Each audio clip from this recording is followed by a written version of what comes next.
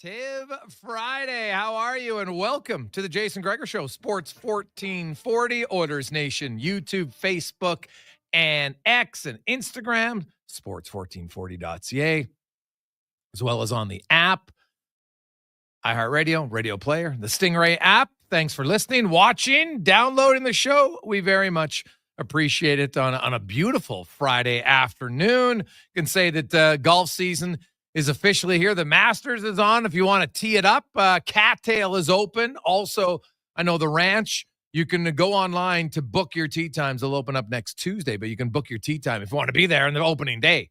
Get there. It's filling up pretty quick. So there you go. Check it out at the Ranch or at Cattail. It is the Jason Gregor Show presented by PlayAlberta.ca. Get in the game. Of course, it's Friday. Lotto Max. Might as well kick your weekend off right. How about the Matthew Garon? $32 million up for grabs in Lotto Max. Get your tickets at PlayAlberta.ca. I'm Jason Gregor. He is Connor Halley, and we got lots to discuss. The Edmonton Oilers, we've known they're going to make the playoffs for quite a while, but officially, if you're a believer in officially, they can officially punch their ticket to the postseason with a victory tonight or even a loss in overtime or the shootout. They get 1 point, they're in. So there you go. Or the Flames, if the Flames drop a point, they're in. Like, obviously the Oilers are making the playoffs. Everybody's known it for a while, but there's still a very, very slim chance they could catch LA. They're 4 points back. They'd obviously have to beat them in regulation on Monday, and then hope that the Kings only win one of their other three games. So pretty difficult because the Kings actually have the tiebreaker. So Edmonton has to finish a point ahead of them. So they're really kind of 5 points back, which is why I firmly believe that the Oilers, they will be leaving next Tuesday to fly to San Jose for their final regular season game next Wednesday.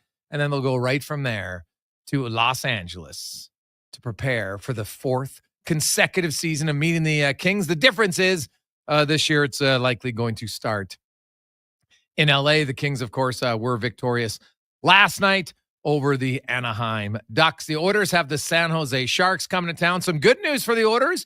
Mattias Ekholm will return to the lineup tonight. I don't think he's going to play with Evan Bouchard all the time. Chris Knobloch told me that, they'll monitor his minutes. Now, the last time they said that he played 21 minutes, so we'll see.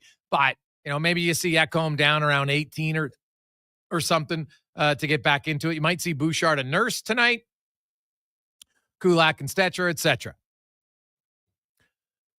And then you could have Ekholm and Emerson. We'll see what happens. But they'll probably mix and match the D pairs a little bit. Forward lines will be the same as last game. Goaltending the same, except Stuart Skinner will be the backup tonight. So he's healthy enough to back up, but he's not going to start. He will start two of the final three. So he's going to start the final game in San Jose next week, or at least he's scheduled to, and then one of the Winnipeg LA games. So do you play Skinner in Winnipeg and then Pickard against LA and then Skinner against San Jose? You probably could. We'll see what they do and how they rotate it. Maybe Pickard gets the Winnipeg game.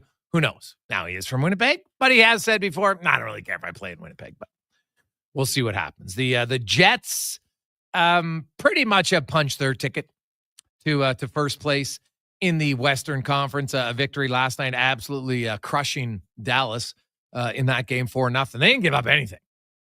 Hardly. I don't care who was playing in goal last night. They would have got a shutout. I'm not sure Hellebuck had to make one good save in that game. Honestly, it's not a knock on him. I'm just saying that's how good the Jets were.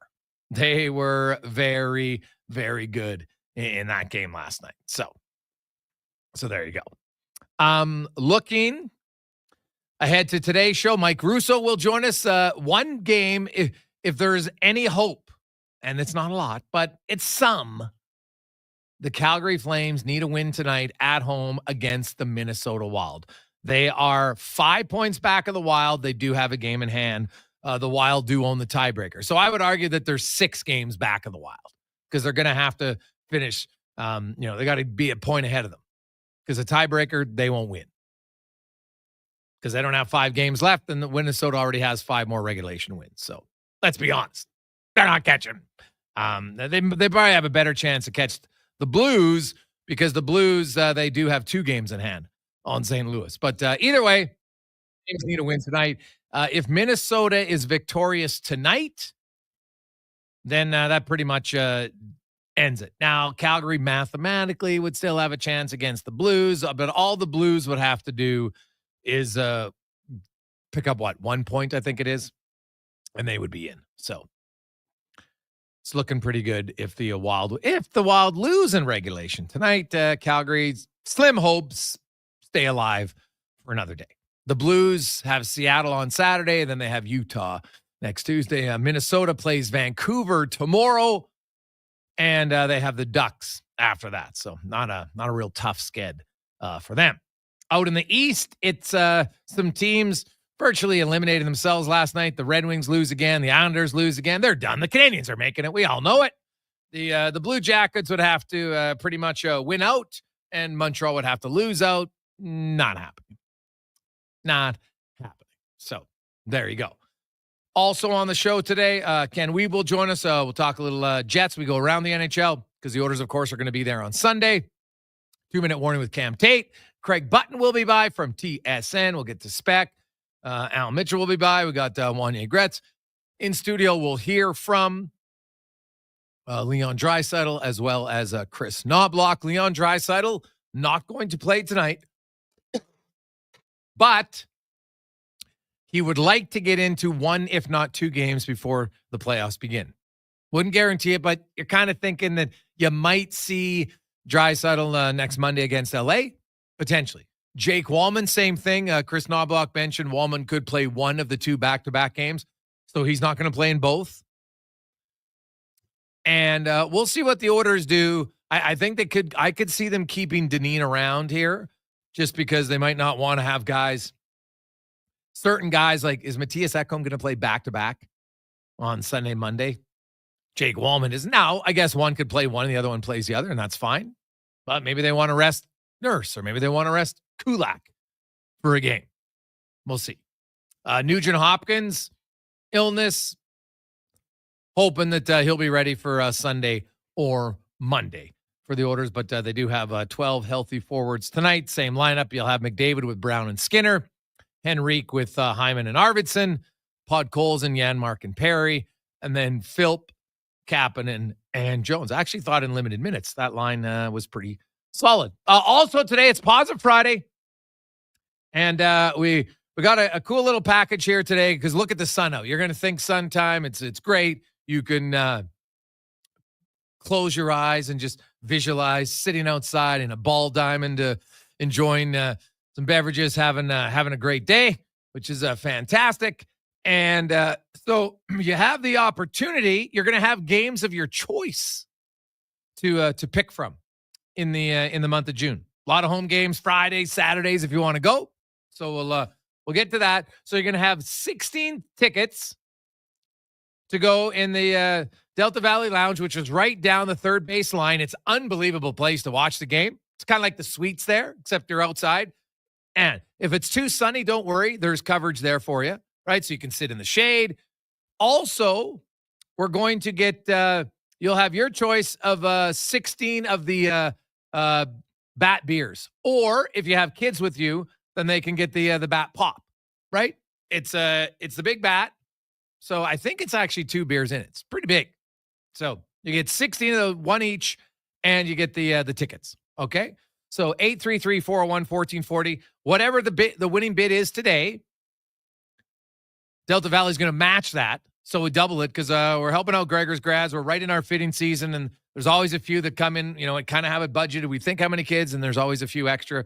So we want to ensure that we don't turn away anybody. So if you want to help out, 833-401-1440. What Gregor's grads does is we supply a new suit, shirt, tie, shoes, socks, belt for grads. Everything's tailored. We team up with Mr. Dirk, and the kids have a great experience, and they get to keep it for grad, but also for job interviews and everything else. So on a positive Friday, if you want to get in, you want to think about it for your buddies or for work or for anything else, just a group of friends want to get together.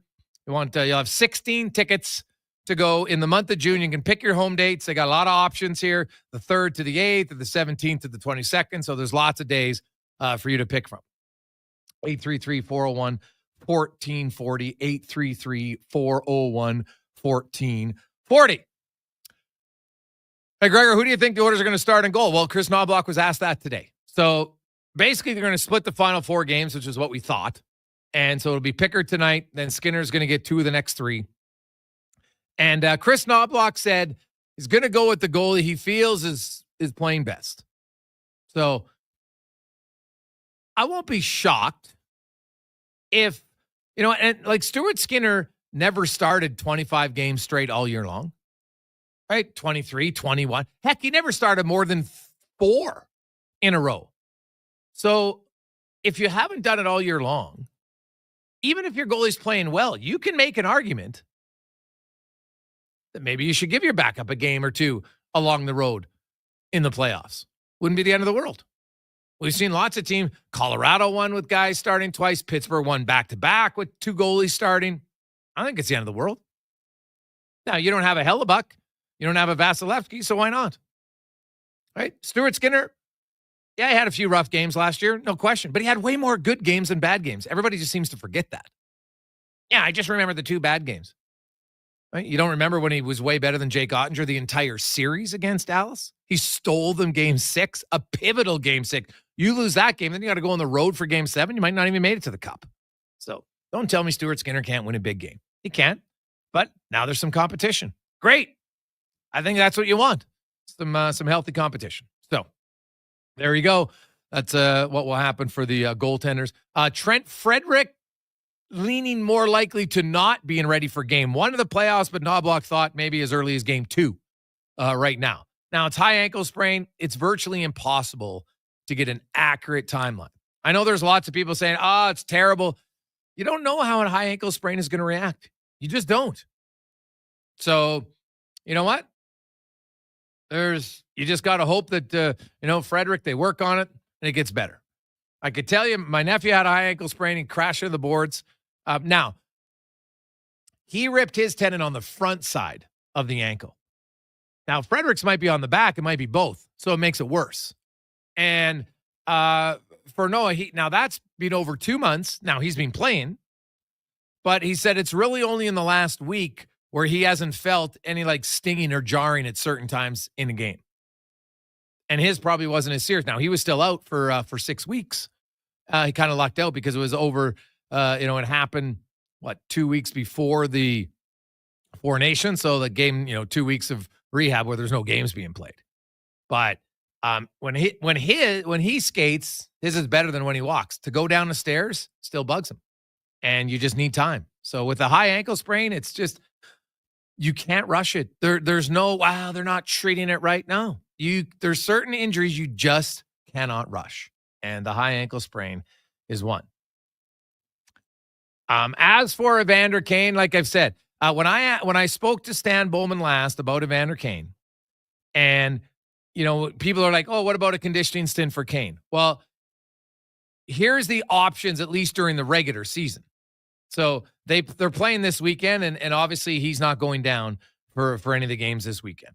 So could he theoretically go down next week? Yeah, he could. They're at home, right? At taking on who are they taking on? Abbotsford, right? So, and that's on Wednesday.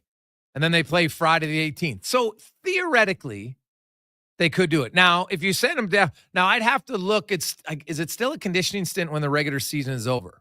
That I don't know. To be honest, I'd have to look up the wording of that. Right? How does that work? So I guess in theory, it could. So you know what? He's not going to play tonight. He's not going to play tomorrow. So that really only leaves next Wednesday. And I would say this.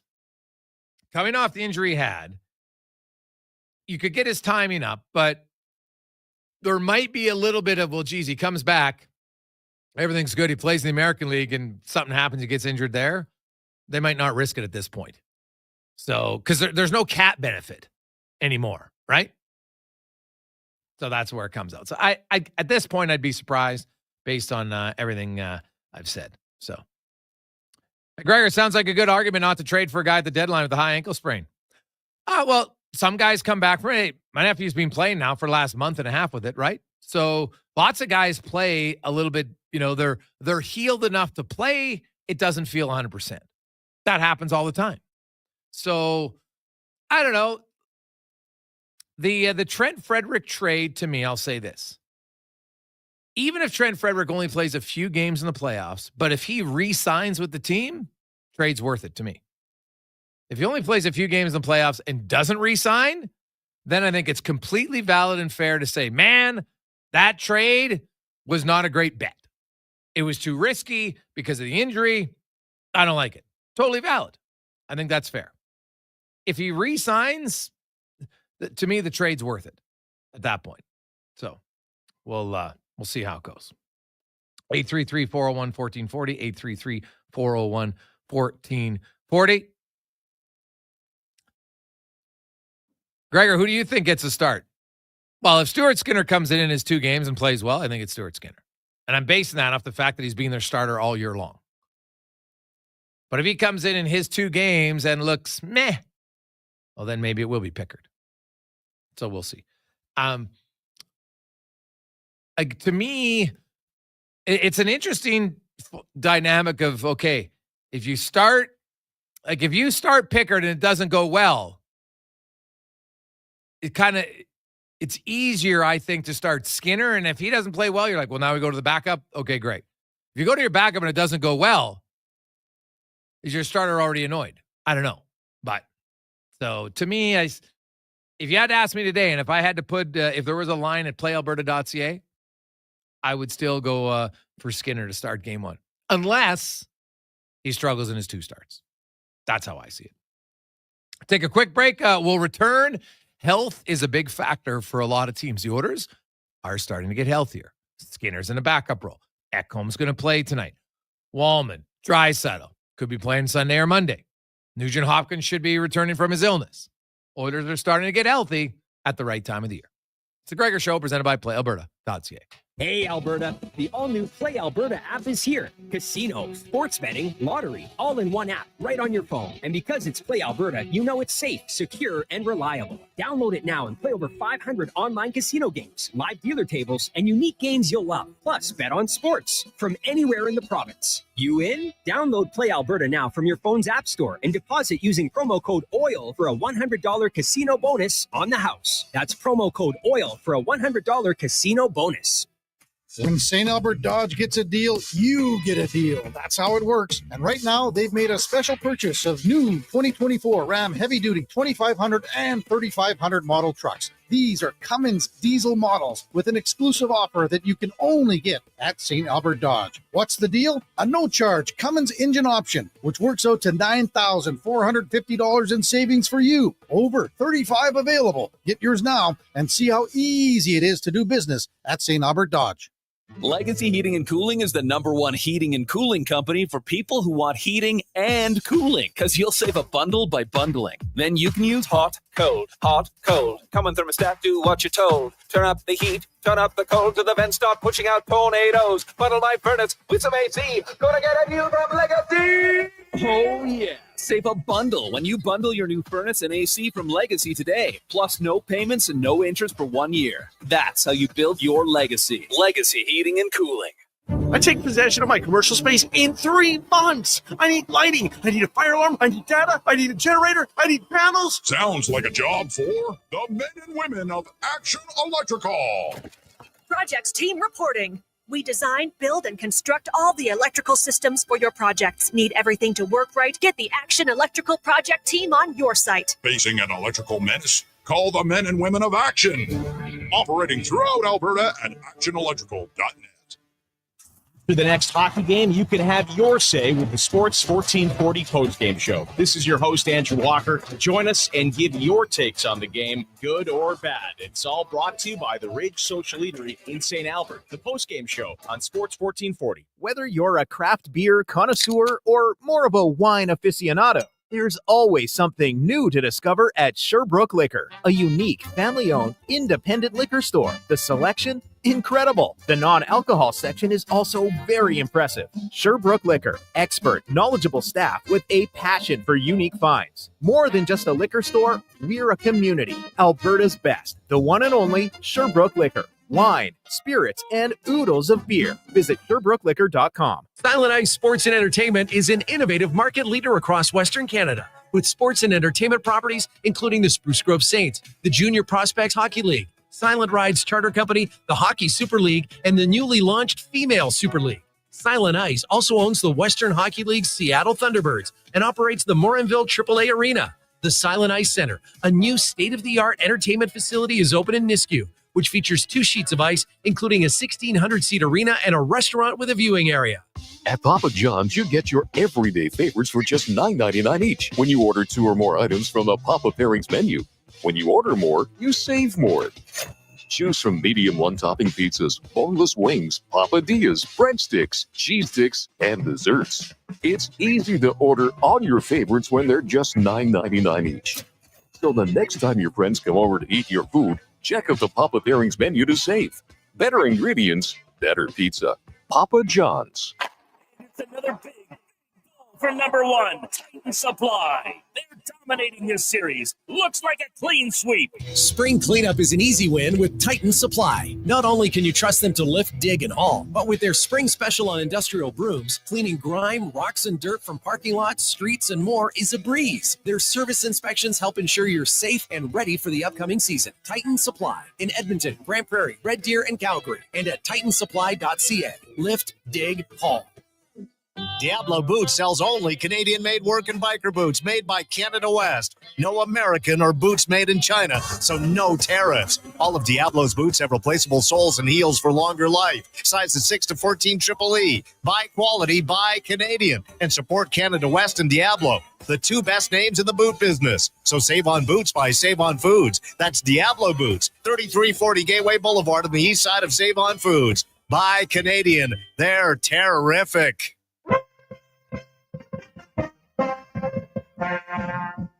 Forced to this hour, brought to you by Sherbrooke Liquor. If you love the taste of beer or spirits but don't want a hangover, we have a great selection of non-alcoholic beers, spirits, and wines. Stop in and try some. See more at SherbrookeLiquor.com. The Jason Gregor Show, the best of Edmonton sports talk and beyond. This is Sports 1440. Presented by PlayAlberta.ca, Alberta's only regulated online gambling website.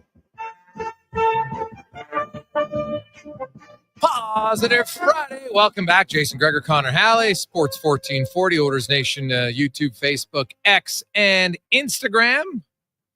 Welcome back to the show. Oilers, of course, tonight, chance to officially punch their ticket. We all know they're making the playoffs, but if you're a big stickler and you want it official, it can be official tonight with a win, or even just get a point, and they would get in. So we'll see. 833-401-1440, 833-401-1440 is the text line. Opening bid of 400 comes in from Mike. Well, that's good. We'll explain what we're doing today. Great deal. Great opportunity. If you like a little ball, you like some beer, it's a great mix. Let's go around the NHL now. Brought to you by McDonald's. And speaking of a good mix, how about cheesy jalapeno pepper sauce, jalapeno peppers, and bacon with the quarter pounder? It's all one. Now the cheesy jalapeno quarter pounder only at McDonald's. As we head out to Calgary, where tonight, definitely the biggest game for direct playoff implications, has the Wild taking on the Calgary Flames. The Flames need a regulation win to keep their slim playoff hopes alive. A Wild win, and they would punch their ticket to the postseason. Longtime beat reporter of the Wild, one of the best beat reporters in the NHL, Mike Russo, joins us. Mike, how you doing, my man? I'm doing well. How are you? Oh, I'm great. Sunny there too, or what? No, it's incredible down here. So, this is a lot nicer than the last time we were in Calgary, which was on that Edmonton Calgary trip where we got bad weather on both those. Oh yeah, windy, games. snowy, and chilly. So yeah. Yeah. Well, the weather's good, and the return of some key players for the Wild. We saw it last game. Eriksson Ek comes in and puts up the Joe Thornton, as we like to call it, the 4 goals, and Kaprizov, of course, scores the overtime winner. Like, the Wild are just such a different team, especially offensively with those two. Eh? It makes a massive difference. Yeah, they're watchable again. I mean, it's been a grind the last 2-3 months. Since January 9th, they are by far the lowest scoring team in the National Hockey League. In fact, that 8-7 game since January 9th, the 2 lowest scoring teams in the league were San Jose and Minnesota. So naturally, you get an 8-7 game.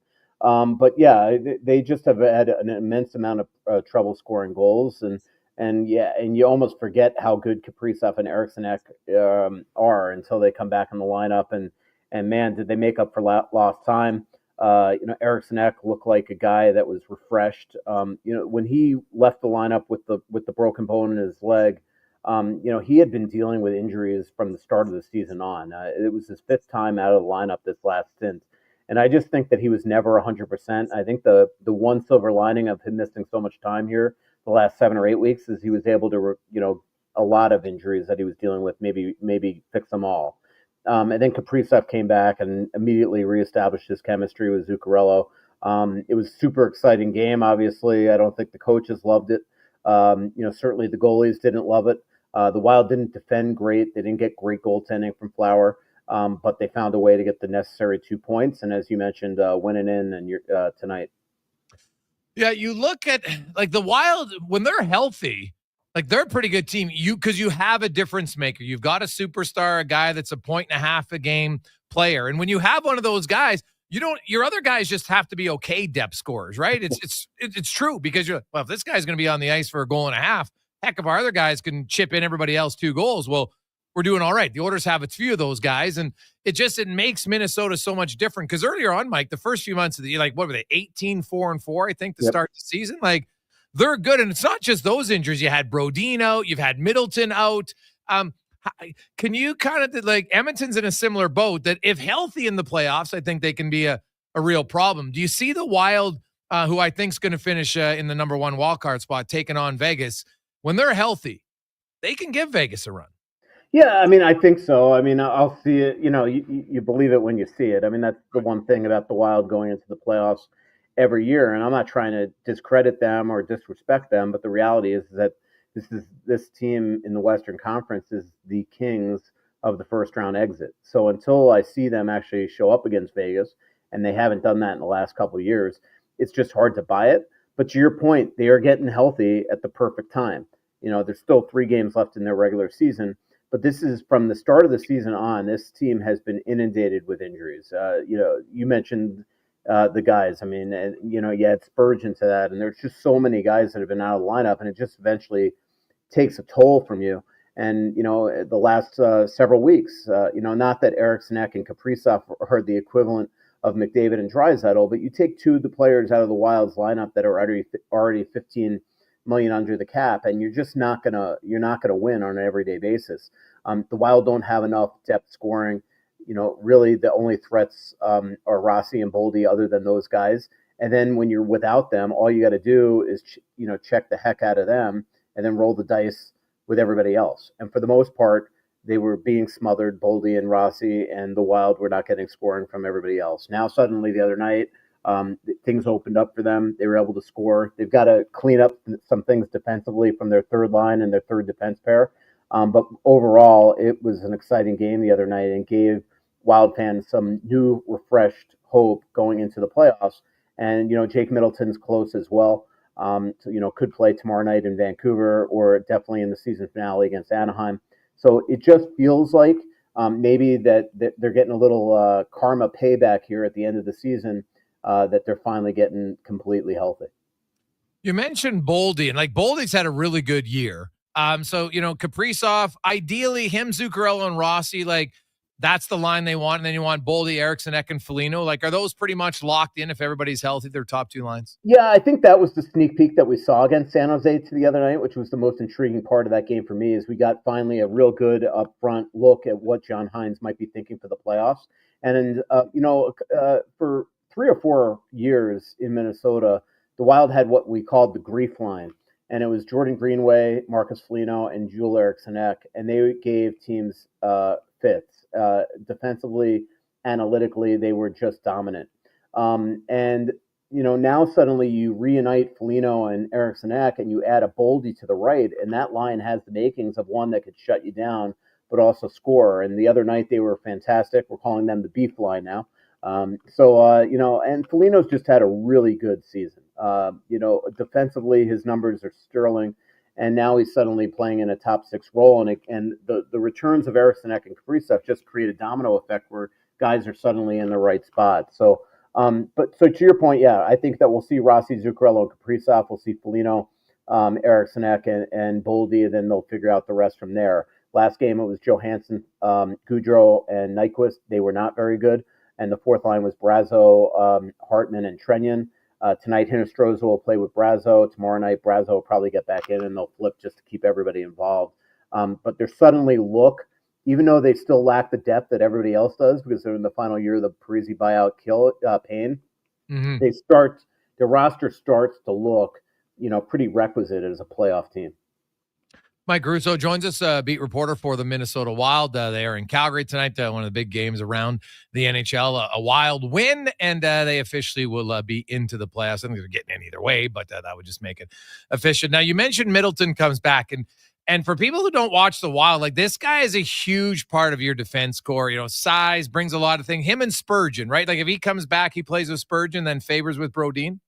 Well, actually, Middleton was with Faber for most of the year, and Brodin, and when Brodin's been healthy, which has been, few and far between, he's played with Spurgeon. Middleton, a couple of years ago, to your point, Jason, had great chemistry with Jared Spurgeon. Right now, it looks like that's the way they'll go into the playoffs. So Middleton is a huge, huge piece on their top pair. He's mobile, he can shoot the puck, he's physical, and he's just really quality defensively. So he was quite the find by the Wild in that Capo Kakinen trade with San Jose a couple of years ago. What about the youngster out of the University of Denver?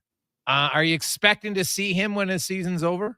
Yeah, he's down in St. Louis still because he's got the Hobie Baker presentation tonight. Wild are obviously hoping that he wins it. Then the Wild play in Vancouver tomorrow. Because Middleton has not been cleared medically yet, they can't really sign Zeev until Cam Crotty is off the roster. And right now, Cam Crotty is with the team. So my guess is that they will not bring Zeev to Vancouver. They'll go to Vancouver, play the game tomorrow. Then Sunday, we'll get a big announcement that they're signing Zeev Buium.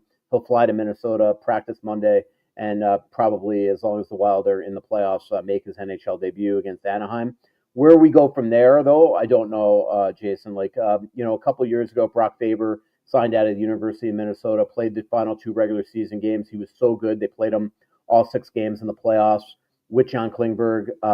Brock was in sheltered minutes on the third pair, wasn't on the ice for a goal against. And then last year, obviously, Rookie of the Year runner-up. So Wild fans have gotten spoiled and think that anybody could do that. If I had to guess right now, I think Zeev plays the season finale and then does not start the playoffs. Okay. John Hines has a lot of respect and trust and feels value in the role that John Merrill and Zach Bogosian have created on the third defense pair. And again, you're not taking out Brodin and Middleton. So my guess is that Zeev's going to have to buy his time, practice, and then if the Wild have an injury or if there's poor performance or they're down in a series, then maybe we see Zeev thrown in there in the playoffs. But I don't think this will be like Faber, where they just immediately play him in the playoffs. Okay. Looking ahead a little bit to the Kaprizov contract negotiation, Mike, is he, like, Rantanen got $12 million? He's probably going to get more than that, I would think. Yeah. Is he going to get close? Like, do you think he's getting Draisaitl money? I think he's getting more than Draisaitl, and and that's just the situation that the Wild find themselves in. It's not that he's better than Draisaitl. It's that the Wild are in a more desperate position that they've got to keep their only superstar in franchise history. So I think he gets 15 or 16 mil. I really do. And I think he signs it. Very much like Draisaitl. I was talking about this today. I remember sitting down with Draisaitl at the NHL media tour where he made very clear, by the way, that he left money on the table and he did that for the good of the Oilers. But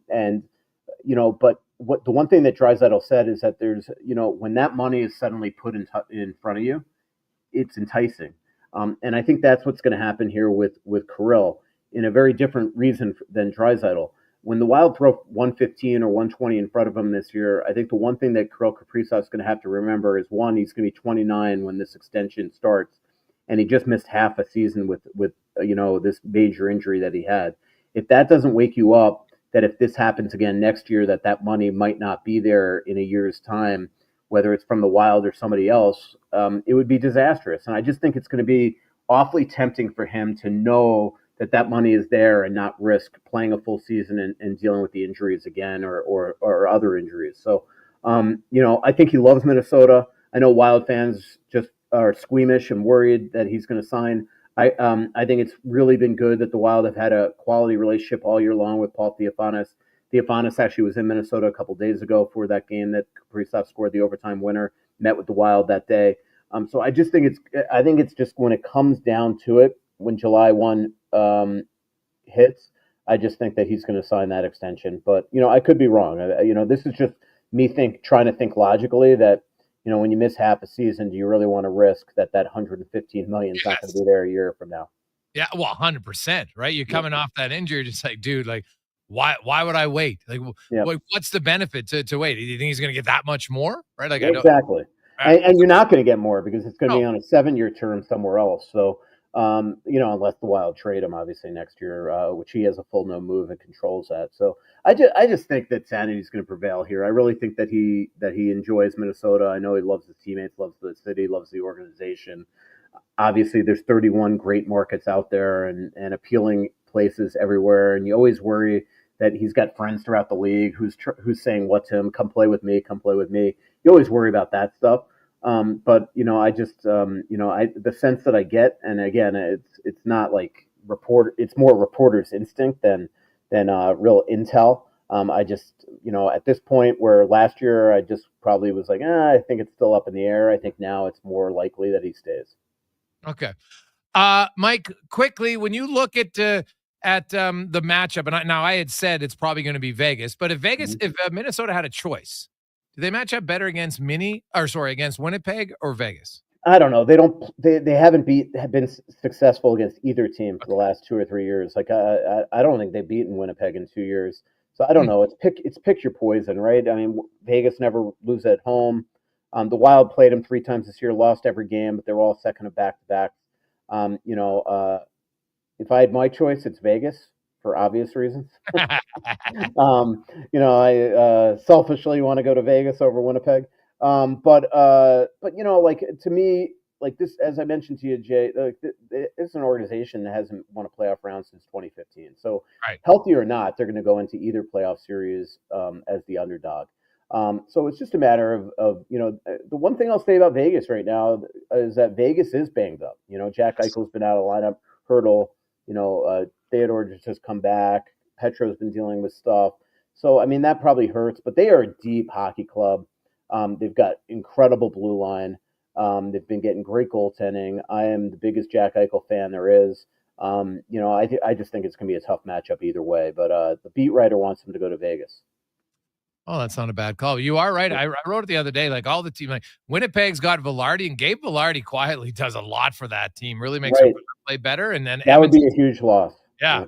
Like Edmonton's been dealing with their injuries. It sounds like their guys are coming back. Frederick probably won't be ready. Kane, we're not sure, but the other guys will be. And then Eichel's probably, even Nathan McKinnon's sat out. Now, they don't say it's serious, but, there's lots of guys. I want to get one last one because I know you're tapped in around the league as well.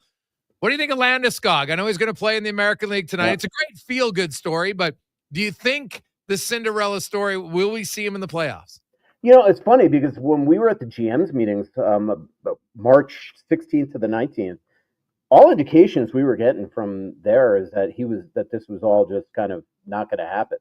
But then suddenly now he's, in regular practices, he's in regular line rushes, power play, and now he's going to do the rehab stint. sure feels that way. And, will he be the Gabriel Landeskog of old? I think it'll be pretty hard coming off the major stuff that he's been dealing with and obviously not playing in a couple of years. But that gives them an unbelievable boost. And so really, as long as he gets through these games with the Eagles, I really feel like we are going to see him now. Where even a week and a half ago, I remember being in New York and Peter Baugh, their old beat writer, asked me, who's also my colleague at The Athletic that covers all the New York teams, he asked me about what I thought. I said, no way. And now I don't feel that way anymore.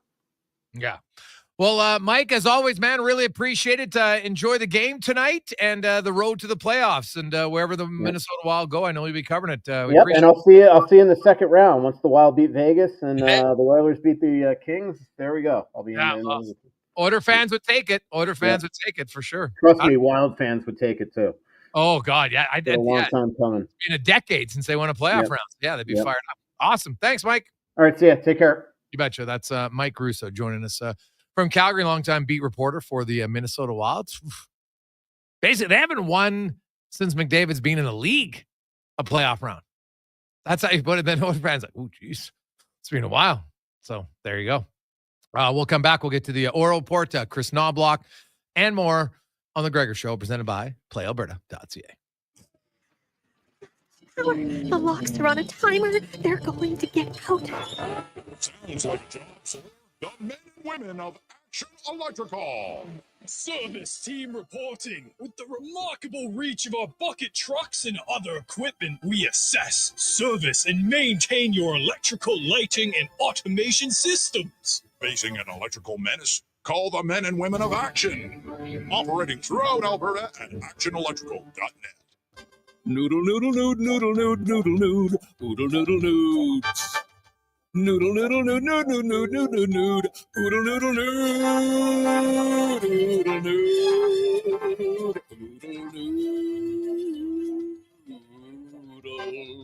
noodle, noodle, nood, noodle, nood, noodle, nood, oodle, noodle, nood. Noodle, noodle, nood, nood, nood, nood, nood, nood, nood, oodle, noodle, nood. Throw a load down to Oodle Noodle tonight because dine-in is open. Nuges Nuggets.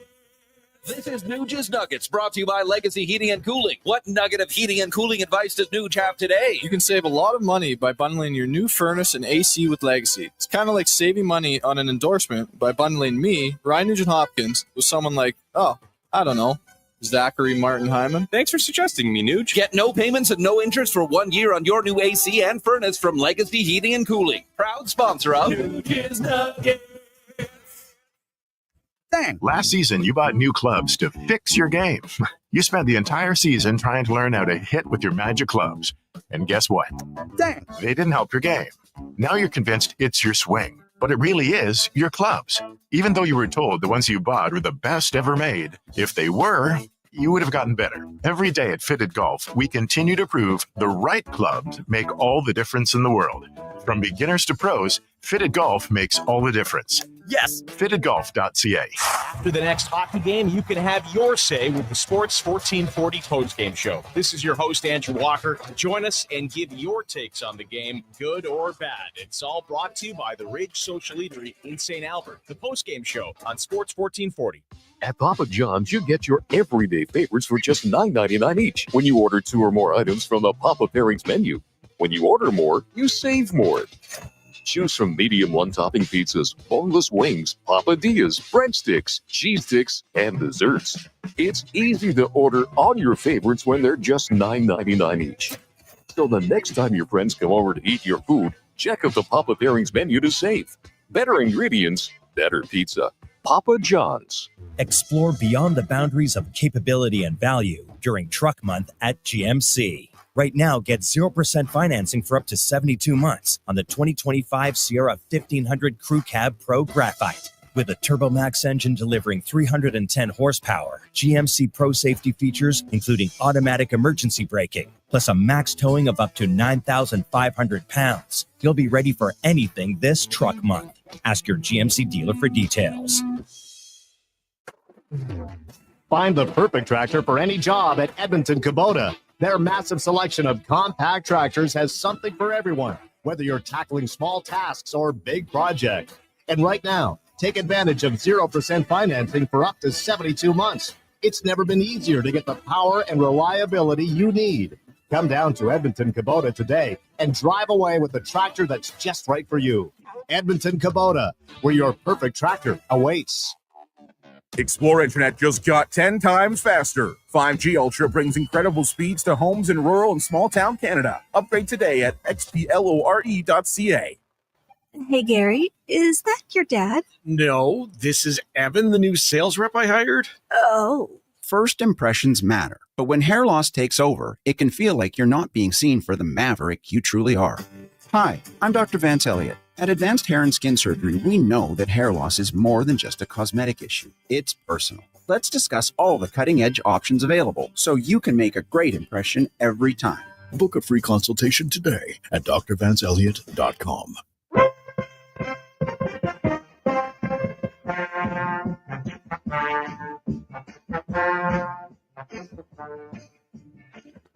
'Portions of this hour brought to you by On the Rocks. Watch every Oilers game at OTR with $5.25 Molson Canadian, $5 Pink Whitney shots, and 60-cent wings. Plus, play Oilers score and win for your chance to win On the Rocks gift cards. Oilers hockey at OTR. Book your table today. Jasper Ave in 118. Hat tricks, touchdowns, and home runs. Get it all with the Jason Gregor Show on Sports 1440. Presented by PlayAlberta.ca, Alberta's only regulated online gambling website.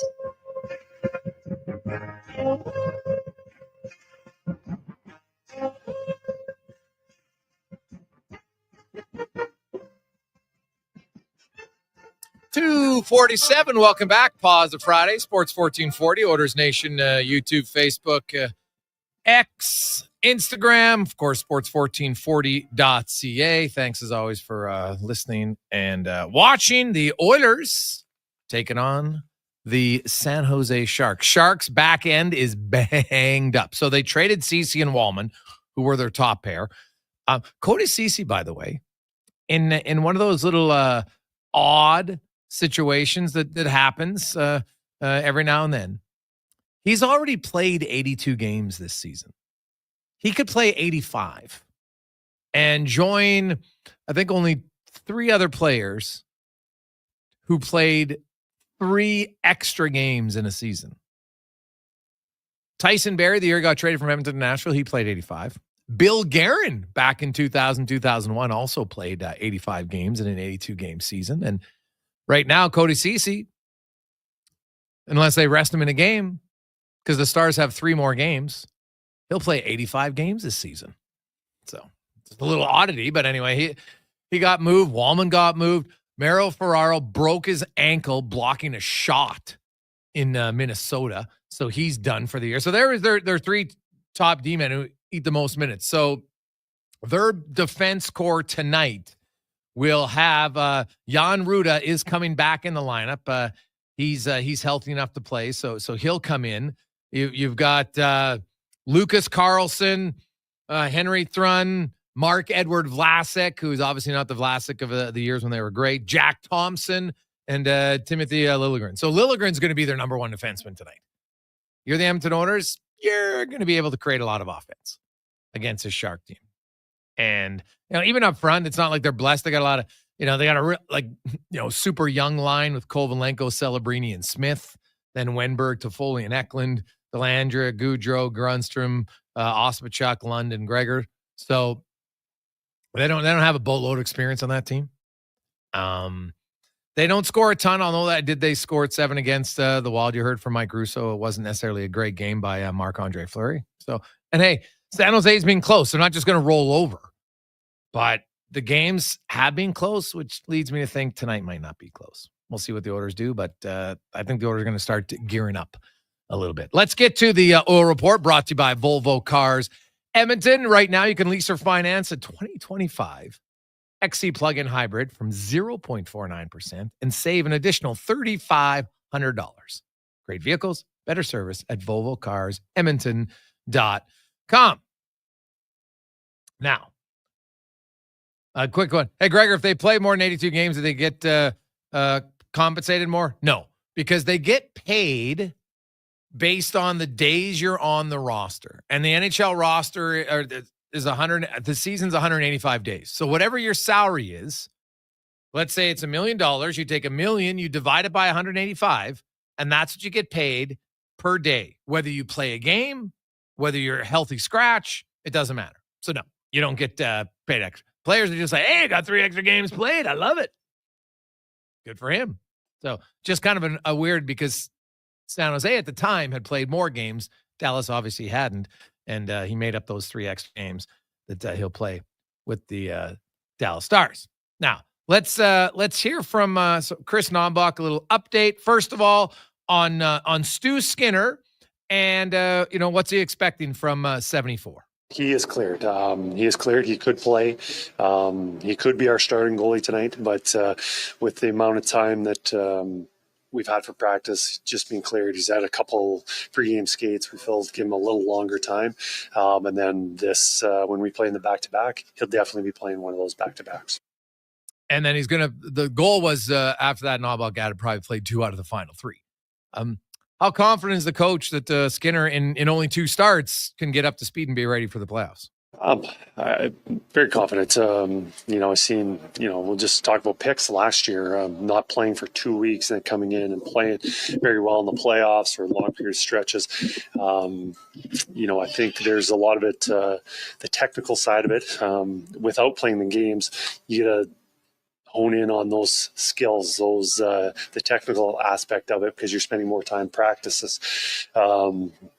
Games is obviously a big part of getting prepared, and he'll have a little test of that, 2 games, and then hopefully he can pick up and play very well for us. Yeah, well, they hope so. And I look at Skinner, and is 2 games enough? Well, guess what? It's going to have to be, right? If it isn't for him, then Pickard will be the starter, because the coach did add that he didn't want to announce who's a starter for the playoffs. He just said, we're going to go with the goalie we feel is playing the best and gives us the best chance to win that game. So which kind of opens a door. I think we'll probably see both goalies at some point in the playoffs. He also gives you your update on Leon Draisaitl. Leon's still day-to-day. He's not playing tonight. Does he play one of the games on the back-to-backs, or does he play that last game in San Jose? But I would say it's that window. Yeah. And then Leon spoke, and he said, and we'll get to Draisaitl in a second, but would clinching tonight have any impact at all on the timeline for players in the final few games, as far as if they play or not? I don't think so. I think the biggest one is we don't want to push anybody to come back sooner than they should, because we're looking at the big picture and playing at their best for meaningful games. Obviously, that is playoffs time. The other part of it is we're trying to find out what we have for our team. Like, we haven't seen that at all. Like, we've got players that we've added, and we've also got so many injuries that we haven't had some kind of formation of what our lines are going to look like and how we're going to look as a team. So health is number one. Number 2 would be like to have some idea of what our lineup was look like going into the playoff. Well, and that's the one thing, right? Like, what are their lines going to be? I think it's a valid question. The D pairs tonight, I don't think Ekholm and Bouchard are going to play exclusively together. I think they're going to kind of monitor Ekholm's minutes a bit. But when the playoffs start, I'd be very surprised if Ekholm's not playing with Bouchard. And then Wallman's playing with Nurse. But then you rotate in Brett Kulak. And, hey, Brett Kulak played 29 minutes last game. They obviously have a ton of confidence in him. So they kind of have the 5. And if it was me today, I think Troy Stetcher's play has moved him ahead of Emberson for now. Everything can change. I think it's always a good reminder. Connor Brown didn't even start the playoffs last year for the Oilers. He didn't even play in the first series. All right, because I do want to get to this text, 833-401-1440, 833-401-1440.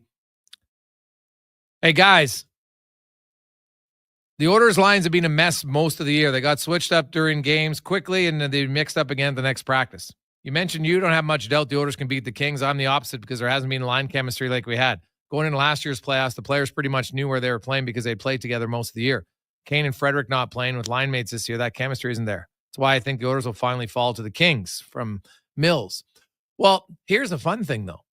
Brown, Henrique, and Janmark didn't play together at all, really, until they got to the playoffs. Because Brown didn't even start the playoffs. And then that line was unreal. And they were great shorthanded. Then you throw in that Dylan Holloway only played 38 games. He wasn't a regular all the time. He was kind of up and down. Evander Kane was supposed to be there. Then Evander Kane got hurt, so then he switched off the line. The one line that was pretty consistent was McDavid, Nugent Hopkins, and Hyman. That's totally fair. But Draisaitl had guys moving in and around. Some games it was McLeod and Fogle. They were playing together. Other games you had McLeod on another line. So I don't know if you had as much line chemistry as you think they had regularly last year. I don't think it's been that much different, to be honest. You're right about Frederick. Obviously, he hasn't played.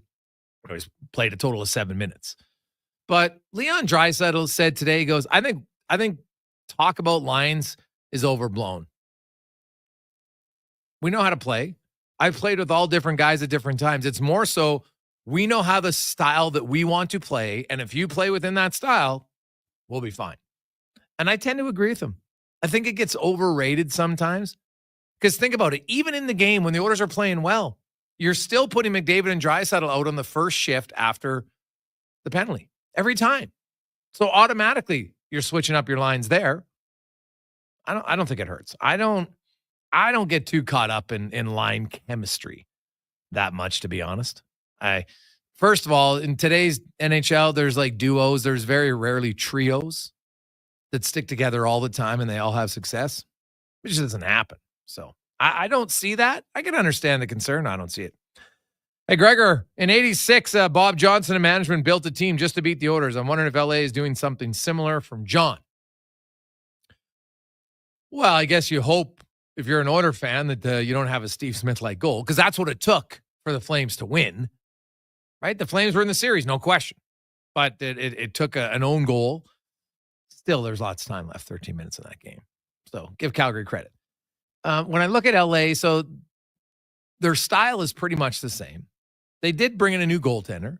Warren Fogle came in. They added Kuzmenko, who's been really good as of late. But does Kuzmenko and Fogle really change how they play? I think LA still plays the same way. They want to grind you down. They want to be solid defensively. They don't score a ton. Now, they have scored more lately because Kuzmenko, he's really added to their offense. But I don't know if I think they've changed that much. Because here's my question. Do they match up to the Oilers down the middle? Who has the better center iceman? The Oilers. 1 through 6, whose defense core do you like better? I'd take Edmonton. Now, you want to say Kemper's better? Fair. Then we go through the wingers. Now, the wild card, of course, is if they're healthy. But if you throw in Frederick and Kane, and then I've got Hyman, and I've got Arvidsson, and I've got Jeff Skinner, I got Podkolzin down the depth chart, Janmark and Brown. I don't mind. I just think Edmonton has more skill at the end of the day than LA. So, that to me is the one. So, right, and even what's funny about the playoffs last year was as much as Nugent Hopkins, Hyman, and McDavid played together. If you remember, Henrique started there. Now then, Henrique got banged up, right? Then he moved back down, but he started there. So, Mills, I think you're stressing out about line combinations more than it's probably needed. Because Henrique, I looked at it. Henrique played a grand total of 25 minutes in the regular season with McDavid. And they played in the playoffs. And they played quite well. But think about it. They played 25. Like, these guys are pros. You know, I don't think Jeff Skinner and Connor McDavid have to play 10 games to figure out how to play. Like, let's be honest. If you're Jeff Skinner, you're like, oh, if I get the puck, I'd look for Connor McDavid. Right? Especially in our own zone, in the neutral zone. And then I find an opening. Right? Zach Hyman's game doesn't really change regardless of who's playing on the left wing. Right? He battles down low. He's good on the boards. Goes to the front of the net. I don't think it changes. So, I don't know. I think probably the most overrated thing sometimes is talk about line combination. Oh, my God, this guy's on the first line. This guy's on the third line. It moves around from game to game. Hey, boys, I'm watching the Masters. The broadcast not showing much of Corey Connors. This is my biased point of view. Doug. No, Doug. It's funny. So Corey Connors right now, So the Masters is on. Justin Rose is done. He's at 8 under. DeChambeau's done. He's at 7 under. Rory McIlroy's done for the day. He's at 6 under. So the next two guys on the top of the leaderboard are Corey Connors and Tyrrell Hatton. They're both 6 under. You'd think you'd be showing them all the time. But hey, Scotty Scheffler's on there, so of course they're going to show Scheffler. I get it. Right? It's Scotty Scheffler. He's the best golfer in the world. But yeah, you're probably... I've always wondered if you're a TSN to say, can we not get it like can we get a feed that has a little bit more focus on the Canadian, right? Like they'll do some of Corey Connors, but they're never going to do much unless he's in the final pairing on Sunday. That's just how it's going to go. So he's not Scotty Scheffler. He's not Rory McIlroy. He's not the draw. And I get it. Now let's hear from Leon Draisaitl. Quick update. How's he feeling? Yeah, I feel all right. Obviously not good enough yet to, get into games. And this time of year, I want to be taking the right steps and, feeling as good to 100% as I can. So, it's improving slowly, but hopefully it won't be that much longer. And then he asked about, getting ready for the playoffs. Does the chemistry factor matter for him?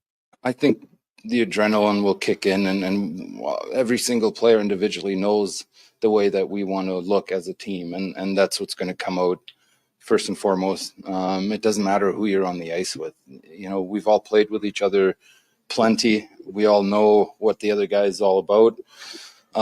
So I'm not too worried about, the line combinations or that kind of stuff. It's more about our general game, if we can find that. There you go. That's Leon Draisaitl. We'll hear more from him a little bit later on. But first, let's get to the Con Man and a Sports 1440 update brought to you by Fountain Tire.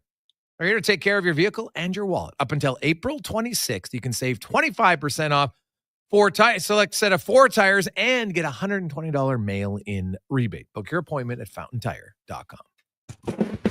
This is a Sports 1440 update. Day 2 at the Masters. Corey Connors sitting in a tie for 3rd spot with Tyrrell Hatton and Rory McIlroy at 6 under par. The Canadian right now on hole 15. Ahead of him, Bryson DeChambeau at 7 under par and Justin Rose 8 under. Other Canadians, Nick Taylor at even. The cut right now is set at 2 over par, so it's looking like Mike Weir +4 and Taylor Pendrith 6 over will miss it. Game day, Edmonton OILERS in action tonight, hosting the San Jose Sharks. Puck drop 7:30. We've got pregame coverage for you right here on Sports 1440 with Andrew Walker and Donovan Paulson getting going at 6. Elsewhere, Canadians take on the Sens, Lightning host the Red Wings, Penguins in Jersey, and the Flames taking on the Minnesota Wild. In the majors, the Toronto Blue Jays were scheduled to play the Baltimore Orioles tonight, but that game has been postponed due to rain in the region. It'll be made up on July 29th in a doubleheader. It's going to be a Tuesday evening. On the field, you got the Royals Guardians tonight. Reds, Pirates, Braves head to Tampa. Yankees up against the Giants. Phillies in St. Louis. Diamondbacks and Brewers. Mariners host the Rangers, and the Cubs taking on the Dodgers. In the association this evening, you have Cavaliers taking on the Knicks. The Raptors will travel to Dallas, taking on the Mavericks. Timberwolves up against the Nets. Grizz in Denver. Jazz host the Thunder, and the Spurs taking on the Suns. And in the AJHL tonight, Game 1 of the league final gets going. Calgary taking on Grand Prairie. Puck drop at 7 o'clock in the WHL Eastern Conference semifinal. Silvertip hosts Portland just after 8. Coming up in hour 2 of the Jason Gregor Show, we'll be joined by our co-host, Wanye Gretz of Oilers Nation. We'll also talk some Jets with Ken Wieb and hear another edition of Cam Tate's 2-Minute Warning. I'm Connor Halley. This has been a Sports 1440 update. This is Sports 1440, a Stingray radio station broadcasting on Treaty 6 territory. Download the free iHeartRadio app and listen to CKJR wherever you go. Hey, Alberta. The all-new Play Alberta app is here. Casino, sports betting, lottery, all in one app, right on your phone. And because it's Play Alberta, you know it's safe, secure, and lovely. Now, play over 500 online casino games, live dealer tables, and unique games you'll love. Plus, bet on sports from anywhere in the province. You in? Download Play Alberta now from your phone's app store and deposit using promo code OIL for a $100 casino bonus on the house. That's promo code OIL for a $100 casino bonus. Legacy Heating and Cooling is the #1 heating and cooling company for people who want heating and cooling, because you'll save a bundle by bundling. Then you can use hot, cold, hot, cold. Come on, thermostat, do what you're told. Turn up the heat, turn up the cold, to the vents start pushing out tornadoes. Bundle my furnace with some AC. Gonna get a deal from Legacy. Oh, yeah. Save a bundle when you bundle your new furnace and AC from Legacy today. Plus no payments and no interest for 1 year. That's how you build your legacy. Legacy Heating and Cooling. We've finished construction of our gamma radiation containment facility. Is it up to code? Is it going to be safe? Sounds like a job for the men and women of Action Electrical.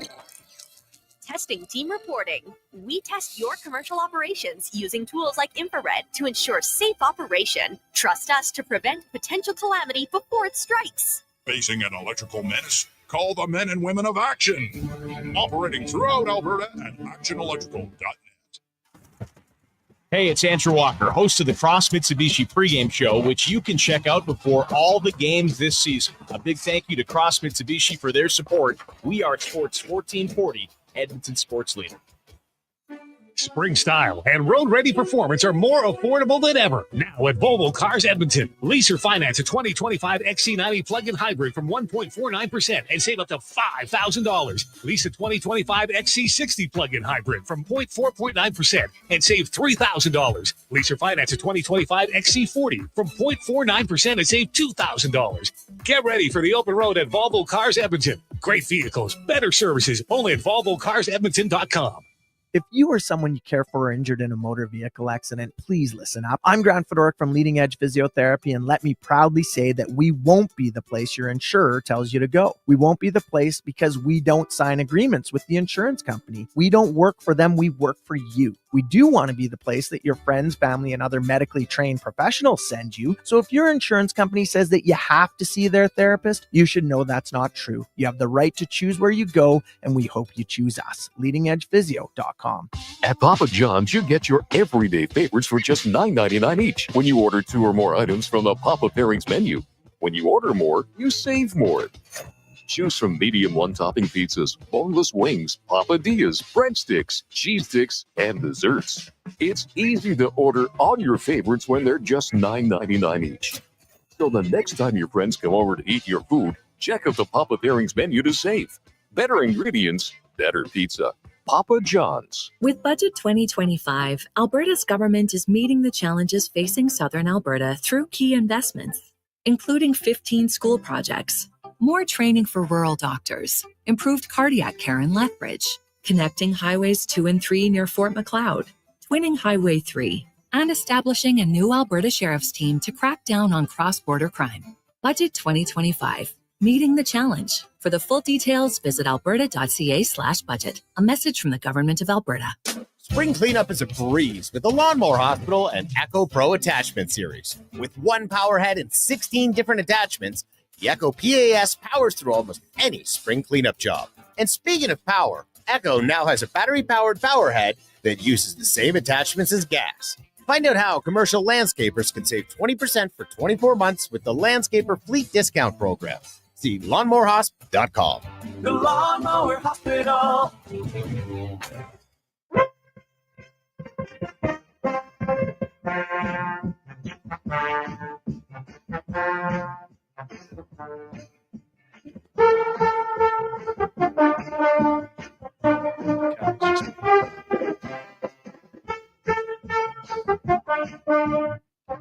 Portions of this hour brought to you by Can Torque. We offer sale, rental, repair, and calibration of hydraulic, pneumatic, and battery-powered torque wrenches, stud tensioners, and flange maintenance equipment. Order today at cantorque.com.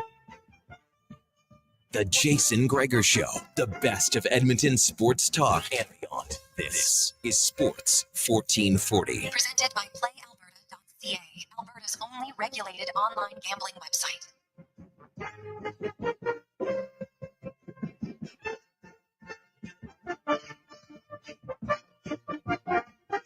Positive Friday. Welcome back, Jason Gregor. Connor Halley with you on Sports 1440, Oilers Nation, YouTube, Facebook, X, and Instagram. Sports1440.ca, as always, presented by our title sponsor, PlayAlberta.ca, where you can get in the game. Use the promo code Gregor100. That's Gregor100 for new players, or just making a new deposit. Use the code, get a $100 free play. Check it out at PlayAlberta.ca, including a casino bonus as well. Oilers taking on the Sharks tonight to officially clinch a playoff spot. if you believe in officially, the Oilers need 1 point. Because Calgary, then the most points Calgary can get is 96, and they couldn't catch Edmonton in regulation wins. So 1 point tonight, and the Oilers will clinch, or a Calgary loss, or a Calgary, even a tie in Calgary. Can't catch them. So let's be honest. The Oilers are making the playoffs, and most likely they will be taking on the Los Angeles Kings. And I would think that there's a good chance that series will start next Sunday. Just that quick, baby. And the playoffs are right around the corner. Philip is up to 500. Let's get this rolling a little bit. Thanks, Phil. We're up to 500. So got a great package today. It's 16 tickets to a Riverhawks game of your choice in the Delta Valley Lounge Suite, which is right on the third base line. You can pick your game, any of the ones in June. They play, there's Tuesday to Sunday, 2 weeks, from the 3rd to the 8th or the 17th to the 22nd. You get to pick, right? You want a Saturday night or Sunday, whichever one you like. It also comes with 16 bat beers or bat pops if you have some kids in your group and they obviously aren't going to have the beers. Or I guess you could just have 2 beers yourself. But that's quite a few beverages if you know what I'm saying. So we always like to get at least face value. And the bonus is, whatever the bid is today, Delta Valley will match it. So we'll double it for a donation for the Gregor Foundation. As we're a little bit short, we got some more grads we want to fit. So Philip's up to 500. We always want to at least get to face value. So let's pump it up a little bit more. 833-401-1440. It is Positive Friday. 833-401-1440. As we welcome in Wanye Gretz from Oilers Nation to the show. Wanye, how you doing? Masters weekend, all is well, buddy. How are you doing? Well, I'm great. Yeah, you know what? Masters definitely seems to kick off the golf season for me, for sure. And I think for a lot of people, I know Cattail's actually open. If you want to go golf there today, the ranch is taking reservations. They'll open on Tuesday, so you can get on the tee sheet to ensure you're in. When you remember, what was the most you ever golfed in one summer? Oh, I think I broke 100 rounds one year when I was in high school, but I was playing like every day. It was crazy times. 100 rounds. When you're a little kid, right? Yeah, I'd go there in the morning, I'd stay, I'd eat lunch, I'd play in the afternoon. You play 2 rounds a day sometimes. Oh, yeah, for sure. For sure. Did you get better? Yeah. Like what's your best score you've ever shot? On like a real course, maybe like 77, 76, somewhere in there. Well, what's it? Is there a fake course? Well, I don't want to say any course is better than the others, but there are some that are easier to play on. And then there are other courses around town. So what's your best round on any course? I believe is like 76, 77. On any course? Yeah. Oh, okay. All right. Yeah. Okay. But like, you know the kind of courses I'm talking about. I don't want to diss them live on the radio, but there are some golf courses that are a little more forgiving. Yeah, you can hit a ball. But you know what? If you don't putt, it doesn't really matter at the end of the day. That's fair. But like, let's say, have you ever played the Glendale? Oh, yeah. The Glendale's pretty tight. If you told me you shot 120 at the Glendale, I'd be like, well, you're ready for the PGA Tour, because that course to me is so hard. Right. Take your best round and add 15 and there's no shame. It's true. It's funny. My best round has come at Blackhawk. Really? Yeah. My best round of my life is 84 twice, both at Blackhawk. Could have broke it last year. Dang. All I needed was a 5 on the 18th hole at Kananaskis last year, and I took a 7. God, I was pissed. I ended up with an 85. Oh, and I haven't even played very much. I was rocking it. So sometimes I play better when I don't play as much, but I'm actually getting new clubs this year. So some like fitted, went to fitted golf, and so I've started the process. It'll make a difference. I used to work at a golf store. We made thousands on guys like you. 84, we'd say. You could probably shave 4 strokes off just with fitted clubs. Really, you would say? And that'd take you to the till. Yeah. Well, no, but the fit, like, dude, it's like a major problem. I've been fitted before. Not like this. This is next level. Now, is it going to make me that much better? I don't know. But I could be a decent golfer when I play. Like, I look forward. 2 things I'm going to do in retirement. I'm going to play golf and I'm going to nap. And that's daily. Like, I love naps, so I can't wait. And then when I have more time, I will golf more. I miss on days like today, Golden West. Remember that golf course in the west end of town? Talk about a course you could shoot low on. Golden West was open first, stayed open till the end. Yeah, there's another one that's right there on 137th Ave. Twin Willow. Yeah. Mm-hmm. Golden West was an institution. Talk about a course that make you feel good about yourself. Yeah. And then they made it into a business park because capitalism always wins. Nice. SDI Group came in at 600, and now Tim's Ice Manufacturing is up to 700. So Let's rock and roll. 833-401-1440, 833-401-1440. If you're just joining us, Matthias Ekholm is going to return to the lineup tonight for the Edmonton Oilers. And then he'll probably play one of the two games on back-to-back. I think guys like him, Jake Wallman's only going to play one of those. Leon Draisaitl sounds like he'll only play one. So we'll see. Stuart Skinner and Pickard are going to split the back-to-backs. Pickard's going to play tonight, and then Skinner is going to play next Wednesday. So they'll each get a game against the Sharks. Then one of them's going to get the Jets. One of them's going to get the Kings. And then we'll decide who gets the Kings for game one for the playoffs. Right now, Coach said that I still believe myself. If you have a starter all year long, and if Stuart Skinner comes in and is okay in his 2 starts, then I think he'll start in game one. That's what I think. Doesn't mean it's going to happen, but that's kind of how I see it. So we'll see. Did you break the news that Ekholm was in the lineup? I don't know. I broke it. I might have been the first one to tweet it, but that's just, I don't know. You had us buzzing at Nation HQ this morning. Gregor broke the news. Yeah. So, that'll change the lineup considerably. Yeah, they're going to, Knobloch told me that he wants to monitor his minutes. And then I joked him like the last time he came back where he played 21 minutes. So we'll see. I think he will. I did see Bouchard and Nurse taking a lot of reps this morning in practice. So we could see Neuchard, if you want to call it that, Nurse and Bouchard together. Neuchard, I just made that up as an accent, but sure, we'll call it that. And then you'll have Ekholm maybe with Emberson, Kulak, and Stetcher. They move it around a little bit. And it's smart. Like, it's his first game back. It's against the Sharks. You know what? If the Oilers play well, they should win the game. It's just how it is. Romanoff, I guess any goalie can go nuts for one game. But the Oilers, funny enough, I actually broke down the numbers. Like, the Oilers do very well against, goalies who, don't have a ton of NHL experience. It happens once. The goalie stood on his head. So then everyone's like, oh my God, it happens all the time. And it's like, it doesn't really happen all the time. So I feel like other fans think that new goalies dominate us, and we're the league leaders of first NHL goals scored against. Is there any truth to the second one? Do we lead the league in people scoring their first career goal against us? Probably not. I'd have to look that up. It would take a lot of research, but I'm just going to guess no. All that it's like anything. When Bouchard has a turnover, people act like that's all he does is turn the puck over, and then he makes 15 really. Like, did you see the pass he made last game to Jeff Skinner to send him in on a breakaway? Like, people should be, if you freak out about a bad giveaway, fine. Then you should be freaking out equally in an excited fashion about that pass. That was an unreal pass from Bouchard to Skinner last game. But it doesn't get nearly talked about as much as a bad play. And so do I think the Oilers are the team who leads in? No, it's just people will take a negative and amplify it tenfold compared to a positive. They just do. And it's like the worst type of analysis. And it's hard. I get it, fans. You want to be emotional. That's fine. But you can be emotional and then still the next day be like, okay, well, let's look at this rationally for a second. People are like, you can't sign Bouchard. He's not worth more than $6 million. I'm like, oh my God. Okay. He's a top. What has he got? I think last year and this year, and even this year, quote, everyone says a down year, offensively for Bouchard. Right. And by the way, a down year, but most of the down year is actually coming on the power play. His 5-on-5 scoring is still pretty good. But Evan Bouchard is 5th. He's tied for 4th amongst NHL defensemen in points.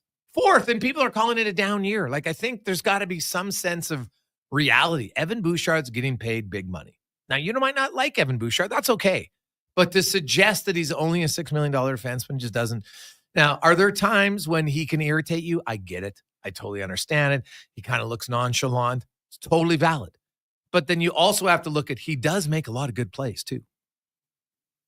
It's not, if you can't take a bad play and say it counts 10 times more than a good play. One good play is one good play. One bad play is one bad play. The bad play just seems to irritate you more than the good play excites you. Wouldn't a coach come to a defenseman after he had a brutal giveaway and say, get one back, son. Just put another one on the board. And then when he goes out of his way for an exemplary pass like that, that's what you got to do, is just bounce back. Well, 100%. Oh, I'm sure Paul Coffey will talk. Like mistakes are going to happen, right? And especially for the guys who have the puck more. So anybody who's ever coached if you think you're going to tell a kid, because I think the biggest mistake, and I went to a coaching, you know what the number one mistake coaches make at lower levels in hockey? They overcoach in the game. It's a number. Like, people think that if you make a mistake, you're supposed to go and tell the kid every time. You're not supposed to. Now, if it happens a few times, or the best is to ask them questions or pump them up like, hey, buddy, don't worry about it. Let's get it right back. Get him on the train. Because if you can't get over a mistake, you're never going to play, because everybody makes mistakes. The best players in the world will still miss a pass sometimes. It's just going to happen. And it was interesting. They talked about how you have, like, there's a coach running the bench, opening the gate, right, in minor hockey. And then you got your head coach or your guy running the defense. And if both of those guys are talking to their kids, there's too much talking. One of the guys should literally be there. You're like the cheerleader. You open the gate. Great job, Bob. Even if it wasn't a good shift, you say great shift. That's your job as a coach. And it gets the number one mistake that they said in the coach is overcoaching. Trying to every play, like the kids are in the game and they're 9, 10, 11, and you're trying, hey, you just did this. And they're like, how many times do you say great play compared to the bad one? It should be a 3 to 4 to 1 ratio at least. Build them up. Constructive one. Hey, Bob, what'd you see on that play? Oh, I saw that. Okay. Because maybe the kid on the ice saw something you didn't see from the bench, right? So, I'm sure Paul Coffey talks to him, but it's not like when a player makes a big mistake in the NHL, the coach doesn't run right over and be like, hey, stupid pass. Like, the guy knows. Like, you don't have to say anything. Now, these are professionals, but even as young kids, they know when they make a mistake. How often will, like, the defensive coach, will Paul Coffey talk to players throughout the game on nonstop? No, not nonstop. I've talked to the order, and how Coffey, now you can communicate with them, but it's not necessarily criticizing or analyzing their play. It's just sometimes talking, right? Hey, what did you see there? Because sometimes I've talked to the Order's defense, and they say Coffey's pretty vocal and he's communicated, but they say in a very good way. Like, he pumps you up to think like that you're great. Right? Now, he will be very hard on guys, because he told them when he first came in, I want you guys to make plays. And if you make plays, that means you'll make some mistakes. And if you make a mistake, you get out there the next shift and you make a play again. Because if you don't make plays, then I'll get rid of you. And the player's like, all right. Coach is telling us, essentially, he knows we're going to make some mistakes, right? Sometimes you're going to make an error. You think, I think I can thread this one through. And you've got to believe that you can. Like, it's like Leon Draisaitl. He makes a lot of great passes. And then some people are like, well, why did you try that one? Because he's Leon freaking Draisaitl, and he can make some of those. And if you never try it, you'll never make it. But you can't expect him to only attempt the passes he's going to make. Like, think about that. I'm only going to invest in something if I 100% know it's going to work. I'm only going to start my company if I know it's a success. Really? That's how you're going to go around? Well, you're not going to have much success. Because I don't know any business owner who's like, well, I know 100% this is going to work. Now, you might tell yourself that, but you really don't know.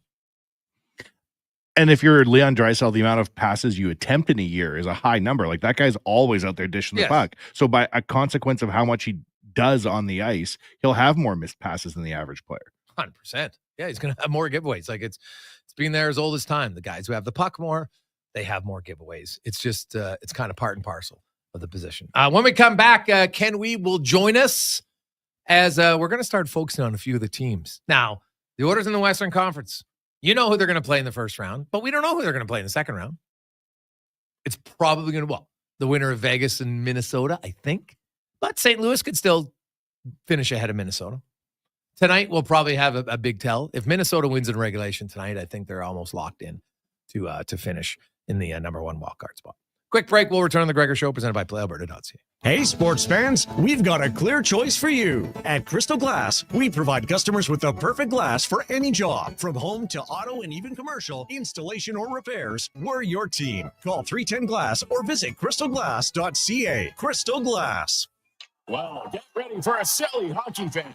Your partner in power just skated onto the ice. EWEL.ca, the new e-commerce website for electrical wholesalers Edmonton, is ready for the power play 24/7, 365. UL skates to where the puck will be in 5 years. Now that's forward thinking. Killer selection, slamming products from the best brands, and legendary service. Don't sit on the bench. Get your account today at EWEL.ca and win that project. Plug into your partner in power. Get an EWEL.ca account today. Scott McGilvery here, HGTV host and renovation expert. The one upgrade I know homeowners will love Better, fresher Culligan water straight from the tap.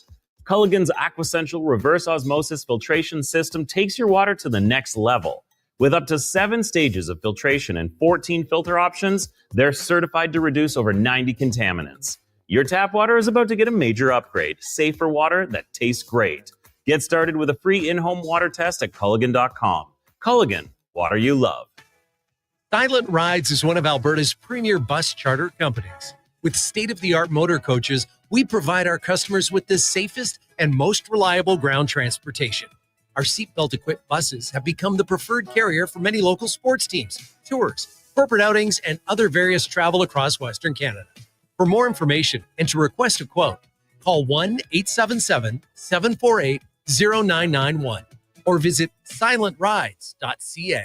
Truck Month is on now at GMC, and it's one of the best times to get behind the wheel. Right now, get a $5,000 cash purchase credit on 2025 Sierra HD models with a 13.4-inch diagonal center touchscreen, an available Duramax 6.6-liter turbo diesel V8 engine with 470 horsepower. Plus, the most trailering assistance technologies in its class. Sierra has some serious hauling power and is the only off-road ready HD. Truck Month is on now. Ask your GMC dealer for details. For the next hockey game, you can have your say with the Sports 1440 Postgame Show. This is your host, Andrew Walker. Join us and give your takes on the game, good or bad. It's all brought to you by the Ridge Social Eatery in St. Albert. The Postgame Show on Sports 1440. With the lead up to the playoffs underway, players are definitely stepping up their game. And the fans are doing the same. Simple snacks like chips and dip may work at the front half of the season, but now more and more fans are rocking the Wilhauk beef jerky for game time get-togethers. Just make sure you bring enough for everyone if you want to be invited back for the playoffs. Make your next hockey game day a Will Hockey game day with Wilhauk beef jerky, only available in Leduc. Get yours today because you don't win games with salad. Are you tossing and turning at night? Unable to sleep because of mounting debt? Debt can feel overwhelming, but you don't have to face it alone. I'm Parveen Middleton, licensed insolvency trustee at BDO here in Edmonton. I'm here to guide you every step of the way so you can find peace of mind and finally rest easy. Call 1-833-BDO-TALK or visit bdodebt.ca to book a free consultation and discover your debt-free future. Every morning, you look in the mirror and see less of yourself. Hair loss can feel like losing a part of who you are. But it doesn't have to be that way. Hi, I'm Dr. Vance Elliott. At Advanced Hair and Skin Surgery, we understand the pain of hair loss. Our advanced hair restoration solutions won't just bring back your hair. They'll help you face the mirror with confidence. Good morning, you sexy beast. Visit drvanceelliott.com today because it's time to be the man you remember.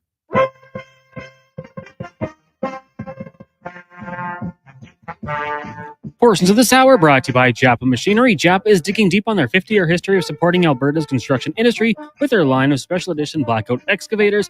Visit japamachinery.com for all the details. The Jason Gregor Show, the best of Edmonton sports talk and beyond. This is Sports 1440. Presented by PlayAlberta.ca, Alberta's only regulated online gambling website.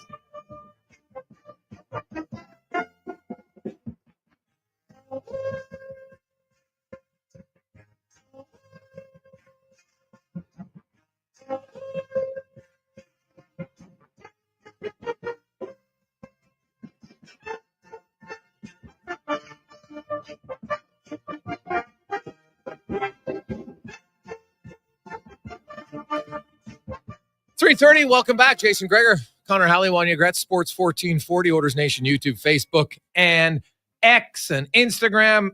As always, the Gregor Show presented by PlayAlberta.ca. It's Friday. $32 million up for grabs in Lotto Max. Get your tickets at PlayAlberta.ca. Now, let's go in the room, brought to you by Action Electrical. Starting next week, your chance to qualify and win a $15,000 solar system for your home, or you can gift it to somebody. Now, you got to be a homeowner. It's one of the rules. We got a few of the other rules. You can see them all at jasongregor.com, but that'll start. Here Comes the Sun giveaway starts next Monday from Action Electrical. And last night, the Winnipeg Jets, they clearly want to win the division. A pretty dominant performance as they shut out Dallas. But honestly, I watched that game. That might have been the easiest shutout of his career. I'm not sure. There might have been one good scoring chance, maybe, in that game. Really good defensive effort by the Jets. Ken Wieb from the Winnipeg Free Press joins us. And Ken, I don't know how many of his shutouts this year being that easy, but my goodness, Hellebuck did not have to stand on his head last night. The Jets' defensive structure was unreal. They limited Dallas to hardly any scoring chances. Yeah, no doubt, Jason. Great to be with you as always. Similar to Monday, the effort against the St. Louis Blues, structure very sound, barely any high danger chances at even strength over the last two periods for sure. Dallas had a few chances in the first. Maybe the hint save on the power play early in the third was a tough one. But yeah, Connor Halley is having an exceptional season.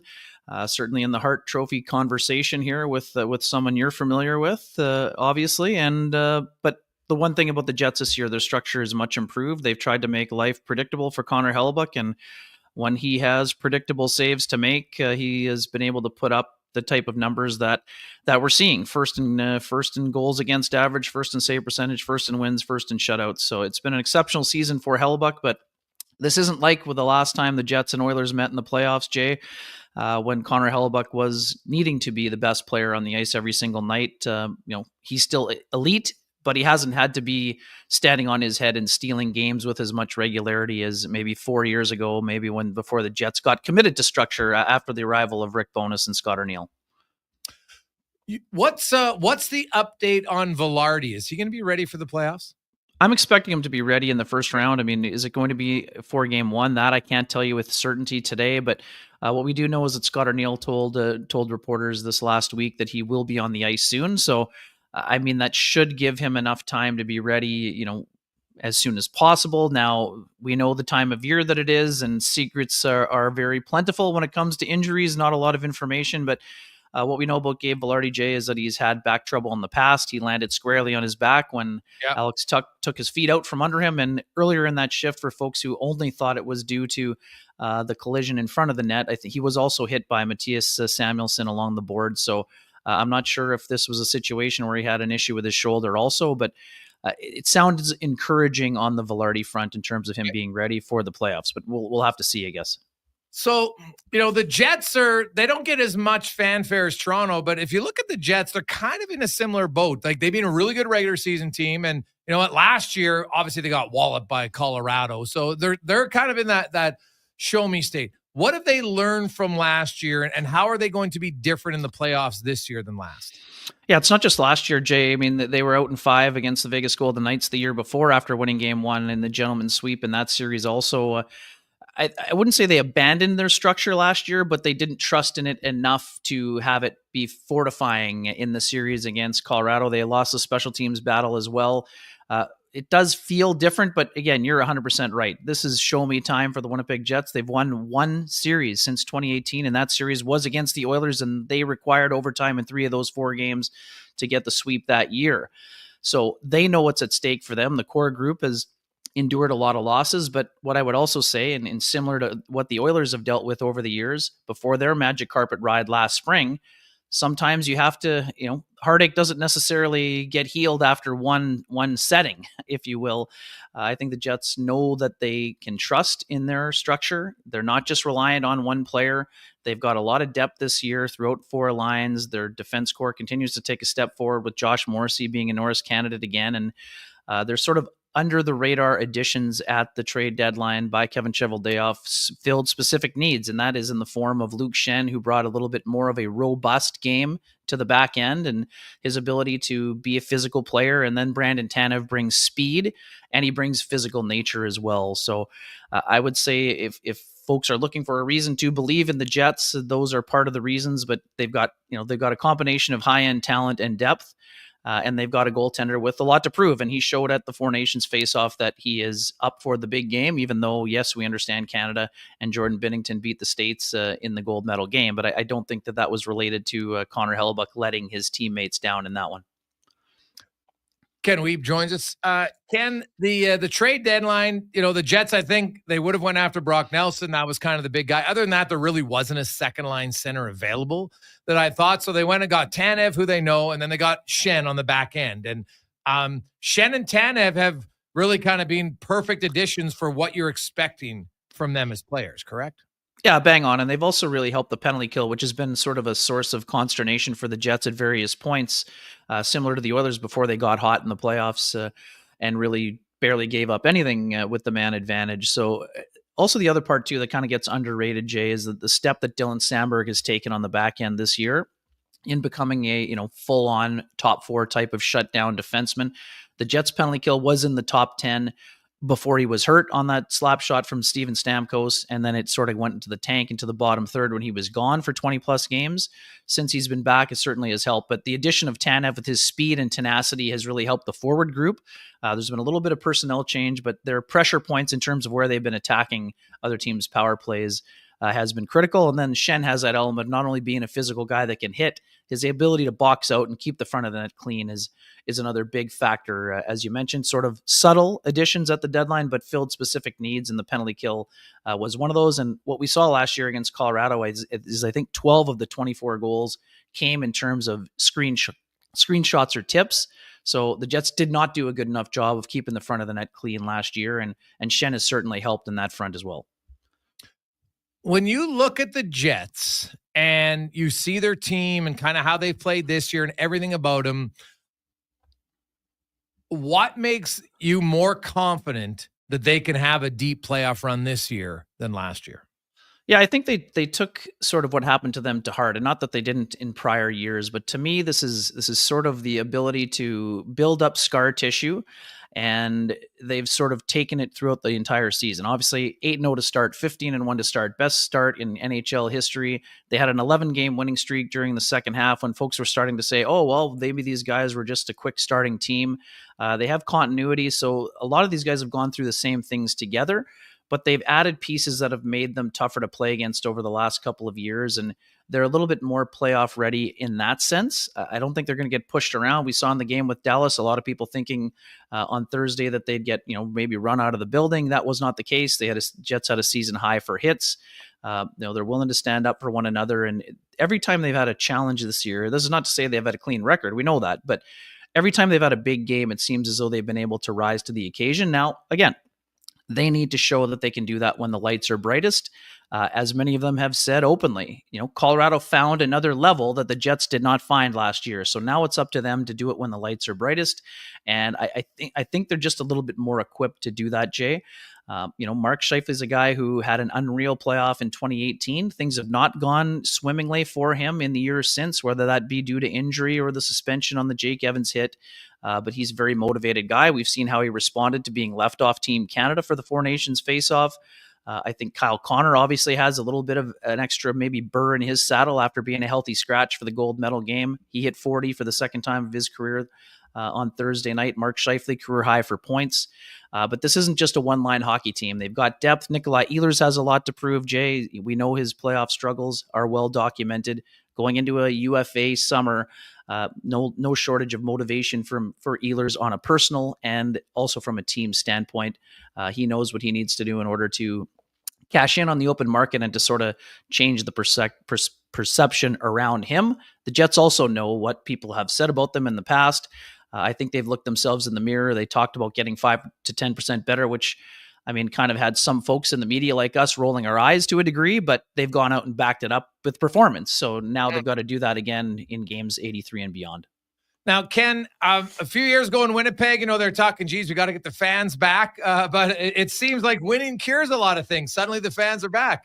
Yeah, no doubt. So the Jets are averaging about close to 1,000 more per game this year. They've had 6 consecutive sellouts, 14 on the season. So is it like it was in 2011 when the team came back and they sold out every year until COVID? No, it has not been, perfect, and they still have some work to do in the marketplace. But it's a fun team to watch. Their entertainment value is high, and it seems as though folks have gotten on board. Now, what also helps fans get in and fill those seats is a lengthy playoff run. So now it's about the Jets taking care of that portion of the equation as well. But they've been into it down the stretch, and I expect the whiteout will be a lot of fun. And hey, if we're talking in a couple months about a Western Conference final, I think between two Smythe division rivals, I think that folks in both markets would be pretty excited. And now again, both those teams have to take care of their own business in order to do that. Lastly, you look at you saw Dallas last night. Dallas, Colorado. Who do you think the Jets would match up better against in the second round? Yeah, it's a great question. I mean, similar to the first round. I mean, if the Jets are going to go on this, retribution tour or validation tour, wouldn't it be something if they faced St. Louis, then Colorado, and then obviously either Edmonton or Vegas in the conference final? But in terms of the matchups, I think it's a coin flip. I mean, both teams play a different style in terms of Dallas and Colorado. Colorado obviously playing better down the stretch. They've kind of overhauled their team, including their both goaltenders, which is a little bit shocking as we've seen over the course of the year. But I think that Dallas wants to get to where Colorado has been, and same holds true for Winnipeg. I think that the championship pedigree of Colorado makes them a little bit more dangerous, but down the stretch, Dallas has not played their best hockey. But the Jets also waxed Colorado 7-0 in game 81 last year, and it meant nothing when the playoffs started. So I think Dallas is the kind of team, and you saw it firsthand in the building. They're the kind of team that can flip the switch. They've got plenty of playoff experience, but right now it's hard to bet against guys like Nathan McKinnon and Cale Makar, especially with the goaltending certainly improving. And I think they improved their defense core as well over the course of the year. So, and like you said, Brock Nelson was a prime target of the Jets, and they were unable to get him. And now, not only did they not get him, he went to a division rival. So juicier storylines maybe with Colorado in the second round. I'm not sure if it makes much difference in terms of who they match up against. Ottinger probably a better goaltender in the grand scheme of things, but pretty evenly matched throughout the Central. And whenever you can have 5 teams in the playoffs, all 5 of the teams in the Central are dangerous. Yeah, well, quickly, give me your thoughts on the Oilers, and where do you see them at? I think the Oilers remain dangerous, but I mean, I see the same things that the people in the marketplace see. Can the defense core hold up? That is my number one question, and it's probably, again, some folks say goaltending. I think the defense core as a whole, I think Jake Ballman has done a great job of bringing in puck-moving ability.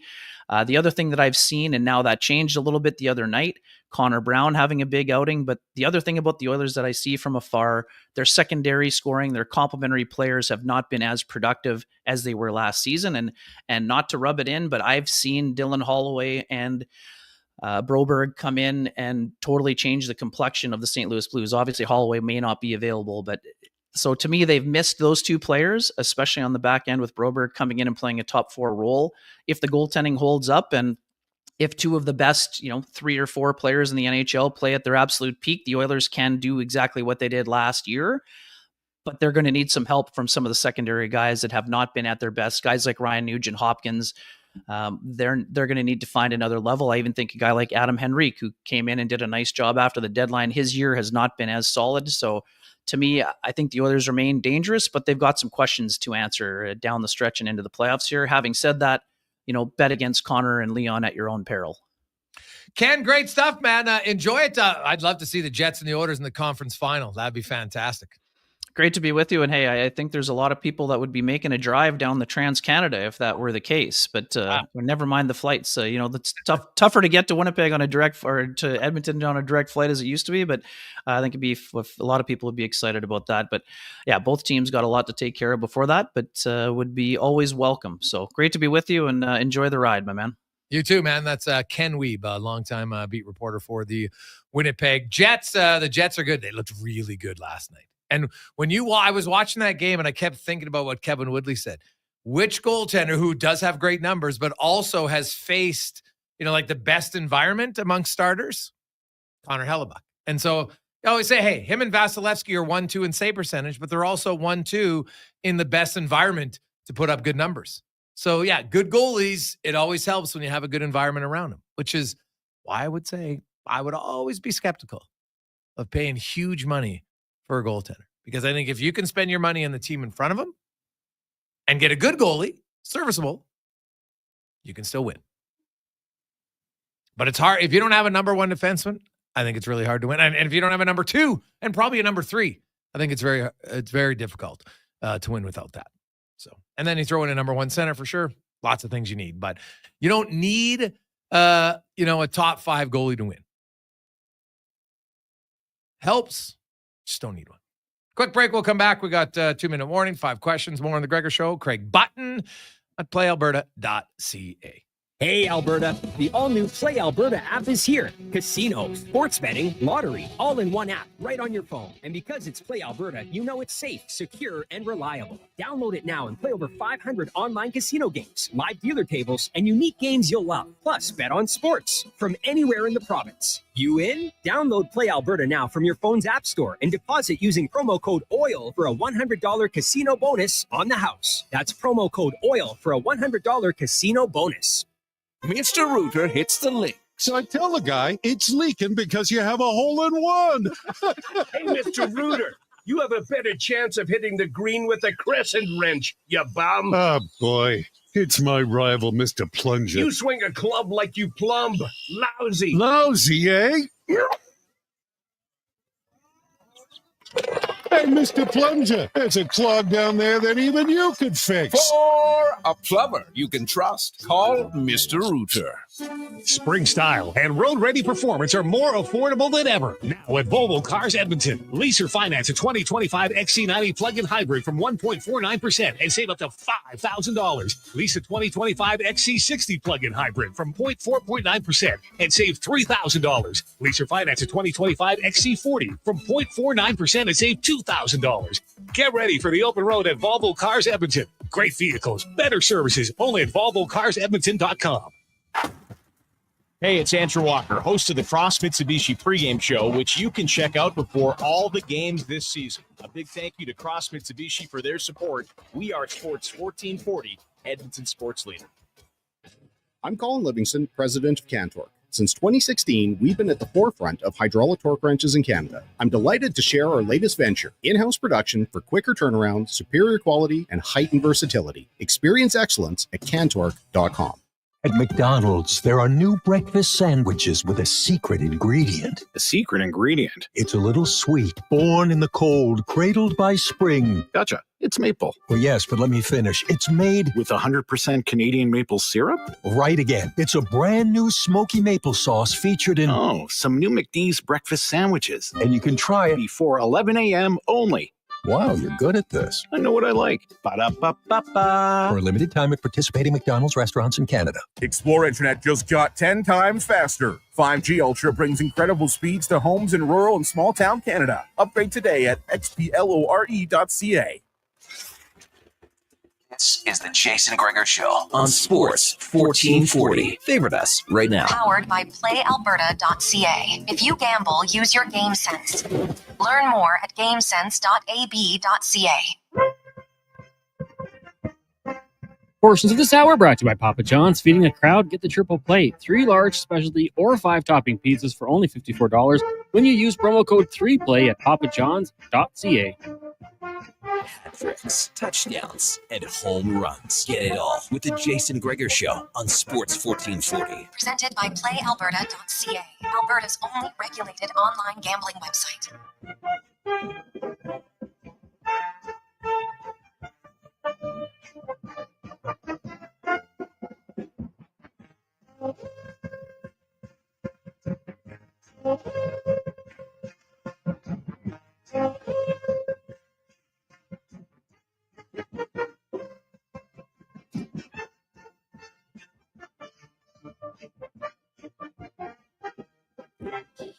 3:49. Welcome back. Jason Gregor, Connor Halley, Wanye Gretz with you. Sports 1440, Oilers Nation, YouTube, Facebook, and X. Who just put it in the water, Cons? Oh, good. Wasn't Corey Connors. That's all I care about. At this stage, Corey Connors is currently tied for third. Justin Rose at 800. Bryson DeChambeau, 700. Rory McIlroy, Corey Connors, Tyrell Hatton, 600. And then you have Jason Day, Scotty Scheffler, 500. They're both still on the course. Patrick Reed at 300. He's on 17. So Connor's at worst, I think will be tied for looks. Well, I guess Scheffler, one of those guys, could get 2 birdies, but probably tied for 3rd this stage. So nice. It's good. Get into the weekend. And Corey Connors has done this before. He's had 3 top 10 finishes at the Masters. Sunday at the Masters haven't been great for him. I'd love him to see him change that this year. It'd be phenomenal. And our boy, Danny Saul, of course, is a longtime caddy on the bag for him. We've had both of them on the show. So I'm going to have to catch up with them again. I like it. Also, we got 800 came in from Philip, and now Tim's Ice Manufacturing is back in at 950 for our package today. I love it. Love it. So we're pretty, you know what? Well, hey, do the math. I was going to say $50 more. We get face value. I like it. It's good. So we're at 950. That gives you the 16 seats to game of your choice for the Riverhawks in the Delta Valley suite. It's right on the 3rd baseline. It's unreal if you haven't been in there. It's great. So you got the 16 seats, and you're going to get the 16 bat beers, right? It's the beers in the bat. It's basically like 2 beers in 1 bat. And don't worry, if you're bringing kids, then they can get the pop bat. All right. And if you've had 2 bat beers in the sun at a Riverhawks game, you're doing all right. You got to pace yourself there. Oh, yeah. So, and you get to pick the game. It's basically any of the home games in June, which goes from the 3rd to the 8th. So there's Fridays, Saturdays, Sundays, weekdays, whatever you like. Lots of selection. So, and we're helping out Gregor Foundation. Keep in mind, whatever the top bid is today, Delta Valley is going to match it. So we'll double it. Awesome. And Philip's now in at an even 1,000. All right. I love it. 833-401-1440. 833-401-1440. We got a lot of texts flying in. Hey, guys, I love that so many people are counting out the orders. Last year, not many people thought they'd go all the way to the Cup final. They did. This year, more people are doubting them. I think they'll do it again. From Mike. Yeah, Mike, you could be right. That's what's so great about the playoffs. Right? Like, I can get why there's a little bit of nervousness. But even if the Oilers, let's say the Oilers had the same amount of points as the Winnipeg Jets, do you think Oilers fans would be any less nervous when the playoffs start? You're still going to be nervous either way. And all the confidence or all the nervousness, the minute game 1 starts, like, it's irrelevant what they did in the regular season. Whether you're the President's Trophy winner or whether you're 94 points in the last wildcard team. Once a playoff start, baby, anything can happen. It was funny because I saw up, might have been Oilers Nation Instagram post had it today. They were showing Game 6 against the Detroit Red Wings. How many people remember that the game was tied 3-3? Ales Hemsky scored with 1 minute and 7 seconds left to win that. Like, that's how tight a series is. Like, you look at Game 6 last year against Dallas. If Stuart Skinner doesn't stand on his head, they get outshot 34-10. They had 10 shots in a playoff game. 10 at home. If Stuart Skinner doesn't steal that game, now you got to go on the road for Game 7. We've seen history on the road in Game 7. It ain't great. Well, except Vancouver. Well, they suck. So, it's Vancouver. But, you look at it, that would have been a real big challenge to win in Dallas for Game 7. And so, you know what? Who knows? Like, Edmonton, is it going to be a smooth sailing against Kings? Are they just going to wax them? No. At least I don't think they would. But that's what makes the playoffs so great. Like, you can be nervous, you can be excited, you can be confident, but once the playoffs begin, I would assume, and this, I could be wrong, most fans are like, I want the team to win. But unfortunately, there are some fans who see you're like, man, I kind of want them to lose because then I can complain. There's a few Eeyores. Don't kid yourself. They say hard times make hard people, right? Do you think that the segment of Oilers fans that are always worried the sky's falling because they came up through the decade of darkness? No, This is every fan base of every team has a segment like this, or is this specifically? No, they're just looking your group of friends that you go out with. You have, let's say, 8 buddies. Are all 8 friends, are all of them upbeat? Are all of them outgoing? Are all of them confident? Are all of them talkative? Are all of them positive? No. Some guys, they're glass half full. Some guys are glass half empty. Some guys are really quiet. Some guys are loud. You're always going to have a percentage of fans in your fan base that nothing's good enough. Even if the team wins 5 games into the next season, they would be complaining, right? Because there's always, those are people, because that's just what they are. And that's okay. You need to have different elements of fans. But the funny part is some of them never want to admit that all they are is the negative guy. They never want to admit that, no, I like to hold them accountable. I'm like, what? But do you even really enjoy the games, or do you enjoy it when they like? Do you enjoy the wins as much as you complain about the losses? I remember second intermission of Game 7 Stanley Cup Finals, Gregor. People on Twitter being like, "This is a disgrace. This is ridiculous. Everything needs to change." Like, we're down 1 in Game 7 here. What are you talking about? There, Connor, one day, please, hockey gods, will raise the cup, and it will be above his head. And there will be people on X going, "No way they can repeat, though. Look at their cap situation." We got to be happy, people. Well, you know what, though? Hey, if every fan was the same, it'd be boring. If every talk show host was the same, it'd be boring. It's just how it is. So you're going to have different opinions. It's awesome. And I look at it. Someone can say, hey, I think the team's good. I think they're going to win. Great. But no one knows 100% if you're going to win. You never know. Because if you did, then you'd pick, okay, well, go pick all 8 series, pick all 15 ones correctly. Go to playalberta.ca. You'll be killing it. You'll be killing it. If you really know, then say you know. But if it was only that easy. But I look at the orders, and I still believe when I see the matchup, it's not going to be easy against the Kings. There'll be some hard-fought games. But I look at the Kings, and I will say this. I would be surprised, though. The one thing I will say in that Kings series, I will be surprised if the series starts like it started last year. I don't even know if people remember that. 7-4 was the first game. 5-4 was the second game. 6-2 was the third game. Like, I don't think we're going to see that much offense. I hope I'm wrong because I love offense. But if there was one thing that I think is going to be different from last year, I don't think we're going to have that many goals. Like, I hope I'm wrong. I really do because I love offense. But I think people forget how crazy and wild just the first 3 games of that series were. I remember Game 1 just being like, this is unbelievable. Like, if they continue at this rate, everyone's going to have the playoff scoring records. It's true. like it made it fun, right? Like, probably nerve-wracking for some fans, right? But yeah, it was 6-1, not 6-2, right? And then, but the whole series was, like, even there was the one low-scoring game, right? Skinner had the shutout in Game 4, I think it was. Another game, like, I know. And do you guys remember what the shots on goal were that game? Everybody remembers the Dallas game, but they don't remember Game 4 against the Kings. It was a 2-1 series. Game 4 on the road. Oilers got outshot 33-13. And they won. 1-0. So they won games with 13 shots and 10 shots respectively in the playoffs? Yeah, that's right. You have no business winning a playoff game. But Stuart Skinner, he can't ever win a game, right? He had 2 bad games. So that means he's awful. That's what they'll tell you. They'll totally, they don't even remember those. The guys like, Skinner wasn't even in that game. That's probably what they're thinking, right? Like, come on. Got outshot 33-13. Had a 33 save shutout. The other game was 34, and he allowed 1 goal. They won both 2-1, 1-0. Like, those are pretty big games. Yes, he struggled against Vancouver. Completely valid. He also played great in some other games, and that's what you're going to need. I don't believe Stuart Skinner is going to have a consistent, just like every game is going to be rock solid. Like, I think you're kind of dreaming. Like, he's not an elite goalie.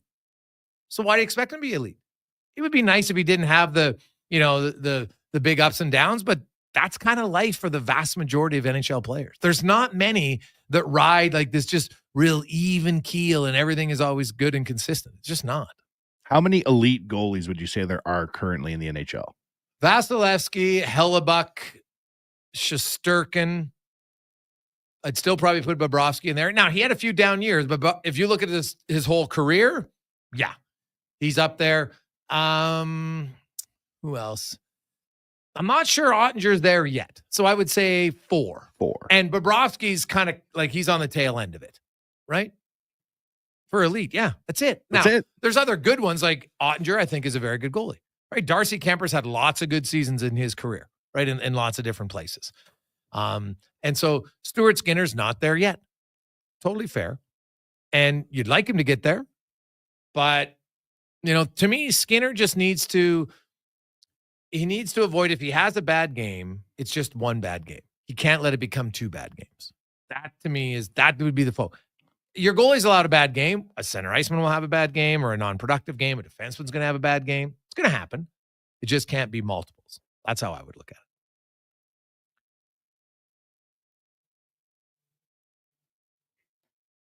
Hey, guys, the elite goalies ride the wave of pretty flat. Yeah, that's what we just said. Hence the word elite, right? They're pretty consistent. But, oh, by the way, Connor Hellebuyck, elite goalie. How many goals did he allow in the playoffs last year? In 5 games? 27. 28. In 5 games. So even the elite goalie, if the environment in front of him isn't that good, guess what? He can't save your bacon all the time. Because that's the thing. Well, I just want him to do it once. Okay, he didn't do it once. And it's Connor Hellebuyck, who most consider right now, if not the best, top 2 with Vasilevsky, right? Mr. Sturkin, like those are the top 3. And that's what happened in a series. So that's why I will always argue, good teams win. And good teams go to the Stanley Cup Finals. Because, yeah, your goalie plays great some games, and then other games your team defense is great, and then other games your offense is great. That's just how it is.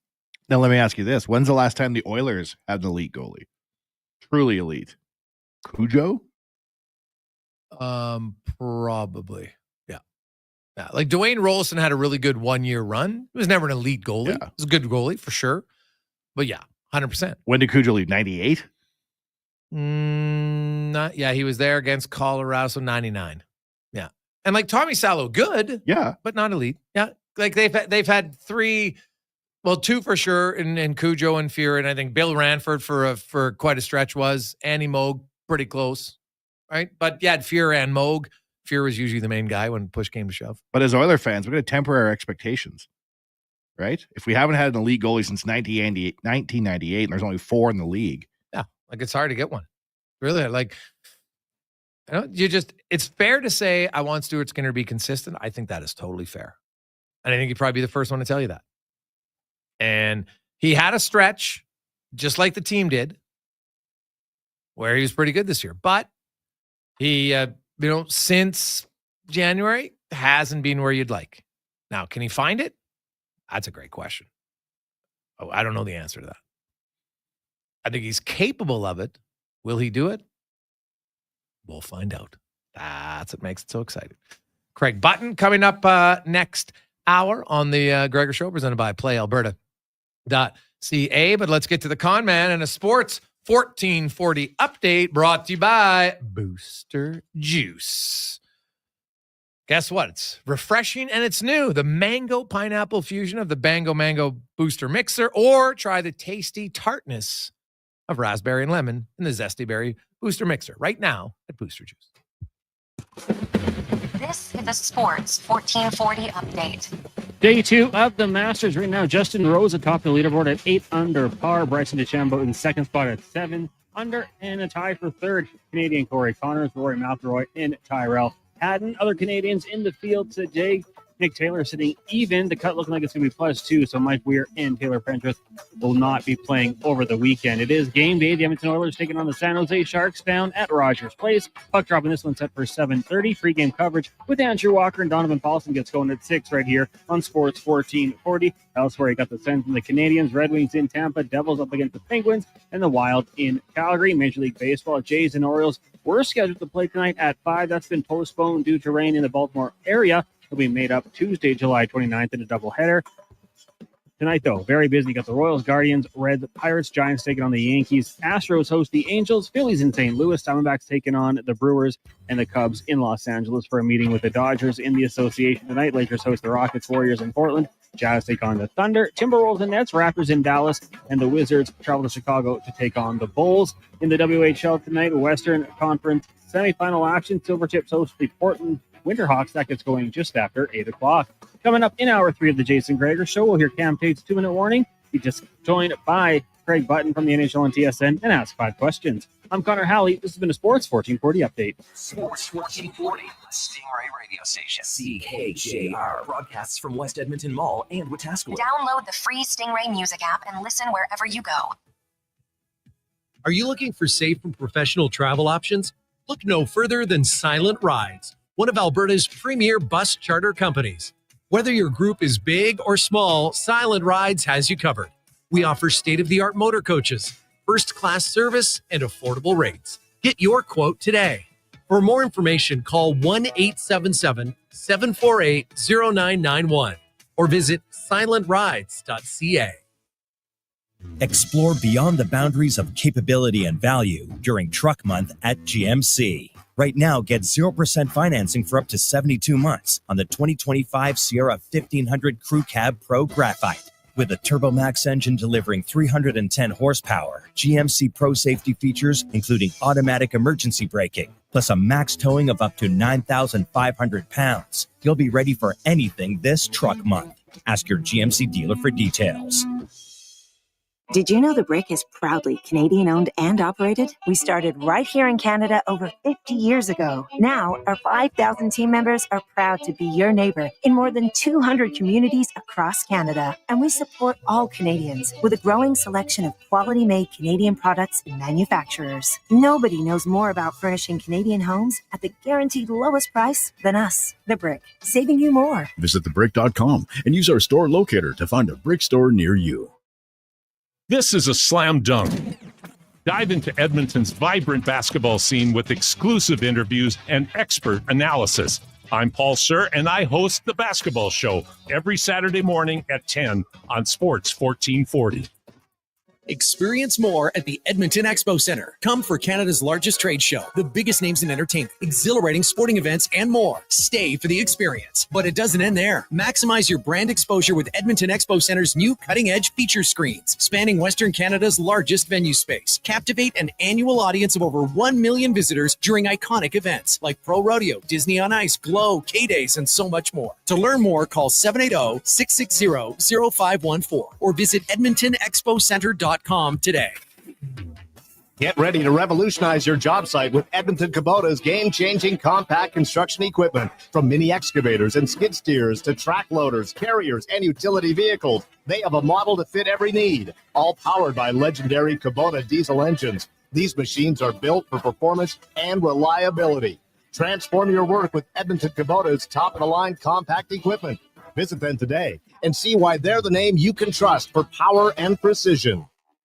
A Tim's Donut and Coffee is the original collab. And now, any classic donut is $1 when you buy any size original or dark roast coffee. Get a deal on the iconic duo with a Tim's dollar donut, plus tax at participating restaurants for limited time. Terms apply. See app for details. Time for Tim's.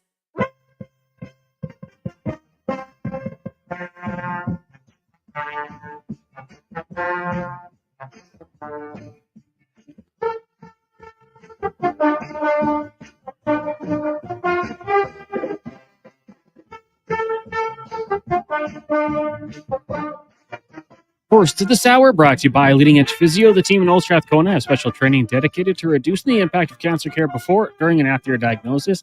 From lymphedema to the management of fatigue and side effects of chemotherapy and radiation, they can help. Learn more at leadingedgephysio.com.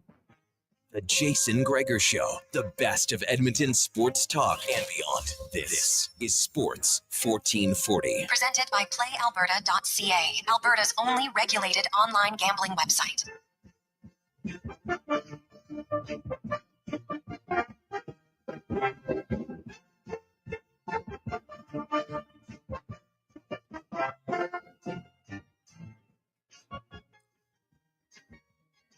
4:08. Welcome back, Jason Gregor, Connor Halley, Sports 1440, Orders Nation, YouTube, Facebook, X, and Instagram. Positive Friday. Thanks for tuning in. The Gregor Show, presented by PlayAlberta.ca. Get in the game tonight. Lotto Max, $32 million, which is the amount of goals that Warren Foegele and Ryan McLeod scored last season combined for the Orders. 32. PlayAlberta.ca. Skinner and Arvidsson are at 30. Now, Holloway only played 38 games last year. So if you actually, they were talking about, well, the production isn't there as much. Foegele and McLeod combined for 32 goals. Arvidsson and Skinner have combined for 30. Obviously, Arvidsson, missed, what did he miss? 15 games. So the actual goal production, now I know that, obviously one of them is in the center. But if you look at the two guys who were here the most last year, Foegele and McLeod, Skinner and Arvidsson, and the goal production is pretty much the same, right? 32 to 30. Now, Dylan Holloway, of course, in the playoffs had the 5 goals. In the regular season, Holloway had 6 goals in 38 games, right? So not huge numbers, 9 points, but 6 goals. So if you want to include Holloway, which is fair, So you include him, then they had a total of 38 goals between them. And then if you look at the orders this season from the new guys, if we were going, it's 30 goals from Skinner and Arvidsson. And I guess if you throw in Podkolzin, guess what? 38 goals. McLeod, Holloway, and Fogle, 38 goals. So it's actually kind of the same. There hasn't been that much of a drop. I know people are looking at Holloway this year, and I'm not suggesting that, and I said it, they should have matched Holloway. I would have matched Holloway. I wouldn't have matched Broberg because of who I have in defense and the cap hit, but I would have matched Holloway.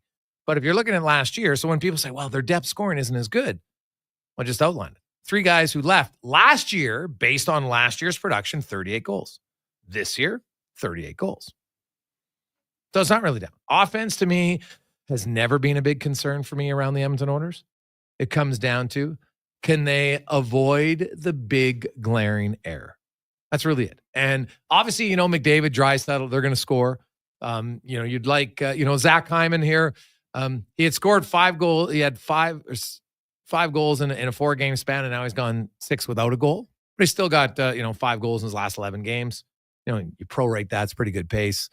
But I look at Edmonton, and if Arvidsson continues to produce and Skinner chips in, those guys don't have to lead the team in scoring. It would be nice, don't get me wrong. But when you've got McDavid and Draisaitl, you just need other guys to score timely goals, which they did last year in the playoffs, right? They had lots of guys score timely goals, right? Matthias Janmark, Connor Brown, shorthanded, huge goals, right? Dylan Holloway, as I mentioned.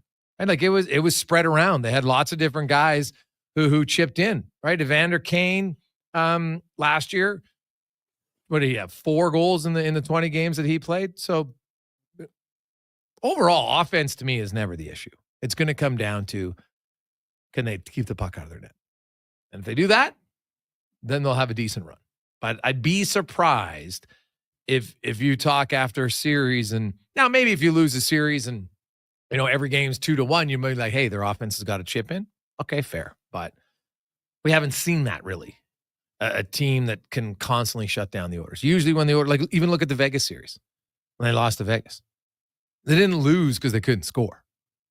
Right? They had some bad stretches where they made a few just kind of bonehead plays. Cost them the game. How does the Oilers' defensive pairings stand up to last year's team?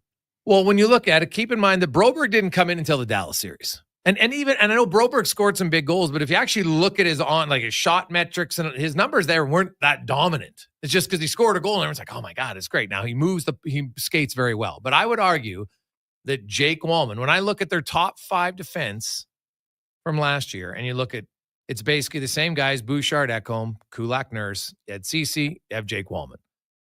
I like Wallman better than Ceci. So I think it's an improvement there. Desharnais and Broberg were obviously in and out at times, and we'll probably have something similar. Stetcher and Emberson are definitely not as big, not as mobile as a Desharnais. Broberg, split that time as the number 6 defenseman. So I would say it's probably a little bit of a downgrade at that spot right now. So we'll see. Now, Evan Bouchard, he was unbelievable in the playoffs last year. Is he going to be that good again? I think it's going to be hard. But I think Darnell Nurse will be better than he was last year in the playoffs. So if Bouchard comes down a bit and Nurse comes up a bit, kind of evens it out, right? And then, you get to goaltending. Stuart Skinner. Can you avoid, having 2 real rough games, right? Try to avoid even rough. He's going to let a goal in you don't like. I'm going to tell you that right now, okay? Probably going to let in a few you don't like because, some people are really picky on which goals to get allowed or not, but there's going to be a goal that the goalie's like, oof, I didn't like that. Just like, guess what? Darcy Kemper is going to allow a goal or 2 in the series that King fans are going to be like, I don't really like that one. So we'll see. But I can't wait, man. I wish we could fast forward and it was Good Friday because that means we'd be 2 days away. So the playoffs looks like the Oilers are probably going to start their playoffs on Easter Sunday. The way it's looking right now, because historically, the NHL doesn't like the team to finish on a Thursday and play 2 days later. Because the Kings' last regular season game's Thursday. You don't want them to finish Thursday and then you play 2 days later for the playoffs. Right? So, especially because think about it now, the Kings are at home But what if a team played on a Thursday and then they had to travel to another city to play on this? Like, it's just not normal. So last year they started on the Saturday. Some teams finished Tuesday, Wednesday, Thursday. Remember, the Oilers had a terrible schedule where they have 6 games the last 9 days.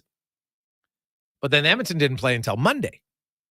So there is that possibility, but it looks like the Lakers are going to have a home floor advantage. So they'll be playing maybe on Saturday the 19th because that's when the NBA playoffs begin. So they obviously have to have a home game there. And then the Kings. So the Kings and the Oilers are either going to start the 20th or the 21st. I don't see any way they start on the 19th. When we were watching Corey Perry running around the other night, does team toughness concern you at all going into playoffs? Not really, no. Edmonton has showed in the past that they've got guys who will, step up. And LA's like, who on LA's tough? Like Tanner Jeannot's tough. Let me stop there. He's really tough. He'd be the toughest guy in the series, no question. If we're talking like fisticuffs tough. But, does LA, Drew Doughty's ultra competitive, right? He gets in your face, but he's not like, oh my God, Drew Doughty's out there. Like, he's going to crush guys, right? He's a great competitor. And every shift he'll give everything he's got, which is great. Anderson is a real, I'm not going to say real. He's a little bit cheap, which is fine. I would take a guy like that on my team all day long. But, Gavrikov's hard to play against. Brant Clark isn't physical. Jordan Spence isn't really physical. So the Kings don't have it. Look at their forward lines. Kuzmenko, Kopitar, Kempe, good players. Lafayette, Byfield's a big body. Doesn't really hit a lot of guys. Fiala doesn't hit anybody. Deneau, Fogle, Moore, no. So LA doesn't have like a real intimidating team. So against the Kings, I don't see it being an issue at all.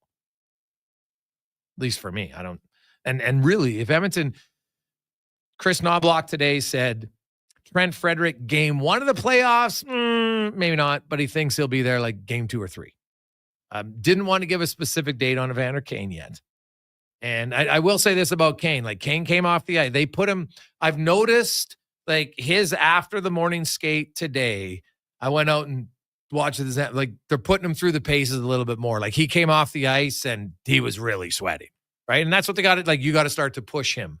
And, the next one's going to be, like, kind of augmenting some of the battle drills. The problem is the Oilers don't have a ton of practices. Like now they're playing 3 games in 4 days, so they're not going to practice tomorrow. They're not going to, you'll have a morning skate in Winnipeg, but you won't have anything on the Monday against LA.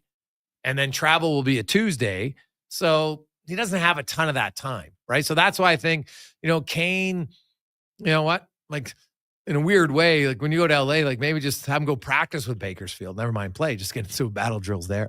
We'll see. But Kane, you get Kane and Frederick in, then the Oilers, if you look at team toughness by today's NHL standards, if you have Kane and you have Frederick and then you have Nurse and then you have Podkolzin, like they got more than enough. Corey Perry, right? They got more than enough at that point. So, hey guys, I feel like Jeff Skinner is going to be very good once he gets a taste of the Oilers playoff crowd. From Bon Accord Greg. Well, I'll say this for Jeff Skinner. He's been waiting a long time for this. A long time. Like, think about tonight. So Jeff Skinner tonight will be his 1,075th NHL game. He could finish the game, walk off the ice, and for the first time in his career say, I'm going to the playoffs after 1,075 games. Bananas.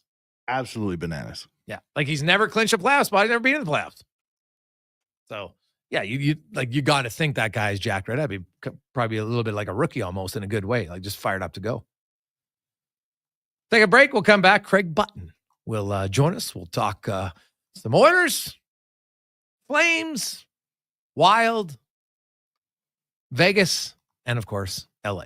And a little bit on the East. On the Gregor Show, presented by PlayAlberta.ca. We'll keep the text coming in, 833-401-1440, 833-401-1440 in our eWell inbox. The job isn't done until the last load is hauled, and having a semi-trailer out of commission is not an option. Whether replacing or adding to your convoy, Edmonton Trailer has a huge inventory of new and used semi-trailers, trusted by the gravel, logging, oil field, fluids, and freight industries. Find a trailer right for you online or at one of their 3 locations.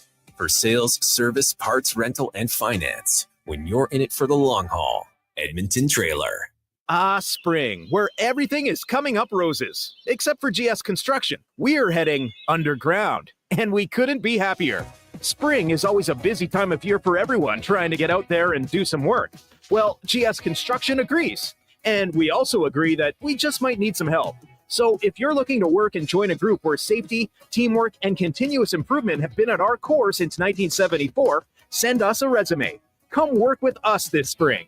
Visit gsconstruction.ca today. The Alzheimer's Face-Off presented by Christensen Communities Limited hits the ice April 25th to 27th, pairing hockey fans with some of their favorite players from the NHL Alumni Association for a fun-filled weekend in support of the Alzheimer's Society of Alberta and Northwest Territories. Friday features a champions luncheon followed by the teams hitting the ice on Saturday and Sunday in a friendly hockey tournament at Terwilliger Rec Center. To purchase a table to the champions luncheon or to learn more about how you can get involved in the tournament, visit alzheimersfaceoff.ca for more info.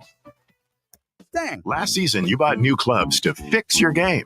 You spent the entire season trying to learn how to hit with your magic clubs. And guess what? Dang. They didn't help your game. Now you're convinced it's your swing, but it really is your clubs. Even though you were told the ones you bought were the best ever made, if they were, you would have gotten better. Every day at Fitted Golf, we continue to prove the right clubs make all the difference in the world. From beginners to pros, Fitted Golf makes all the difference. Yes, fittedgolf.ca. There's one. And another. No, not spring flowers yet, but rather huge deals. It's GMC's Truck Month at Wolf GMC Buick. Nab 0% financing up to 72 months on our most popular Sierra half-tons, or massive discounts starting at $8,000. Choose your truck from a great selection, like the fabulous all-new Canyon, right up to the trailer-hauling Sierra HD with the industry-leading Duramax diesel. Spring into Wolf GMC Buick today and snag your truck, and see the savings at wolfgmcbuick.com. From coast to coast, Napa Auto Parts is here to keep your car running longer and stronger, Canada. Did you know that Napa Auto Parts has close to 600 stores throughout Canada and over 90 years of history? Napa offers a wide range of quality replacement auto parts, accessories, supplies, tools, equipment, and proudly keeps Canadians moving day in, day out. With over 85 locations in Alberta, stop into your local Napa store today or visit online at napacanada.com. That's Napa know-how. Getting your vehicle sparkling clean doesn't have to cost a fortune. Take it into Hughes today and pay just loonies a wash. Find us at HughesCarWash.com.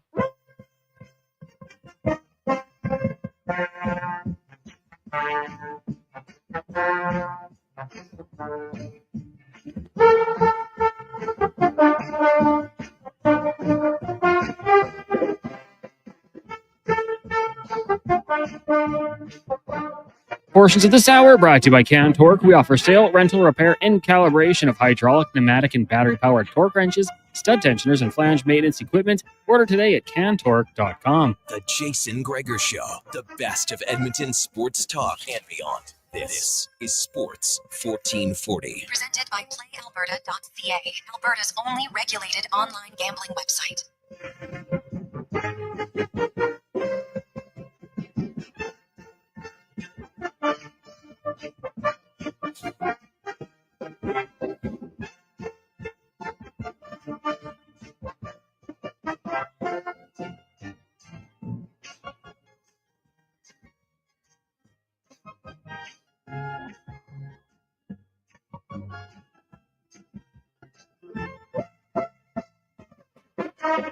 $424. How are you? It's a beautiful Friday, by the way. Beautiful Friday. Love it. Enjoy the day. We got the 2-minute warning coming up a little bit later on with Cam Tate. This is the Gregor Show presented by PlayAlberta.ca. Let's get to our big guest of the day, brought to you by Silent Rides Charter Company, one of Alberta's premier bus charter companies with state-of-the-art motor coaches that will safely take you or your team. Hey, maybe you just got a big outing, got a big stag, you want to party? Be safe. SilentRides.ca. As we welcome to the show former NHL GM and scout, ace analyst and scout for TSN, also a Stanley Cup winner. Craig Button joins us. Butts, how you doing, man? I am great, Jason. How are you doing today? Good. I don't think I've ever asked you this. Do you ever wear your Stanley Cup ring? Only when I do Dallas Stars functions, or when we have get-togethers or reunions or something like that. That's the only time. Okay. I'm not a big jewelry guy. It sits in a safe deposit box, and when we have those, different events, we get together, and most everybody wears it, and okay, and that's the only time I wear mine. All right. Do you shine it up then, though? When you bring it out once every how many years, you shine it up? Well, there's no tarnish on it, really. I mean, it's pretty good. It's pretty good. It's not silver, right? So when you get those nice pieces of gold, you don't have to really do too much shining. All right, I like it. Somebody's going to be shining up a ring. They're getting bigger now. God, they're huge. So, somebody will do one. But you look at the teams, and I think there's lots of teams who have a chance to win. Health right now is a factor, especially in the Western Conference. You look at I know people don't, but Gabe Vilardi's a pretty big deal for the Jets. He's an impact player, especially on the power play. Obviously, the Oilers have some injuries. They seem to be getting healthy, but they still don't know for sure about Frederick or Kane, which could be a swing in a series. Those two guys, if they can get in and play effectively. Nathan McKinnon's banged up, but should be good. The Jack Eichel one, let's start there in Vegas. And how concerned you about you throw in Eichel, you throw in Hertl and Pietrangelo? Well, Hertl played last night. So, he got back into the lineup, which is good news. And I know I saw Vegas in Calgary here last week, and Hertl was with the team, and they were pretty optimistic that he just needed some time off. But why don't we just look at the whole overall injury scenario? You're right. So if we look at just straight health, right, there's a lot of teams that can win. But now you factor in health, and you take out Heiskanen and Dallas. Yep. You take out Eichel, Pietrangelo in Vegas. McKinnon, is he 100% in Colorado? You take out any of the number of players. I mean, Draisaitl's out. We saw how great he was a couple of years ago, and he was playing on the bad ankle. You take Ekholm out. You lose players. You lose Vilardi. Now the challenge has become a little bit greater, and certainly it becomes a factor. Jason, in 1998, we were the President's Trophy winners in Dallas. Game 1 of the playoffs, we lost Joe Nieuwendyk to a season-ending knee injury. And we went all the way to the conference final against the Detroit Red Wings. That's as far as we could get. And I think we went as far as we could go. But if you have designs on winning, you need to have health. Health becomes a factor in ultimately winning. Oh, yeah. No, for sure. Like, you look just at the last few years, like, if Evander Kane's healthy and, Draisaitl fully healthy, maybe they win, right? The year before, Florida, look at Tkachuk, couldn't even skate, couldn't even play, couldn't even walk, right? And now I'm not saying they would have won anyway, but you do wonder, when you get down to it, health can definitely be a factor some years for teams. So that being said, Craig, like the playoffs could be like, we could know everybody tonight, right? Minnesota beats Calgary. Minnesota's in. Calgary's, needs the ultimate horseshoe to get in, so they wouldn't be in. Do you think we see teams here in the final 2 or 3 games just rest guys? Are we going to see more guys rested this year? Yeah, I think so. And because when you start to look at it, like there's not really any like placings that are going on. Washington's first. You look at New Jersey. He's going to play Carolina on the road. So now it just becomes a case of where does Ottawa? Toronto's going to finish first. Who's going to have home ice? Tampa Bay or Florida? And Florida, we already know that they're trying to get their players back healthy. Dallas, if they have any, maybe getting Sagan going. But for Vegas, they're going to finish first. For the Edmonton Oilers, looks like they're locked in the third. So to me, you want to make sure that you get everybody as healthy as possible come playoff time. Because it doesn't. There's nothing. I don't think there's any stakes right now for the games remaining in the regular season. For the contenders. So I don't know, Kaprizov comes back, Eriksson Ek comes back. You need those guys to get in the lineup. Sagan, they're talking about him getting a few games under his belt. That's all fine and dandy. But for the contenders, I think it's all about making sure that and anybody that has a bump, anybody that's not fully healed, give them as much time as possible. We're 8 days away from starting the playoffs, and not every team's going to start next Saturday. So that week can be really valuable. Yeah, like really looking at the race here, like Tampa and Florida are like the only ones because they're going to battle for home ice advantage between the two of them. Florida's got 96 points, Tampa has 97. Now, If that matters to one or the other, maybe. But, like, you know, it's the two teams that have represented the East in the Cup final the last 5 years, which would be a hell of a first-round matchup. And selfishly, I'd like it because then that means Toronto's either going to take on Ottawa or Montreal, most likely Ottawa. So even better there. Out of those two Canadian teams, Craig, Ottawa and Montreal, who look like, you know, they're either going to play Washington or Toronto is how it's shaping up. You know, barring some major, collapse by Toronto here in the final 4 games. I don't see that happening. So who would you give a better chance? Like, and does it, like, if Ottawa's against Toronto or Montreal's against Toronto and they're against Washington, do you see one of them having a better chance against either one of those two division winners? It's a good question. You know, Ottawa, since the Four Nations face-off, defensively have been terrible. Yeah. And Linus Allmark and oh, geez, who's the backup? Geez, I've gone blank on their backup. Forsberg. Right, yeah. They've won them games they didn't deserve to win. And so if you don't get those areas of your game in order, I think you're vulnerable. The Washington Capitals now, Logan Thompson, I don't know where he's at. And their play over the last couple of weeks has been pretty poor. And I keep thinking back to Boston a couple of years ago. You know, they didn't have anything to play for 3 weeks going into the season. They had some injuries.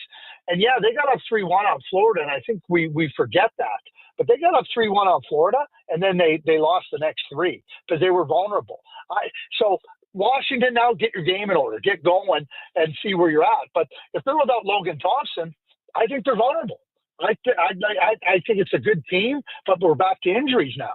And getting Logan Thompson back to full health or close to full health is really important. So when I look at, I think for Toronto, winning the division is an absolute bonus. Yes. Because they don't have to play Tampa Bay or Florida. And I think it gives the Toronto Maple Leafs an opportunity to kind of get some momentum, to get rolling, and not against a team that can make you terribly uncomfortable, whether that be Montreal or Ottawa. And Montreal right now, they got magic in the air. And they've been playing really well on the other side since the Four Nations face-off. They've been playing great. And they could beat Toronto or Washington. I think if you're the Washington Capitals or the Toronto Maple Leafs, you welcome playing Ottawa. What's your expectations for Demidov? So let me rewind on this for a second. The KHL is a really good league. Yep. It's a hard league. It's a challenging league. It's a tight league. To have success in that league and be able to play well in that league, you have to be capable. Now, Demidov not only was an excellent first-year player in that league, he was an excellent player, full stop. And the second part of that is, Jason, on the big rink, it becomes easier to be comfortable on that extra space where it doesn't matter. And how many times you've seen it, a lot of people have seen it, you come over to the North American rinks and you realize, oh, wait a second, it's smaller, tighter, less time, less space. And so you got to get acclimated to that. Ivan Demidov has already shown that he's not going to play outside the dots. He's going to play to the net. He's going to play inside the dots. He's going to challenge. I think that part of his game is the one that gives me a real encouragement that he can come in and be a contributor. Listen, you're not going to come in and be a top-end player. And Brendan Gallagher said, he goes, he just got to come in and be himself. Come in, get comfortable. There's going to be acclimatization for him in different regards. But he's played in a top league. He's done the things I think you have to do to be able to have success on the North American rink. And like any player, it takes some time before you really get to be able to take full advantage of your skills. But I think he can come in and help the Canadians right now, Jason. I think he's that good. And I think the experience that he had this year in the KHL as one of the league's very good players, I think can help him come in and do exactly that for the Canadians.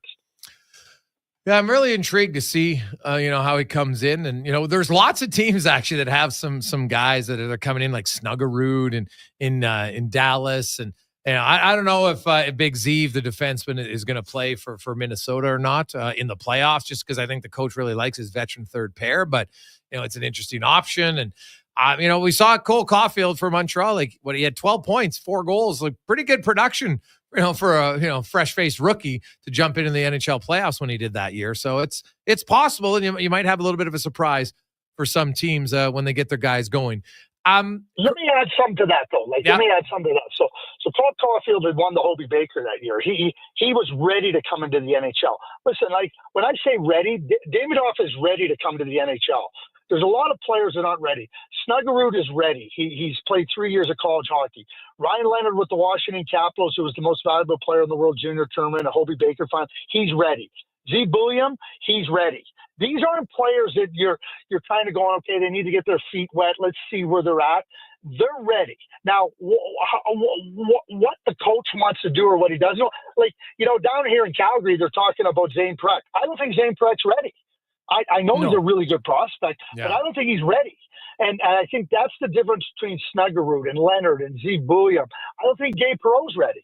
I think that he'd turn pro, get his feet wet, but I don't think he's ready to come in and do what he did in college hockey. And that doesn't mean he won't be ready next year. But I think those three guys are ready that I just mentioned. And I didn't mention Davidoff, but I think that he's ready as well. Yeah. No, I would agree.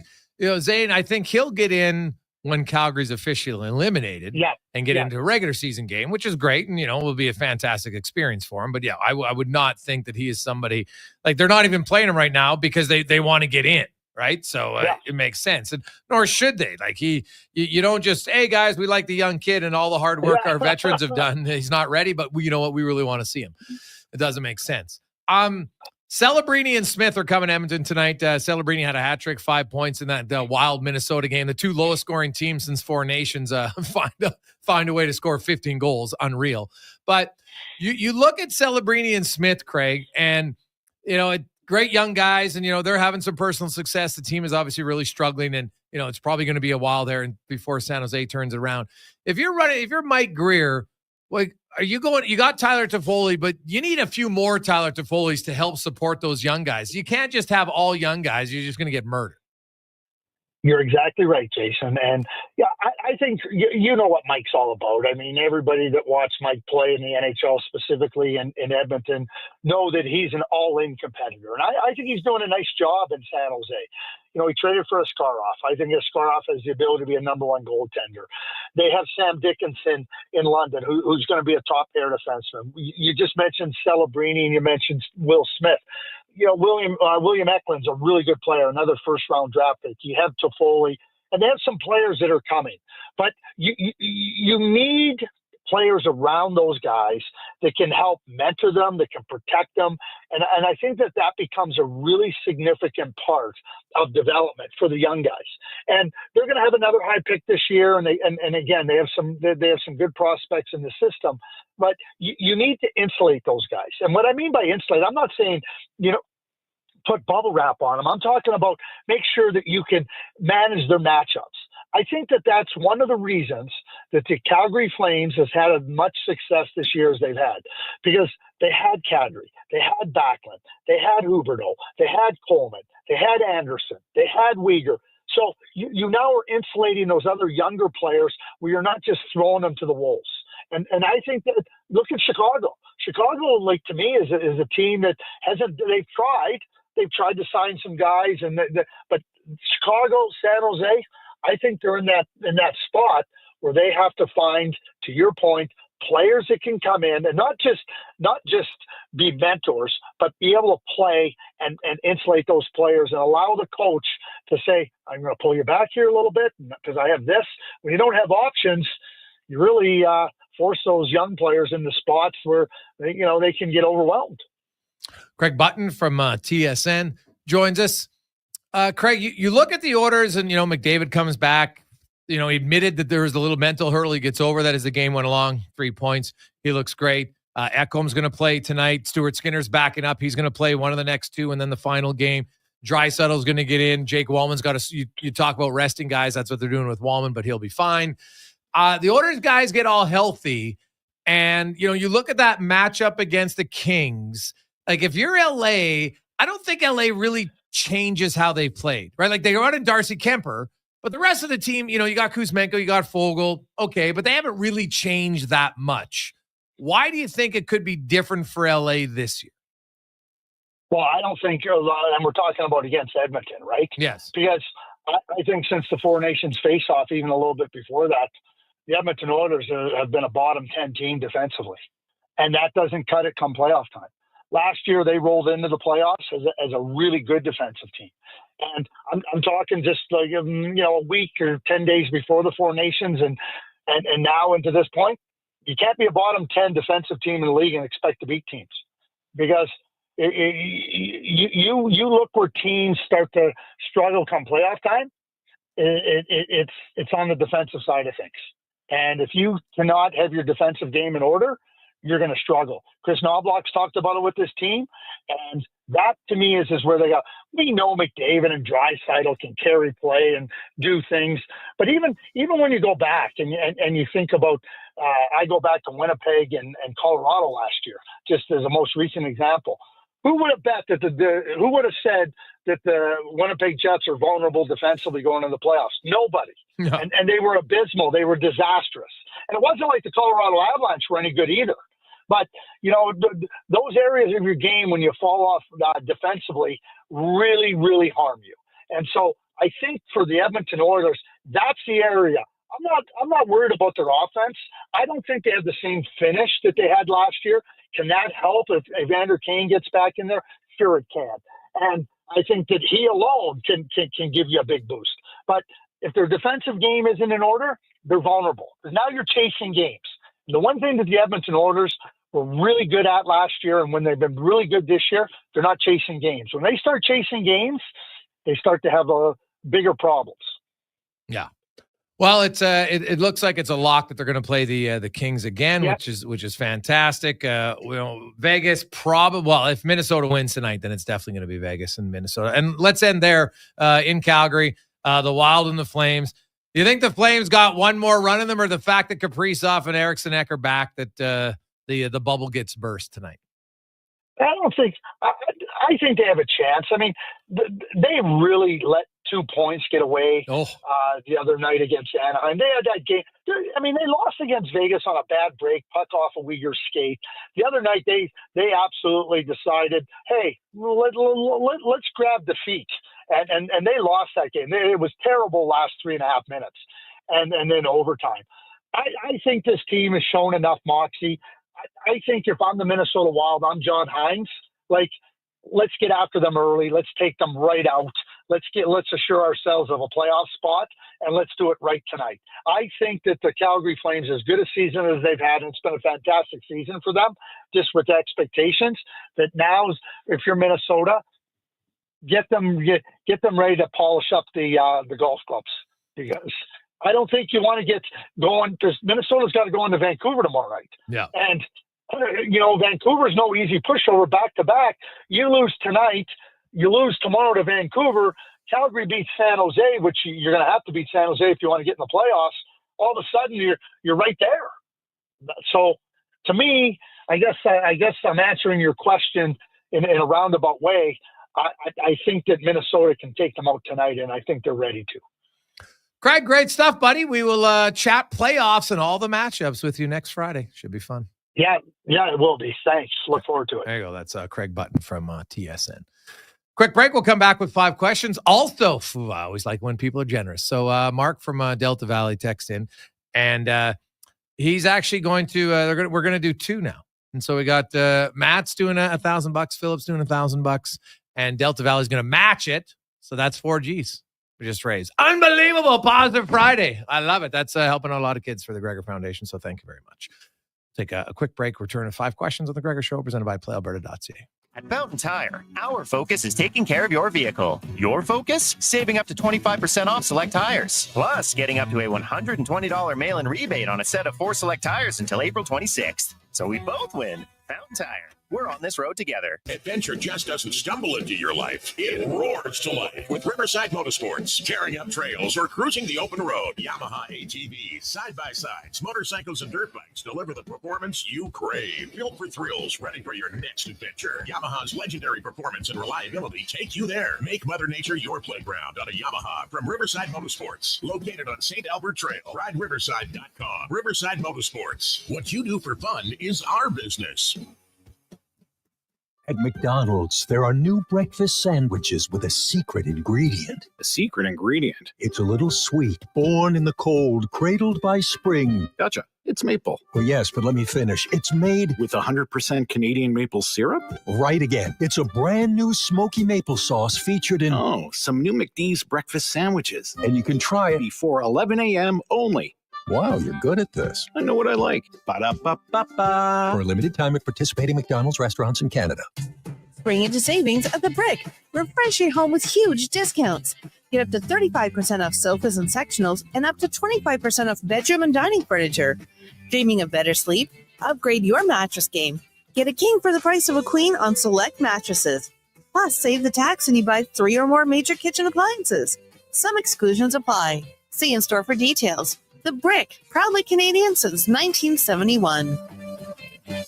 Explore beyond the boundaries of capability and value during Truck Month at GMC. Right now, get 0% financing for up to 72 months on the 2025 Sierra 1500 Crew Cab Pro Graphite. With a TurboMax engine delivering 310 horsepower, GMC Pro safety features including automatic emergency braking, plus a max towing of up to 9,500 pounds. You'll be ready for anything this Truck Month. Ask your GMC dealer for details. Bringing every project to life requires the right team. By joining the Japa Machinery Group service or sales teams, you can be part of setting a new industry standard. Celebrating a legacy of excellence with Japa. Learn more at japamachinery.com.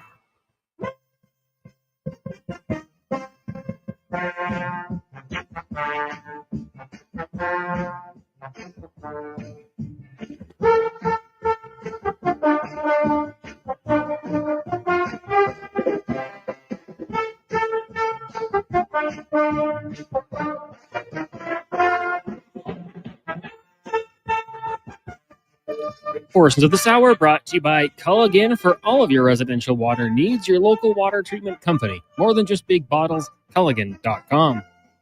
The Jason Gregor Show, the best of Edmonton sports talk and beyond. This is Sports 1440. Presented by PlayAlberta.ca, Alberta's only regulated online gambling website.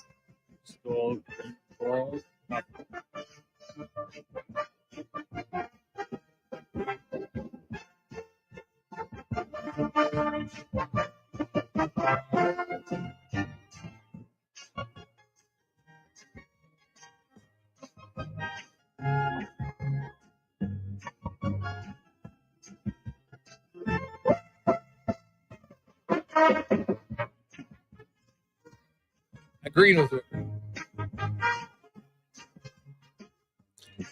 447. Welcome back. Sports 1440, Oilers Nation, YouTube, Facebook, X, Instagram. The Gregor Show, presented by Play Alberta. Brad Winchester, he was a rookie too. We were just having a conversation during the break. Did the Oilers have any rookies in 2006? Matt Green and Brad Winchester came in and played 10 games in the playoffs. He was a rookie. So. I got Mandela affected there, Gregor, because I'm remembering something very different. And the only bad thing about talking to you about sports is that not only are you never wrong, it's not even worth arguing. Oh, no, and I was like, remember when Edmonton played Carolina and they're both 8 seeds? You're like, absolutely not. I'm like, well, that's the end of that story because I'm remembering it wrong. Yeah. Carolina had 112 points that year, second in the East. That's wild. Yeah. By 1 point, second in the East. Like, they were a good team. Like, you know, Stahl had 100 points that year for them. Like, they were good. But the Oilers, oof. Man, they didn't blow. Like, I know everybody says, if Rolson didn't get hurt, sure. But they blew the lead in game 1 with Rolson in net. When Pronger got that penalty shot in game 1, I was like, call Jostens. Let's start engraving our rings. I was ready. And I honestly, I think the Pisani shorthanded goal in game 5 probably would have been the like I was doing my show live on location. And I think that was the loudest of any goal that where I was at. Because for the road games, obviously the home games were different because I was in the building. But the road games when Pisani scored shorthanded, that was the goal. Because I think they're in the Stanley Cup final. You're in overtime, for goodness sakes. You take a penalty and fans like, oh my God, we're going to lose the cup. And then Pisani scores shorthanded. And a sweet shot too. Like, it wasn't like it was, you know, just this ugly goal, walks in, just top header. Yeah. So you were live on the air during that game doing your like a non play-by-play show of the game? No, well, I wasn't on air. No, but I was coming. I was doing 9 to midnight, so that game would have ended at like 8:45. So I was on right after. So we cut in early. But no, you're watching the game. But we were live. We were doing it at the old Elephant and Castle back then on White Ave, and it was. Oh man, it was a gong show. Like I'm like White Ave was a gong show every time in 2006. Like I do my show there, and even like didn't matter because those games in the Stanley Cup final obviously start at 6:00, right? So they're usually over 8:30, whatever. And so I would go till midnight minimum, and it was still just as jammed, right? It was a super fun. It's a great time doing the one thing I miss about post game was the raw emotion of fans. Wins or losses. And it's, we have great interaction on our show, but it's not as raw. It's not like instant right there. Like if you go to bed at night, most people, they get up the next day, you're excited, but it's not the same, right? And if you're angry, well, you're probably still annoyed, but it's still not as just like raw. Like I know people who, when the Oilers lose a playoff game, like they got to go for a walk for an hour. Like I'm out. I just got to go for a walk. I got to cool down. Right? The next day, then you go to bed, the next day you get up, you don't have to go for a walk still, right? Like you've kind of calmed down a bit. Those were also the days pre-social media largely. So if you wanted to yell about the game, you had to call in somewhere because you couldn't just go to X and tell everybody your thoughts. It's true. Yeah. Which is probably a little bit better. Let's get to 5 questions brought to you by The Brick, saving you more on furniture, mattresses, appliances, and big screen TVs. Your home for including great mattresses and a good sleep at The Brick Mattress Store. It's time for 5 questions on the Jason Gregor Show. All right, guys, let's get your official predictions for tonight's game and Sundays as well. I don't see the Oilers losing tonight to San Jose. Who's Sunday? Winnipeg. Oh, man. That would be, I mean, we said earlier, we were talking with Ken, that would be an amazing series to be a preview of. I'm going to give the Oil the win against San Jose, and they'll go 1-1 and lose against Winnipeg. Yeah, the Oilers are going to win tonight.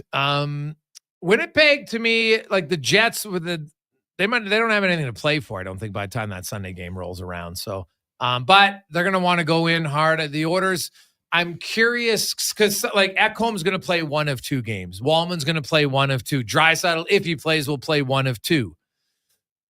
I think they might just say, well, we're not going to travel, guys. So I will say they lose in Winnipeg as well. That'll be their second last game of the season, the Jets, that is. Question number 2 for you. Assuming the Oilers' blue line is healthy going into the playoffs, what would your ideal pairings be? Ekholm, Bouchard, Nurse, Wallman, Kulak, Emerson. I'm just looking at dailyfaceoff.com here, the source of all things, and they have it as Kulak, Bouchard, Nurse, Stetcher, Ekholm, Emerson. Yeah, well, that's tonight. Yeah. We're just talking what you want for the playoffs. Well, this. Yeah. You don't want Wallman in there? Shoot. Yeah. Oh, yeah, no. Come on. Yeah, no. Wake up over there. Who you want, Emerson out? Who do you pull out of that? I would take Emerson. Yeah. I would. Yeah. Did I say, I'm sorry, Kulak and Stetcher is my third pair. I just think Troy Stetcher lately has performed a little bit better. Question number 3, Gabriel Landeskog returning to hockey tonight, playing in the AHL in honor of that. What is your favorite return to play story in sports? Oof. It's not probably the one that you guys have picked, but remember when Mike Smith got hurt and he left, he went down the tunnel in the playoffs, and he came back and it was like a WWE entrance of him returning. The silhouette down the tunnel. Oh man, it's not the same as Gabe playing in the A, but boy, was I pumped he returned to play. I will say this. For Gabriel Landeskog, just to get back on the ice, I can imagine just mentally, like even if he doesn't have success, the fact he put in all this work for 3 years, his last game was 2022 Stanley Cup final. Right? So it's almost 3 full years to put in all that work. You know, a lot of it when, hey, no one's watching, which is like a lot of people when you got to rehab from a devastating accident or injury or something like that. Like it's just to be able to say, you know what, I got back. His goal wasn't, I want to get back and be the same player. I think that's unrealistic. It's like, I just want to get back. And so for him, I know tonight's an American League game, but man, that's got to be a huge relief. So good for him. But my favorite return to play would be, You know what? I'm gonna go Taylor Fadoon.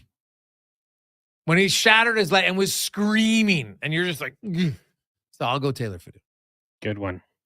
I'll throw in Saku Koivu coming back from Canada for the Canadians. Yeah. Since the Masters ongoing right now, if you could golf any course in the world, which would you pick? I just thought of a really good return to play. Remember when Lemieux came back facing cancer treatments?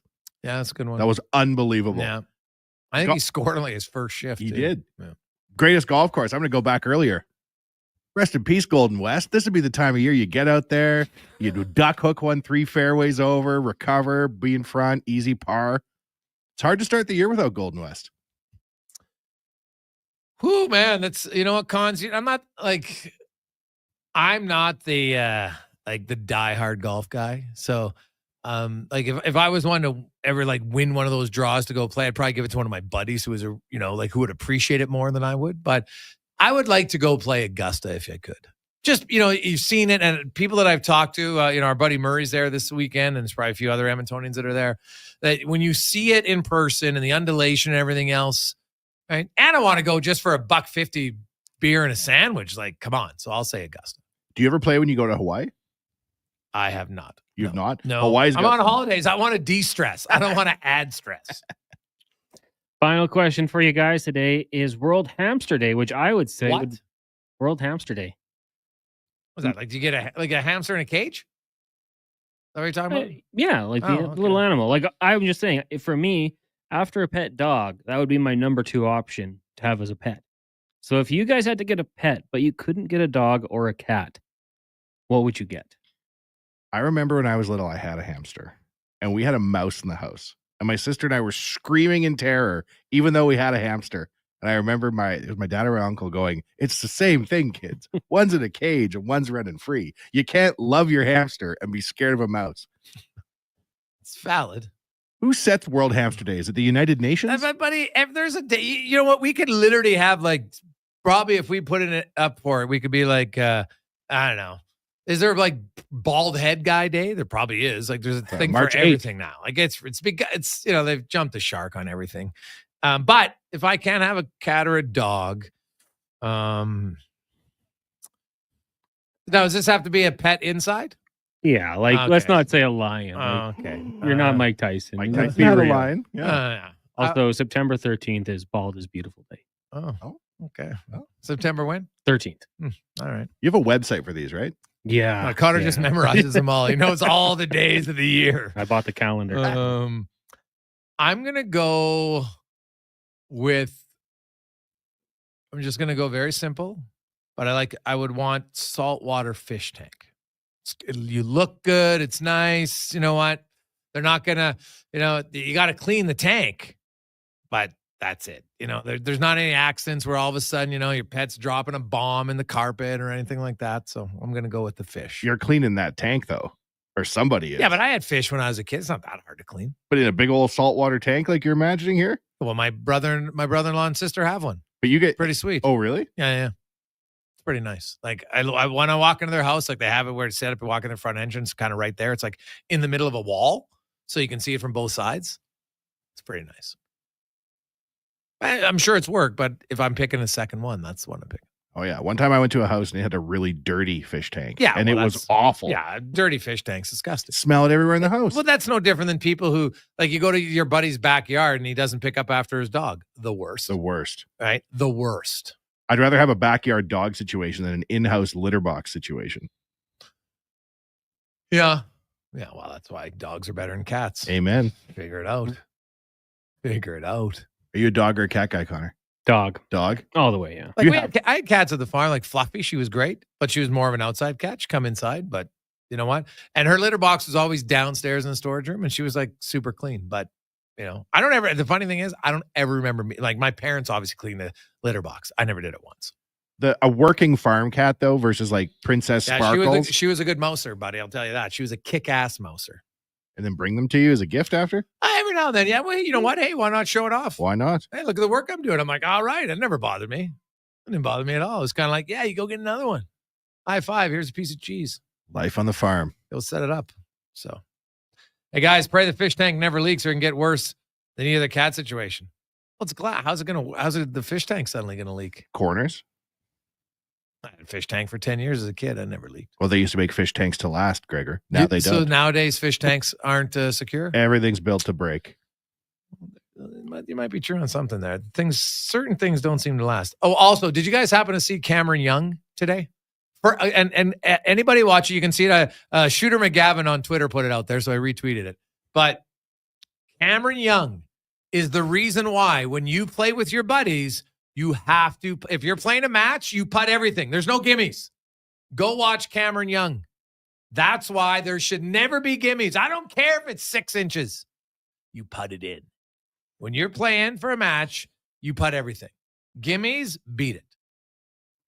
The worst thing going. No gimme. He would have made it. Are you sure? This guy's one of the best golfers in the world. He just chunked 2 of them. He actually had to pick it up. So he putts the first time, goes right by. He's probably maybe a foot. Misses the foot putt, rims it. So now it's about 2 feet. Misses that one. Then he has to mark it because now he's rattled. So, boys and girls, as you get ready for another golf season, anytime you play a match with your buddies, you putt everything. Golden West, we'd say inside the grip. No. If it was inside the grip from the hole, that's a gimme. No. Some people would even do the flag. I'm like, no. The flag? Putt it all. Oof. Putt it all. So, I like it. Hey, guys, what about Paul Correa coming back after it looked like he died on the ice from Scott Stevens? Good one, Lance. Well, remember, it seemed like he almost... because you're seeing him and he's got his visor on, he's laying on the ice, and all of a sudden he starts breathing heavily and his visor fogs up and just like, he's alive. Remember when Lindros came back and Stevens hit him again? Keep your head up, Eric. Oh man, that was crazy. Scott Stevens was such a savage when he played. You had to keep your head up when Scott Stevens was on the ice. It's just how it goes, man. Like, it's too bad for Lindros because his career being a lot long. He's a hell of a player, but head down too often, rocked. I remember watching that game and they were like, Eric Lindros returned to play. Everything he's overcome, facing Scott Stevens again. Whammy. Now this is a really good memory. And then we'll go to break from Cat Dad. Hey, Gregor, remember when you guys had the comeback of the award? Remember that? Because people wanted to vote William Nylander for the comeback player of the year. And his comeback was from holding out. What about Willie Nylander for holding out? Oh, that is so good. That is so true. God, that if there's things you want to get started, there's not many things that really fire up Struddy. That's one of them. Oh my God, was he losing his marble? Are you kidding? Comeback player of the year for what? City. Oh God, it was so funny. Oh, it's true though. Like, are you kidding me? This guy's a comeback player of the year. Well, he had a bad year. Why? Because he held out. Give him the Masterton. Yeah. Not that he's coming back from leg or anything. No, he came back from a holdout, guys. Like, unbelievable. God, that's funny. Let's get to the Con Man in a Sports 1440 update brought to you by your Alberta GMC dealers. Truck month is on now at Alberta GMC. Get a $5,000 cash purchase credit on 2025 Sierra HD models. See more at gmccanada.ca. This is a Sports 1440 update. Day 2 at the Masters. Justin Rose atop the leaderboard at 8 under par. Bryson DeChambeau currently sitting second at -7. Canadian Corey Connor sitting in third, tied with Scotty Scheffler and Rory McIlroy. Other Canadians in action. Just one will advance to the weekend. Nick Taylor currently even. Mike Weir was +4. Taylor French at 6 over par. The cut is at +2. It is game day. The Oilers taking on the San Jose Sharks down at Rogers Place. Puck drop just after 7:30. We'll have pregame coverage for you here on Sports 1440 with Andrew Walker and Donovan Paulson. In the majors, the Blue Jays were set to take on the Orioles tonight. It's been postponed due to rain in the Baltimore area. They'll make that one up on Tuesday, July 29th. You'll also have the Braves and Rays. Marlins host the Nationals. Angels in Houston. Cards take on the Phillies. Padres, Rockies, Mariners, Rangers, and the Cubs in Los Angeles. In the association, Toronto in action, taking on the Dallas Mavericks. That gets going at 6:30. We've also got the Hawks and Sixers. Celtics host the Hornets, Knicks and Cavs. Nets in Minnesota. The Thunder take on the Jazz, and the Warriors in Portland. And from the WHL, Western Conference semifinal action starts tonight. Silvertip take on Portland just after 8 o'clock. Coming up in hour 4 of the Jason Gregor Show, we will be joined by Mark Spector of Rogers Sportsnet and Alan Mitchell, host of The Lowdown with Lowetide. I'm Connor Halley. This has been a Sports 1440 update. Sports 1440 in West Edmonton Mall and Wetaskiwin. CKJR is a Stingray radio station. Download the free radio player app and listen wherever you go. Hey, Alberta. The all-new Play Alberta app is here. Casino, sports betting, lottery, all in one app, right on your phone. And because it's Play Alberta, you know it's safe, secure, and reliable. Download it now and play over 500 online casino games, live dealer tables, and unique games you'll love. Plus, bet on sports from anywhere in the province. You in? Download Play Alberta now from your phone's app store and deposit using promo code OIL for a $100 casino bonus on the house. That's promo code OIL for a $100 casino bonus. You know how you look forward to all your favorite sports coming back in the spring? Soccer, baseball, golf. Well, GS Construction looks forward to getting back to work with the warmer weather. We're all excited and geared up for this very busy time of year. The groundbreaking season is upon us, and GS Construction is ready to roll with all sorts of new projects. Projects that help the community and make the place we live in better.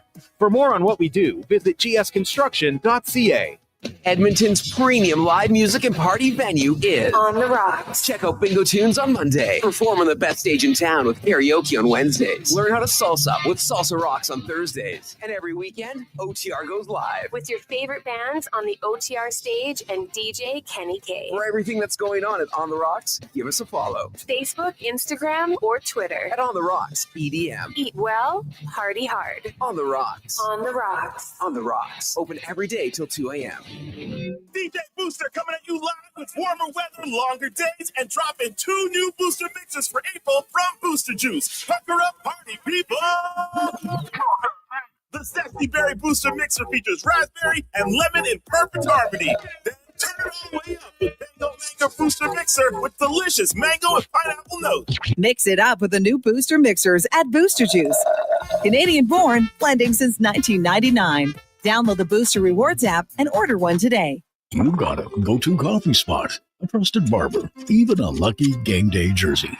But when it's about looking your absolute best, there's only one name you need. Mr. Dirk. Family run since 1939, we're experts in crafting impeccable tailor-made suits and offering a wide variety of everyday styles. Pair that with personalized one-on-one fittings and the convenience of on-site tailoring. Mr. Dirk elevates your style game. Visit our Edmonton store or explore MrDirk.com. Score big on style with Mr. Dirk. Explore beyond the boundaries of capability and value during Truck Month at GMC. Right now, get 0% financing for up to 72 months on the 2025 Sierra 1500 Crew Cab Pro Graphite. With a TurboMax engine delivering 310 horsepower, GMC Pro safety features including automatic emergency braking, plus a max towing of up to 9,500 pounds. You'll be ready for anything this Truck Month. Ask your GMC dealer for details.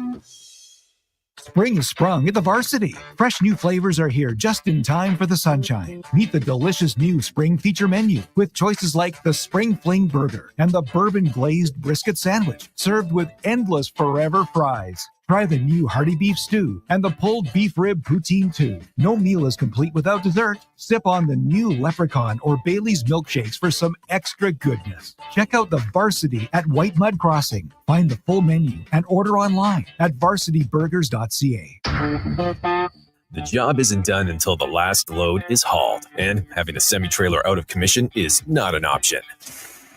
Whether replacing or adding to your convoy, Edmonton Trailer has a huge inventory of new and used semi-trailers, trusted by the gravel, logging, oil field, fluids, and freight industries. Find a trailer right for you online or at one of their 3 locations.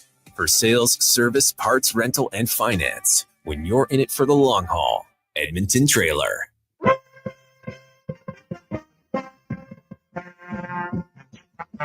Portions of this hour brought to you by Crystal Glass, your clear choice for residential windows, locally manufactured and installed. Crystal Glass provides a beautiful product and incredible customer services for all of your residential needs. Call 310 Glass or visit crystalglass.ca for a quote. The Jason Gregor Show, the best of Edmonton sports talk and beyond. This is Sports 1440. Presented by PlayAlberta.ca, Alberta's only regulated online gambling website.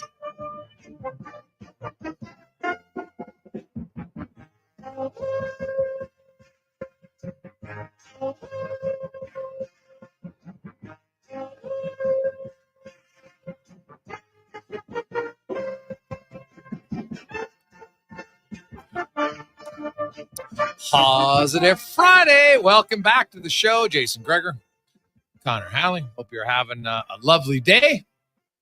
Big thanks again to Matt and Philip. They each came in at $1,000 for the Riverhawks package in the Delta Valley suite. And big thanks to Mark and everyone at Delta Valley because they said they'd match. So they matched each the 1,000. So that's a total of 4,000. I love it. Thank you very much. It's Positive Friday. Of course, day 2 of the Masters. You heard it. Corey Connors, he's in the mix, baby. He is in the mix. Oh, man. Terrell Hatton, what did he do? Double bogey? He had gotten to 7 under, and now suddenly, boom, he's at 5. So Roy McIlroy and Corey Connors are tied for 3rd at 6 under. Justin Rose leads at 8 under, and DeChambeau is at 7 under. So Corey Connor, which he has done many times at the Masters before, lurking on Saturday. Can he stay in the mix? I hope. And don't count out Scotty Scheffler. He's at 5 under. So right there as well. Shane Lowry, Matt McCarty also there. Matt McCarty, probably the biggest surprise thus far. See if he can continue it. Oilers, Matthias Ekholm will be back in the lineup tonight. Stuart Skinner is going to dress, but he won't start. So I guess they must have had a conversation, and maybe he wanted to, because I thought him and Pickard would split the final 4 games. I know there's some that said, well, wouldn't you want Skinner playing 3? Maybe, but he'll obviously play one of the games Sunday or Monday, and then he'll get the final game against the San Jose Sharks next Friday. Let's get to the Spec Report, brought to you by GS Construction, your underground infrastructure specialists, making everything smooth on the road or just getting running water to your house. It's GS Construction. As we welcome Mark Spector to the show. Spec, how you doing? Happy Hamster Day. It's Hamster Day? Oh, yeah, according to Connor Halley. He knows what every day there is. Yeah. Are you old enough to remember Hammy the hamster? No. It was one of the worst children's shows ever filmed. It was a total CBC production, and they'd take these rodents, hamsters, gerbils, and they all lived in this little town, so to speak. And I think they drugged them up because they were all docile looking things. And they'd put them in a little boat and flick them out onto probably a tub. And so it was real hamsters. Yeah, they were all hamsters, live hamsters. Hammy the hamster was the star. I'm looking this up, Spec. It's Tales of the Riverbank. It was like, I'll bet you each episode cost them about $13 to film. It was so cheesy, Hammy the hamster. But you watched the only hamster thing I got, and no other hamster stories. Well, that's good because there's some other hamster stories I don't want to hear. So yeah. Thankfully, that's all you got. Stories, buddy. Yes. What do you think about Skinner dressing but not starting? I don't know. Here's the first thing I think, and I'll credit Ryan Rishaug with saying this, and I think he was right. What if Pickard, the concussion guy, takes Pickard out, or Pickard gets hurt, and Skinner's very first action, he's coming in ice cold off the bench? Is that what you want to do here? That part I don't get. To me, if he's dressing, he should be starting. If he's not starting, why did you send Olivier Rodrigue down? I'm not sure I understand all this. Well, I think they sent Rodrigue down because they need to win some games. They're in a fight for their life in the American League, so that's part of it. And I think maybe second of all, I think Skinner and Pickard, they were going to split the Final Four. That's what I'm guessing. So they talk and they're like, hey, and sure, if Stu Skinner comes in cold, whatever, if he's cleared to play, he's cleared to play. How many games this year does it, he had to leave one game with the spotter and then another game ran and need him in the head, right? Yeah. But other than that, it doesn't happen very often. So I'm not worried about that too much. Well, it only happens when you got a guy that hasn't played in 3 weeks, right? Maybe it happens then. I don't know. It just seems awkward to me. That's all. It's not that big a deal. He'll play 2 of the last 4. Yeah. Pickard's playing really well. All it really tells me is, it's more of a debate than I thought it would be as to who's going to start game 1 against LA. I still think it'll be Skinner, but I think we're getting a little closer to 60-40 here than than the original 80-20 or 90-10 that I thought it would be. Yeah, I think, Skinner, how he plays in the two games, he doesn't have to be great, but if he plays okay, then I think he'll start. And if not, then yeah, it might be Picker. But I'll say this. I think even if the Oilers have a long run, I think both goalies are going to be playing at some point in the playoffs, which I would argue, Spec, probably both goalies should be playing in the playoffs, considering Stuart Skinner started more than 3 games in a row once all season. Yeah, right. I know. We've had this conversation. It's a hockey fallback. You split your game 60-40 all year, then you pick a guy and you give him 100% of the games in the playoffs. And then you go, man, I think my guy might have got a little tired. Right? They've only been doing it in hockey for 100 years, though, Jason. So, I'm not sure we're going to change their minds. Awesome. Now, Spec, you look at the Oilers tonight, and you get a point, and you officially clinch. We all know they're making the playoffs. Draisaitl said he's close. He'd like to get in a game or two. Ekholm's going to play tonight. Knobloch did tell me that they're probably going to monitor his minutes a little bit in that game. Wallman's going to probably get in one of the next 2 games. They're seemingly they're getting some guys back, and I don't get the sense that any of these guys are being rushed back by any stretch of the imagination, right? And I won't be surprised, Spec, to see the Oilers, they'll keep Dineen up here because they do have the money to just add him as a normal cap. Doesn't even have to be emergency if they don't want it to anymore. They could just transfer him over. That they'll keep him here because they're going to want to rest some guys here in those back-to-back games. Yeah, well, that could be. Now, what do we know about Nuge tonight? I don't think he's playing. So he's not just a little bit sick. He's sick enough to miss 2 games. Yeah, well, or is he hurt? Yeah, well, no, I think it was. Well, no, they said it was an illness, and so I don't think they're going to say the guy's injured and say it's an illness. So, ask anybody out there. Some of the bugs that have gone around here lately have KO'd guys for a bit. And the other thing is, truthfully, you can still get COVID. It doesn't mean that they're overly sick, but if you get COVID, then usually you're away for 4 or 5 days. So that could be easily what he has. Yeah, I think maybe the other thing is you'd probably, at this time of the year, if someone is sick, you don't want them anywhere near the rest of your team, right? No. So that's not good, though. I mean, if he has truly been laid low by something, this isn't a good time for that. Jason, they just have so many guys who at the moment right now that we're speaking are somewhere way less than 100%, like so many guys that in their lineup, and important guys who are not at 100%, and the playoffs start in like a week and 2 days. So I know a lot can happen in 9 or 10 days, but oh boy, a lot has to happen in 9 or 2 days, 10 days for this Oilers team to walk into game 1 as a full unit and make me look at them and think, oh yeah, this is a great looking team. Like, they're going to be recovering into the first round, and I'm not sure you can do that and beat LA, frankly. Yeah, you could be right. And LA's being ultra healthy. I looked at their lineup since the 4 Nations. They've had all their top 9 forwards, all their top D. The most games anybody's missed is 1. Tanner Jeannot, who plays about 10 minutes a night for them on their 4th line, he's missed the most games, which I think is 5. But other than that, they've been none of their goalies have missed a game. They've been ultra healthy. So, that definitely benefits, and it's probably why they're going to get home ice, and Edmonton doesn't have home ice. I think health plays a big reason in that. And, I'm looking forward to the series, right? But I'll say this. If, Leon Draisaitl, I don't care what percentage he is, Leon Draisaitl's shown he can be an impact player regardless. If he's on the ice, he'll show up. To me, it's Frederick and Kane are the biggest wild cards because they add such a different dimension they're not going to be the leaders, but they could be really good complementary pieces. Oh, in the playoffs. I mean, absolutely. I'm here I've said all along, I come from Missouri on Kane. He's hasn't played a game in almost, I would guess it's 10 months? Yeah, June 10th. Right? Sorry? June 10th was his last game. Okay, so that's 2 months from now, so I'm calling it 10 months. 10 months, yeah.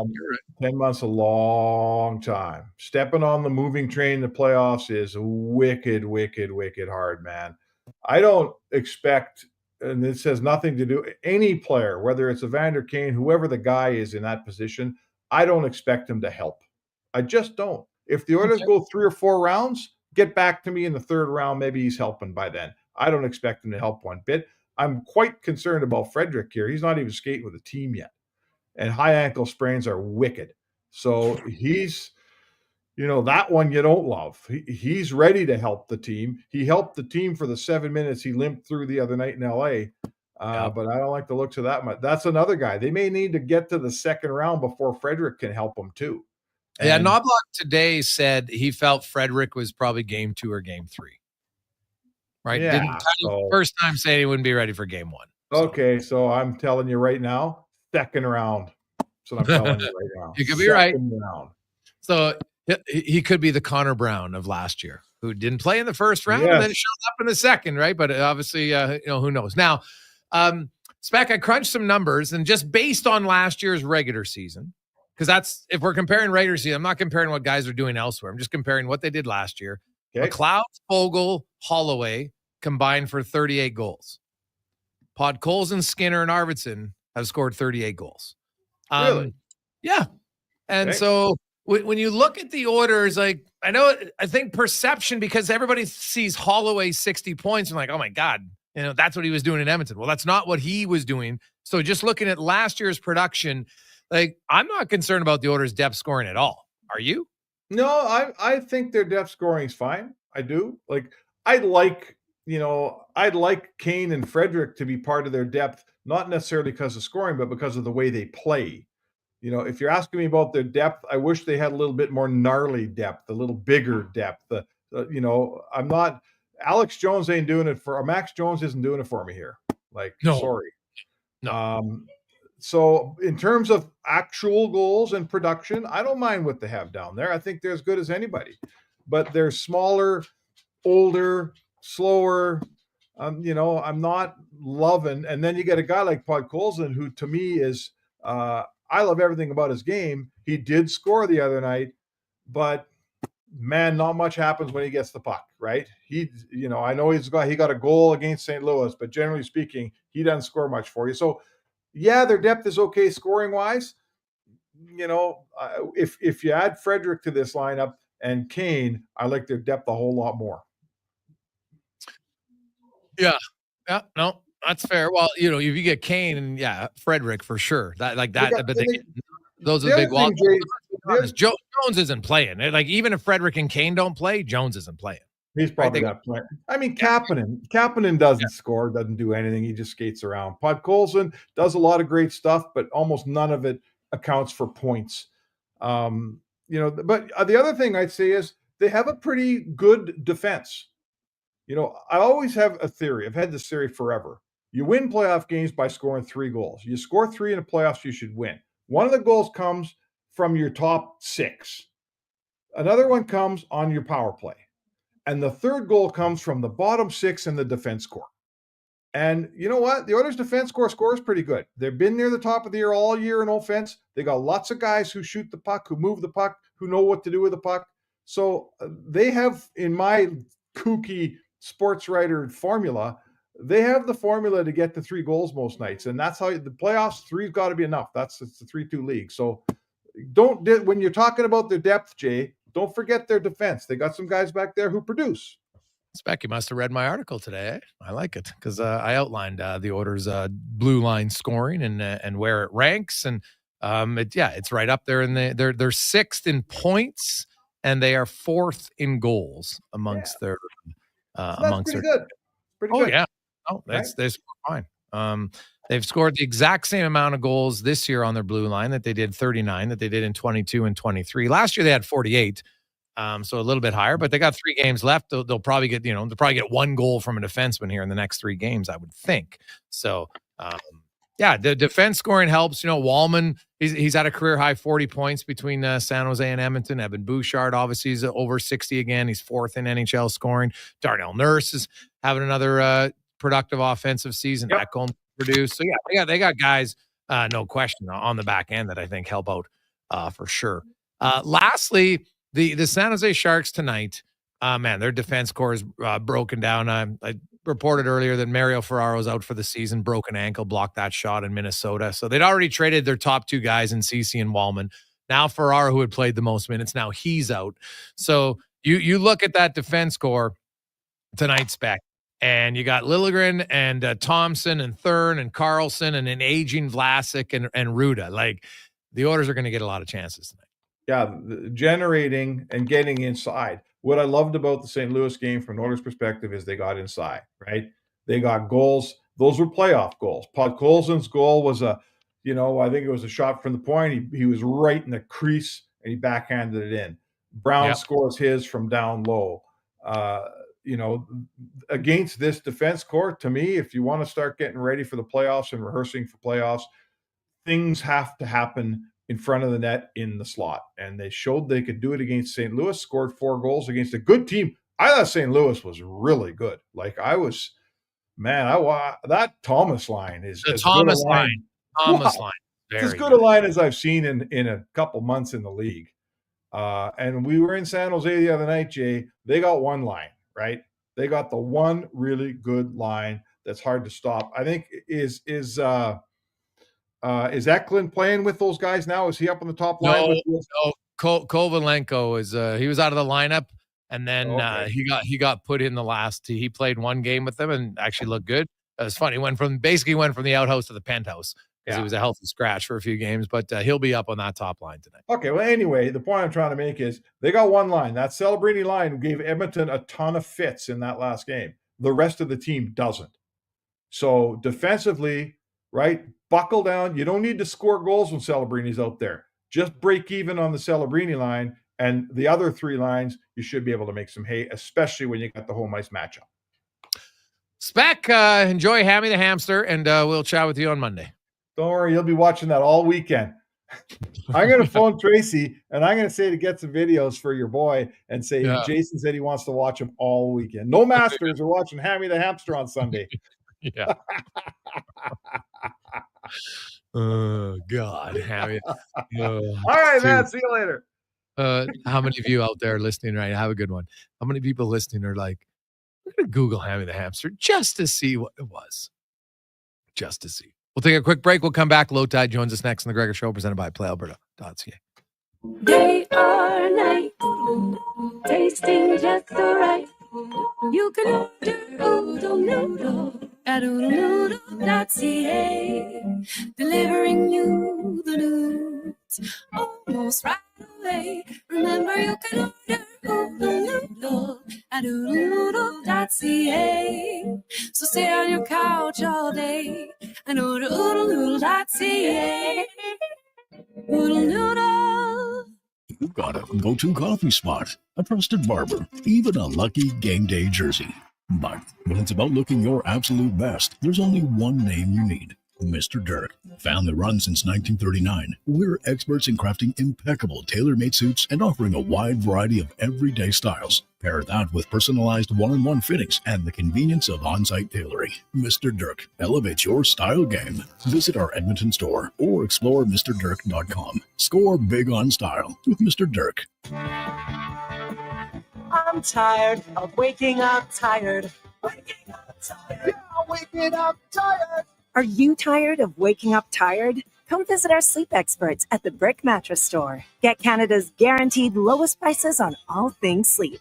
Plus, try your new mattress for 6 months. If you don't love it, we'll find one you do. Some conditions apply. Stop waking up tired.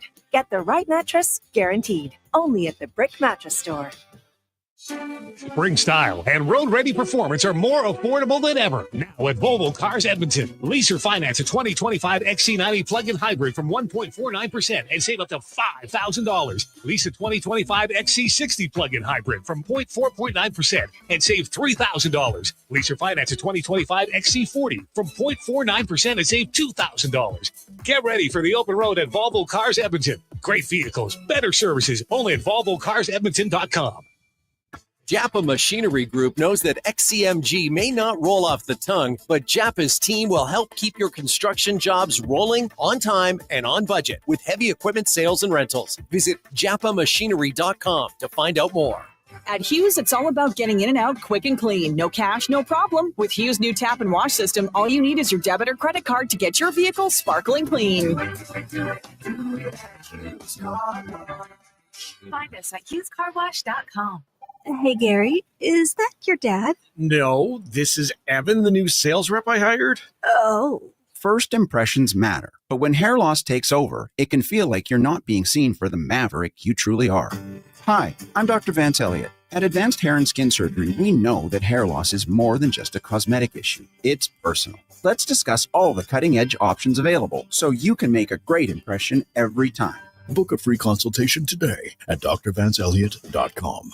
From coast to coast, Napa Auto Parts is here to keep your car running longer and stronger, Canada. Did you know that Napa Auto Parts has close to 600 stores throughout Canada and over 90 years of history? Napa offers a wide range of quality replacement auto parts, accessories, supplies, tools, equipment, and proudly keeps Canadians moving day in, day out. With over 85 locations in Alberta, stop into your local Napa store today or visit online at napacanada.com. That's Napa know-how.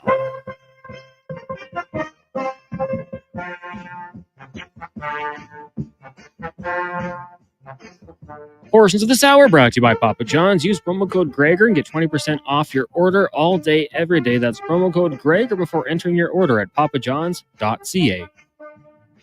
Hat tricks, touchdowns, and home runs. Get it all with the Jason Gregor Show on Sports 1440. Presented by PlayAlberta.ca, Alberta's only regulated online gambling website.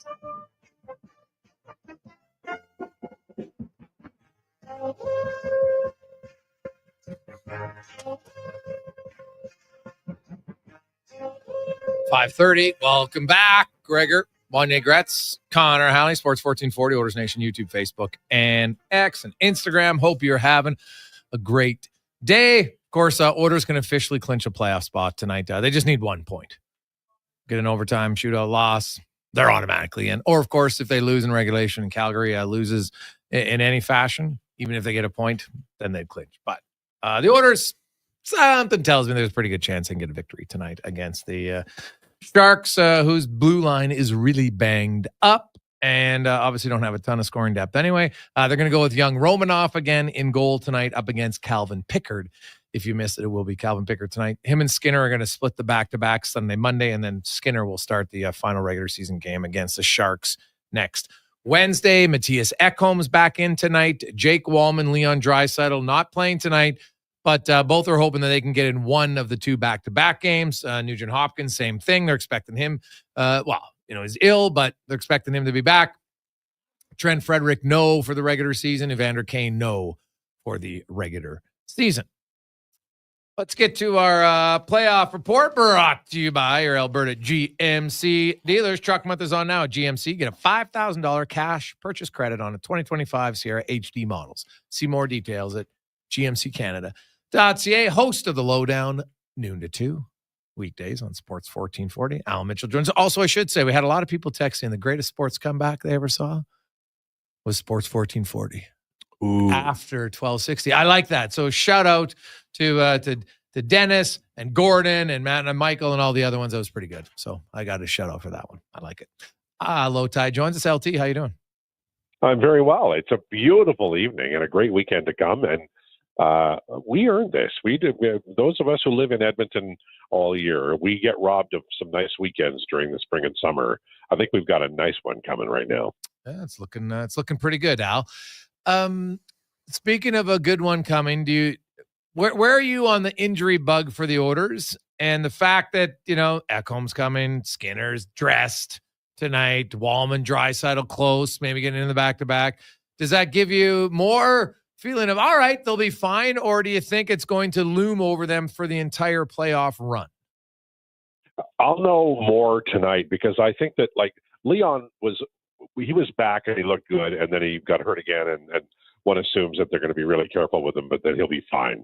The Ekholm item for me is massive because I'm a big Evan Bouchard fan, but I think that when Ekholm started to he was ill and then he was hurt, I think since then, and I don't even know, I think it might be just be confidence, but I think Ekholm Bouchard, if Ekholm's fine, that means that pairing should be fine, and that will be the one key.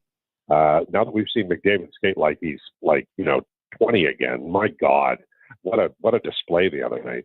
I think that if Ekholm's fine, then I'd be looking at a team that I like their defense when everybody's healthy, but Ekholm's just a huge part of this. He just is. So tonight we'll know. I think if he plays well, even if he makes mistakes, but he's skating well and looks like the Ekholm that we know and love, then I think the Oilers fans can breathe a sigh of relief that most of this roster is going to come back intact. LT, one of the few downsides of having Connor McDavid as your captain is I think you just get used to the impossible every night. And it's kind of like living in Banff. One day you wake up and you don't notice the mountains, right? But having Connor back and injected into that team for just a quiet 3-point night, like, you cannot overstate. It's almost cliche to say, but like, Connor McDavid's importance to the team that he plays on, he could jump on almost any team in the league and make them a competitor immediately, don't you think? Yeah, I agree. And I do think that because of Connor McDavid and his greatness, and I'll include Leon Draisaitl in that we're spoiled as observers of the game and certainly fans of the Oilers. These guys are so fantastic that it's hard not to be, I won't use the word arrogant, but as a fan, you're watching this team and you're like, man, this is the best, and it's in Edmonton, and so there is that kind of swagger or cachet of having McDavid. But no disrespect to the Oilers, that when McDavid was out of the lineup, and especially recently, they were trying hard. It just wasn't as interesting as it is when McDavid's on the ice. He just changes everything, and even if you're not a fan of the Oilers, watching this man play hockey I think it's the best entertainment available. I mean, I just do. What do you make of the Brown Skinner McDavid combo? Do you what about Zach Hyman? Like, why isn't Zach Hyman playing with McDavid? Do you think there's a chance that Hyman doesn't play with McDavid to start the playoffs? Well, I was interested in, and I don't remember what game it was, but they had Nuge and Hyman playing together, and they did pretty well. I don't remember the winger. I'm sorry. I don't remember who the left winger was. And it wasn't for a long time. It was like maybe 5 minutes of a game. And, coaches always want to spread the wealth kind of thing in terms of what's available on the third line, say. And my own suspicion is that Nuge will center the third line. I'm always curious about what that line could do if they just had a little more offensive torque. And I'm just talking out of somewhere here, but I do wonder sometimes. I've watched when Nuge plays with Hyman and without McDavid, and I've always wondered if that might be a trio that they would try at some point in time to spread the wealth offensively. But do they need to, though? Like, offense isn't an issue. Like why do they have to spread it out? I guess that's my question. Do you think they have to? Maybe we lost LT. He just disappeared. Took offense to your question. No, clearly. I'm not answering that. Like I understand why people say, but then I look at the orders and I'm like, do they really need to spread out their offense? Like, is it? Now Jeff Skinner's starting to score a little bit more, sure, but I wonder, like, do you think they need to spread out their offense, Al? Like, is it like, I don't think offense is really ever the issue in Edmonton. Do you? No, but here's the thing. I don't know what the disconnect is between the coach and Skinner, but it's happened for a while. So if the coach trusts Skinner on McDavid's line, then you're having more options and you have more opportunities to have success and to outscore. Even when they were not playing well as a team, Nuge with McDavid and Hyman weren't scoring as much as they used to, but they were outscoring at 5-on-5. They weren't giving up too much. So I think you can always check down to that. Honestly, I think that's always a line that you can use. But in the meantime, maybe you want to just try to. If you've got a third line that can score a little bit, then the chances of them getting outscored are less. I just think it's and look, it may not happen, but I have observed it recently, and I've always wondered if they would do that. And as Hyman ages out, I think that might be something too. Although I'm not suggesting that he can't play with McDavid. He's been brilliant with McDavid, really, since they put him there. Al Mitchell joins us. LT, we assume, well, let's assume the 5 guys, Ekholm, Bouchard, Nurse, Wallman, Kulak are there. Who do you like, Stetcher or Emberson? Well, I like Emberson. I just do, and it's a personal bias. I think the coaching staff likes Stetcher more, and I get it. I think that he's a little more mobile and moves the puck a little better. But I just like Emberson.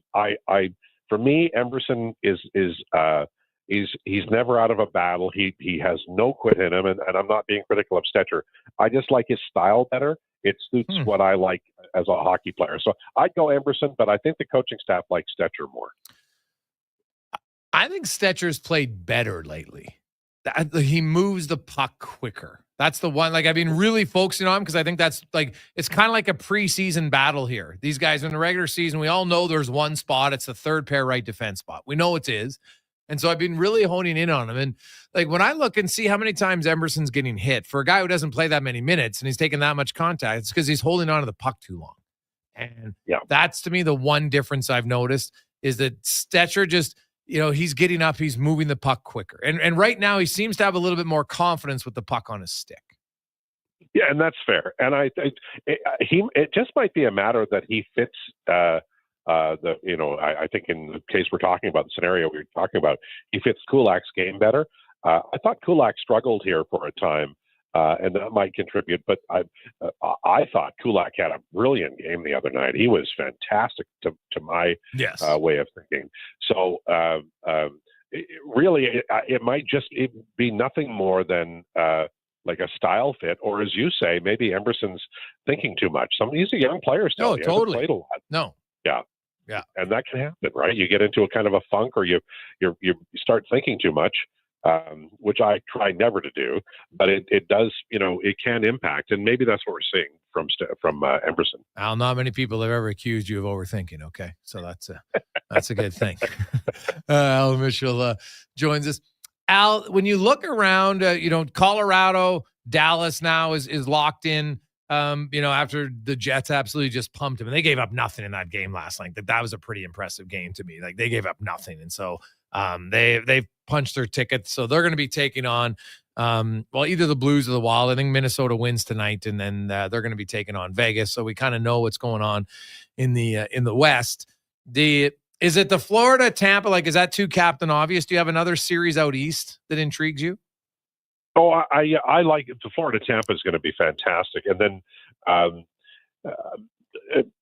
will watch Toronto because I'm always fascinated by the Maple Leafs and the cachet that they have in across Canada, right? Like, they just do. It's you either hate watch them or love watch them.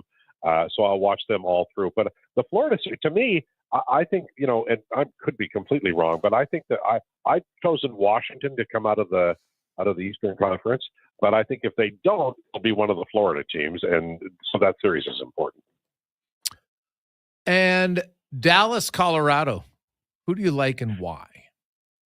I like Colorado because I think that Dallas peaked too early, and I mean that's not terribly stats driven, but I think they were a better team a couple of months ago than they are now. I think Colorado's, and also Makar.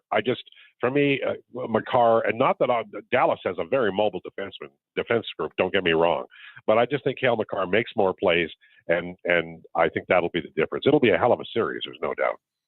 Al, enjoy the game tonight. We'll talk Oilers LA on Monday, where there's still a slight chance, albeit very small, that the Oilers might have home ice, but they'd have to win in Winnipeg to have any hope.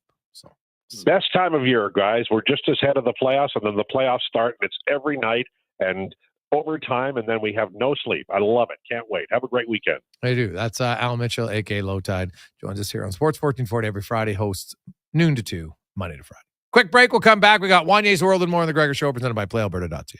Hey, Alberta, the all-new Play Alberta app is here. Casino, sports betting, lottery, all in one app, right on your phone. And because it's Play Alberta, you know it's safe, secure, and reliable. Download it now and play over 500 online casino games, live dealer tables, and unique games you'll love. Plus, bet on sports from anywhere in the province. You in? Download Play Alberta now from your phone's app store and deposit using promo code OIL for a $100 casino bonus on the house. That's promo code OIL for a $100 casino bonus.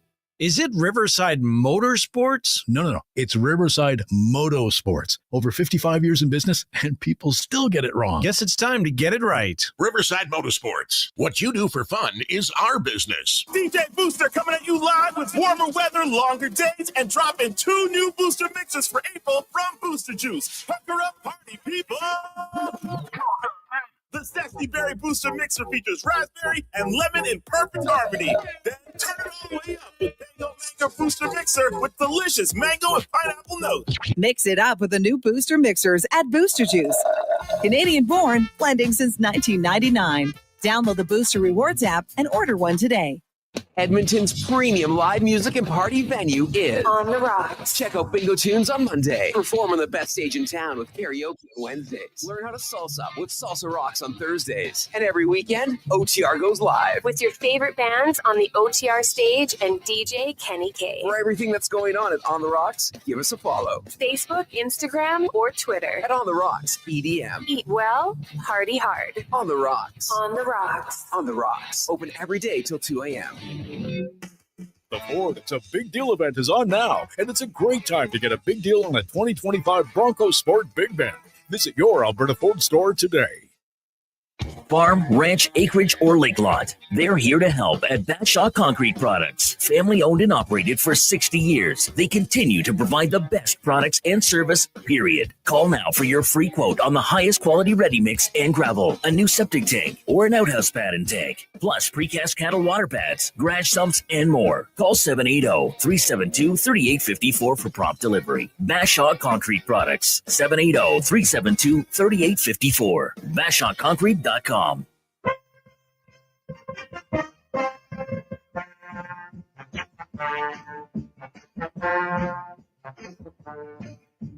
Portions of this hour brought to you by UL. Get your power play amped up with UL, supplying the city of champions and Alberta with quality electrical gear since 1975. UL.ca is your partner in power. Hat tricks, touchdowns, and home runs. Get it all with the Jason Gregor Show on Sports 1440. Presented by PlayAlberta.ca, Alberta's only regulated online gambling website.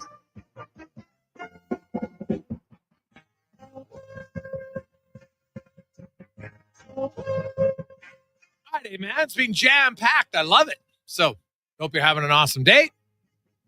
Jason Gregor, Wanye Gretz with you. Let's quickly get to the 2-minute warning brought to you by Legacy Heating and Cooling. Home, the no payments, no interest for 1 year on your AC unit. Stay cool all summer. LegacyHeating.ca.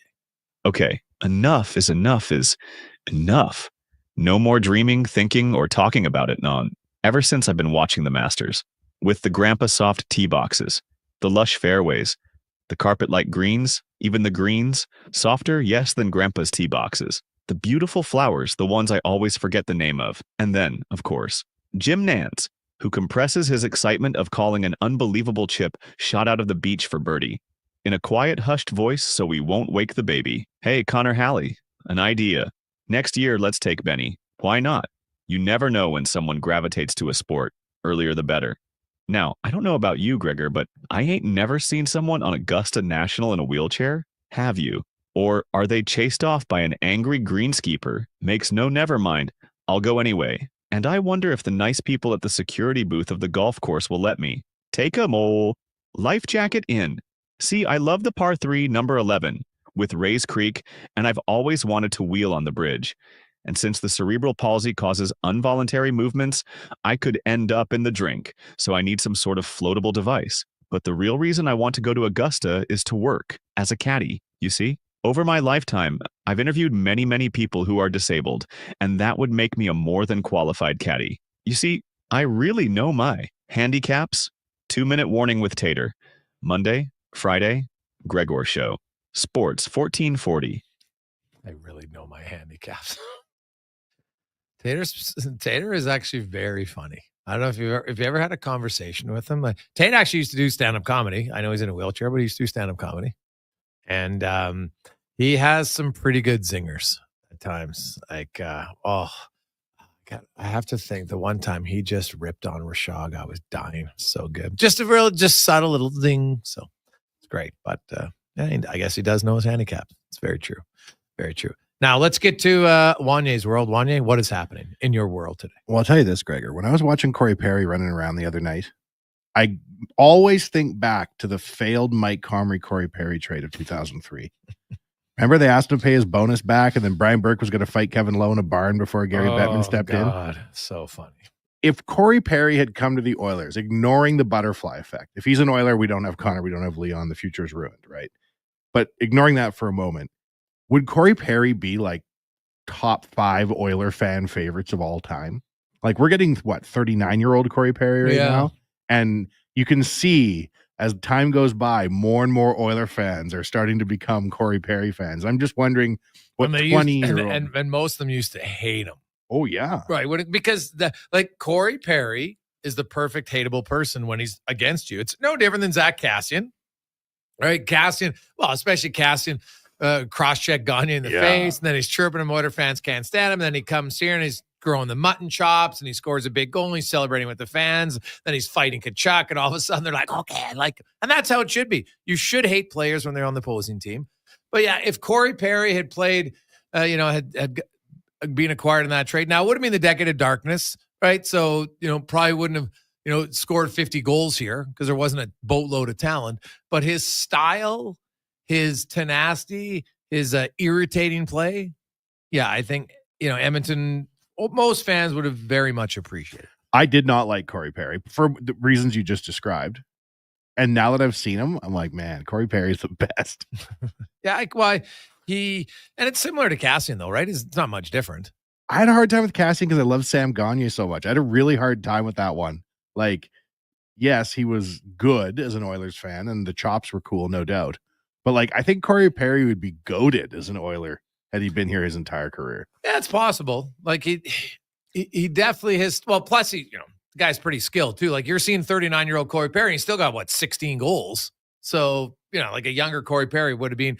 Like I said, I don't know. He scored 50 once, and that was a great year. But you know what? Would he have scored 30 on a continual basis?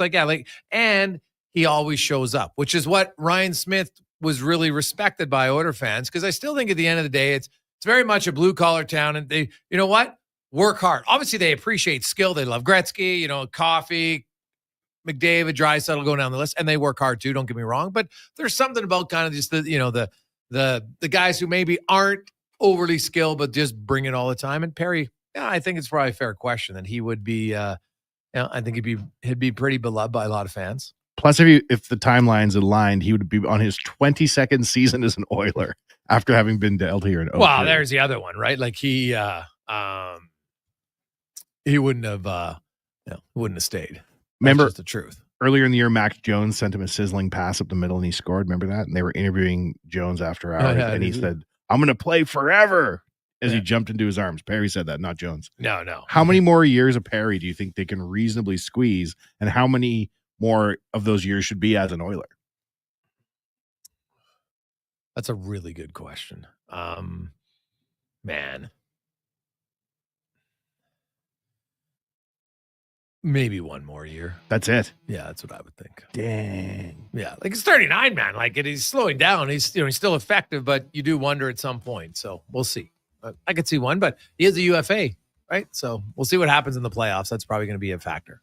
We love you, Corey Perry. Have a great weekend, everyone. Please do not drink and drive. Get home safe. Be smart. And we will talk to you on Monday.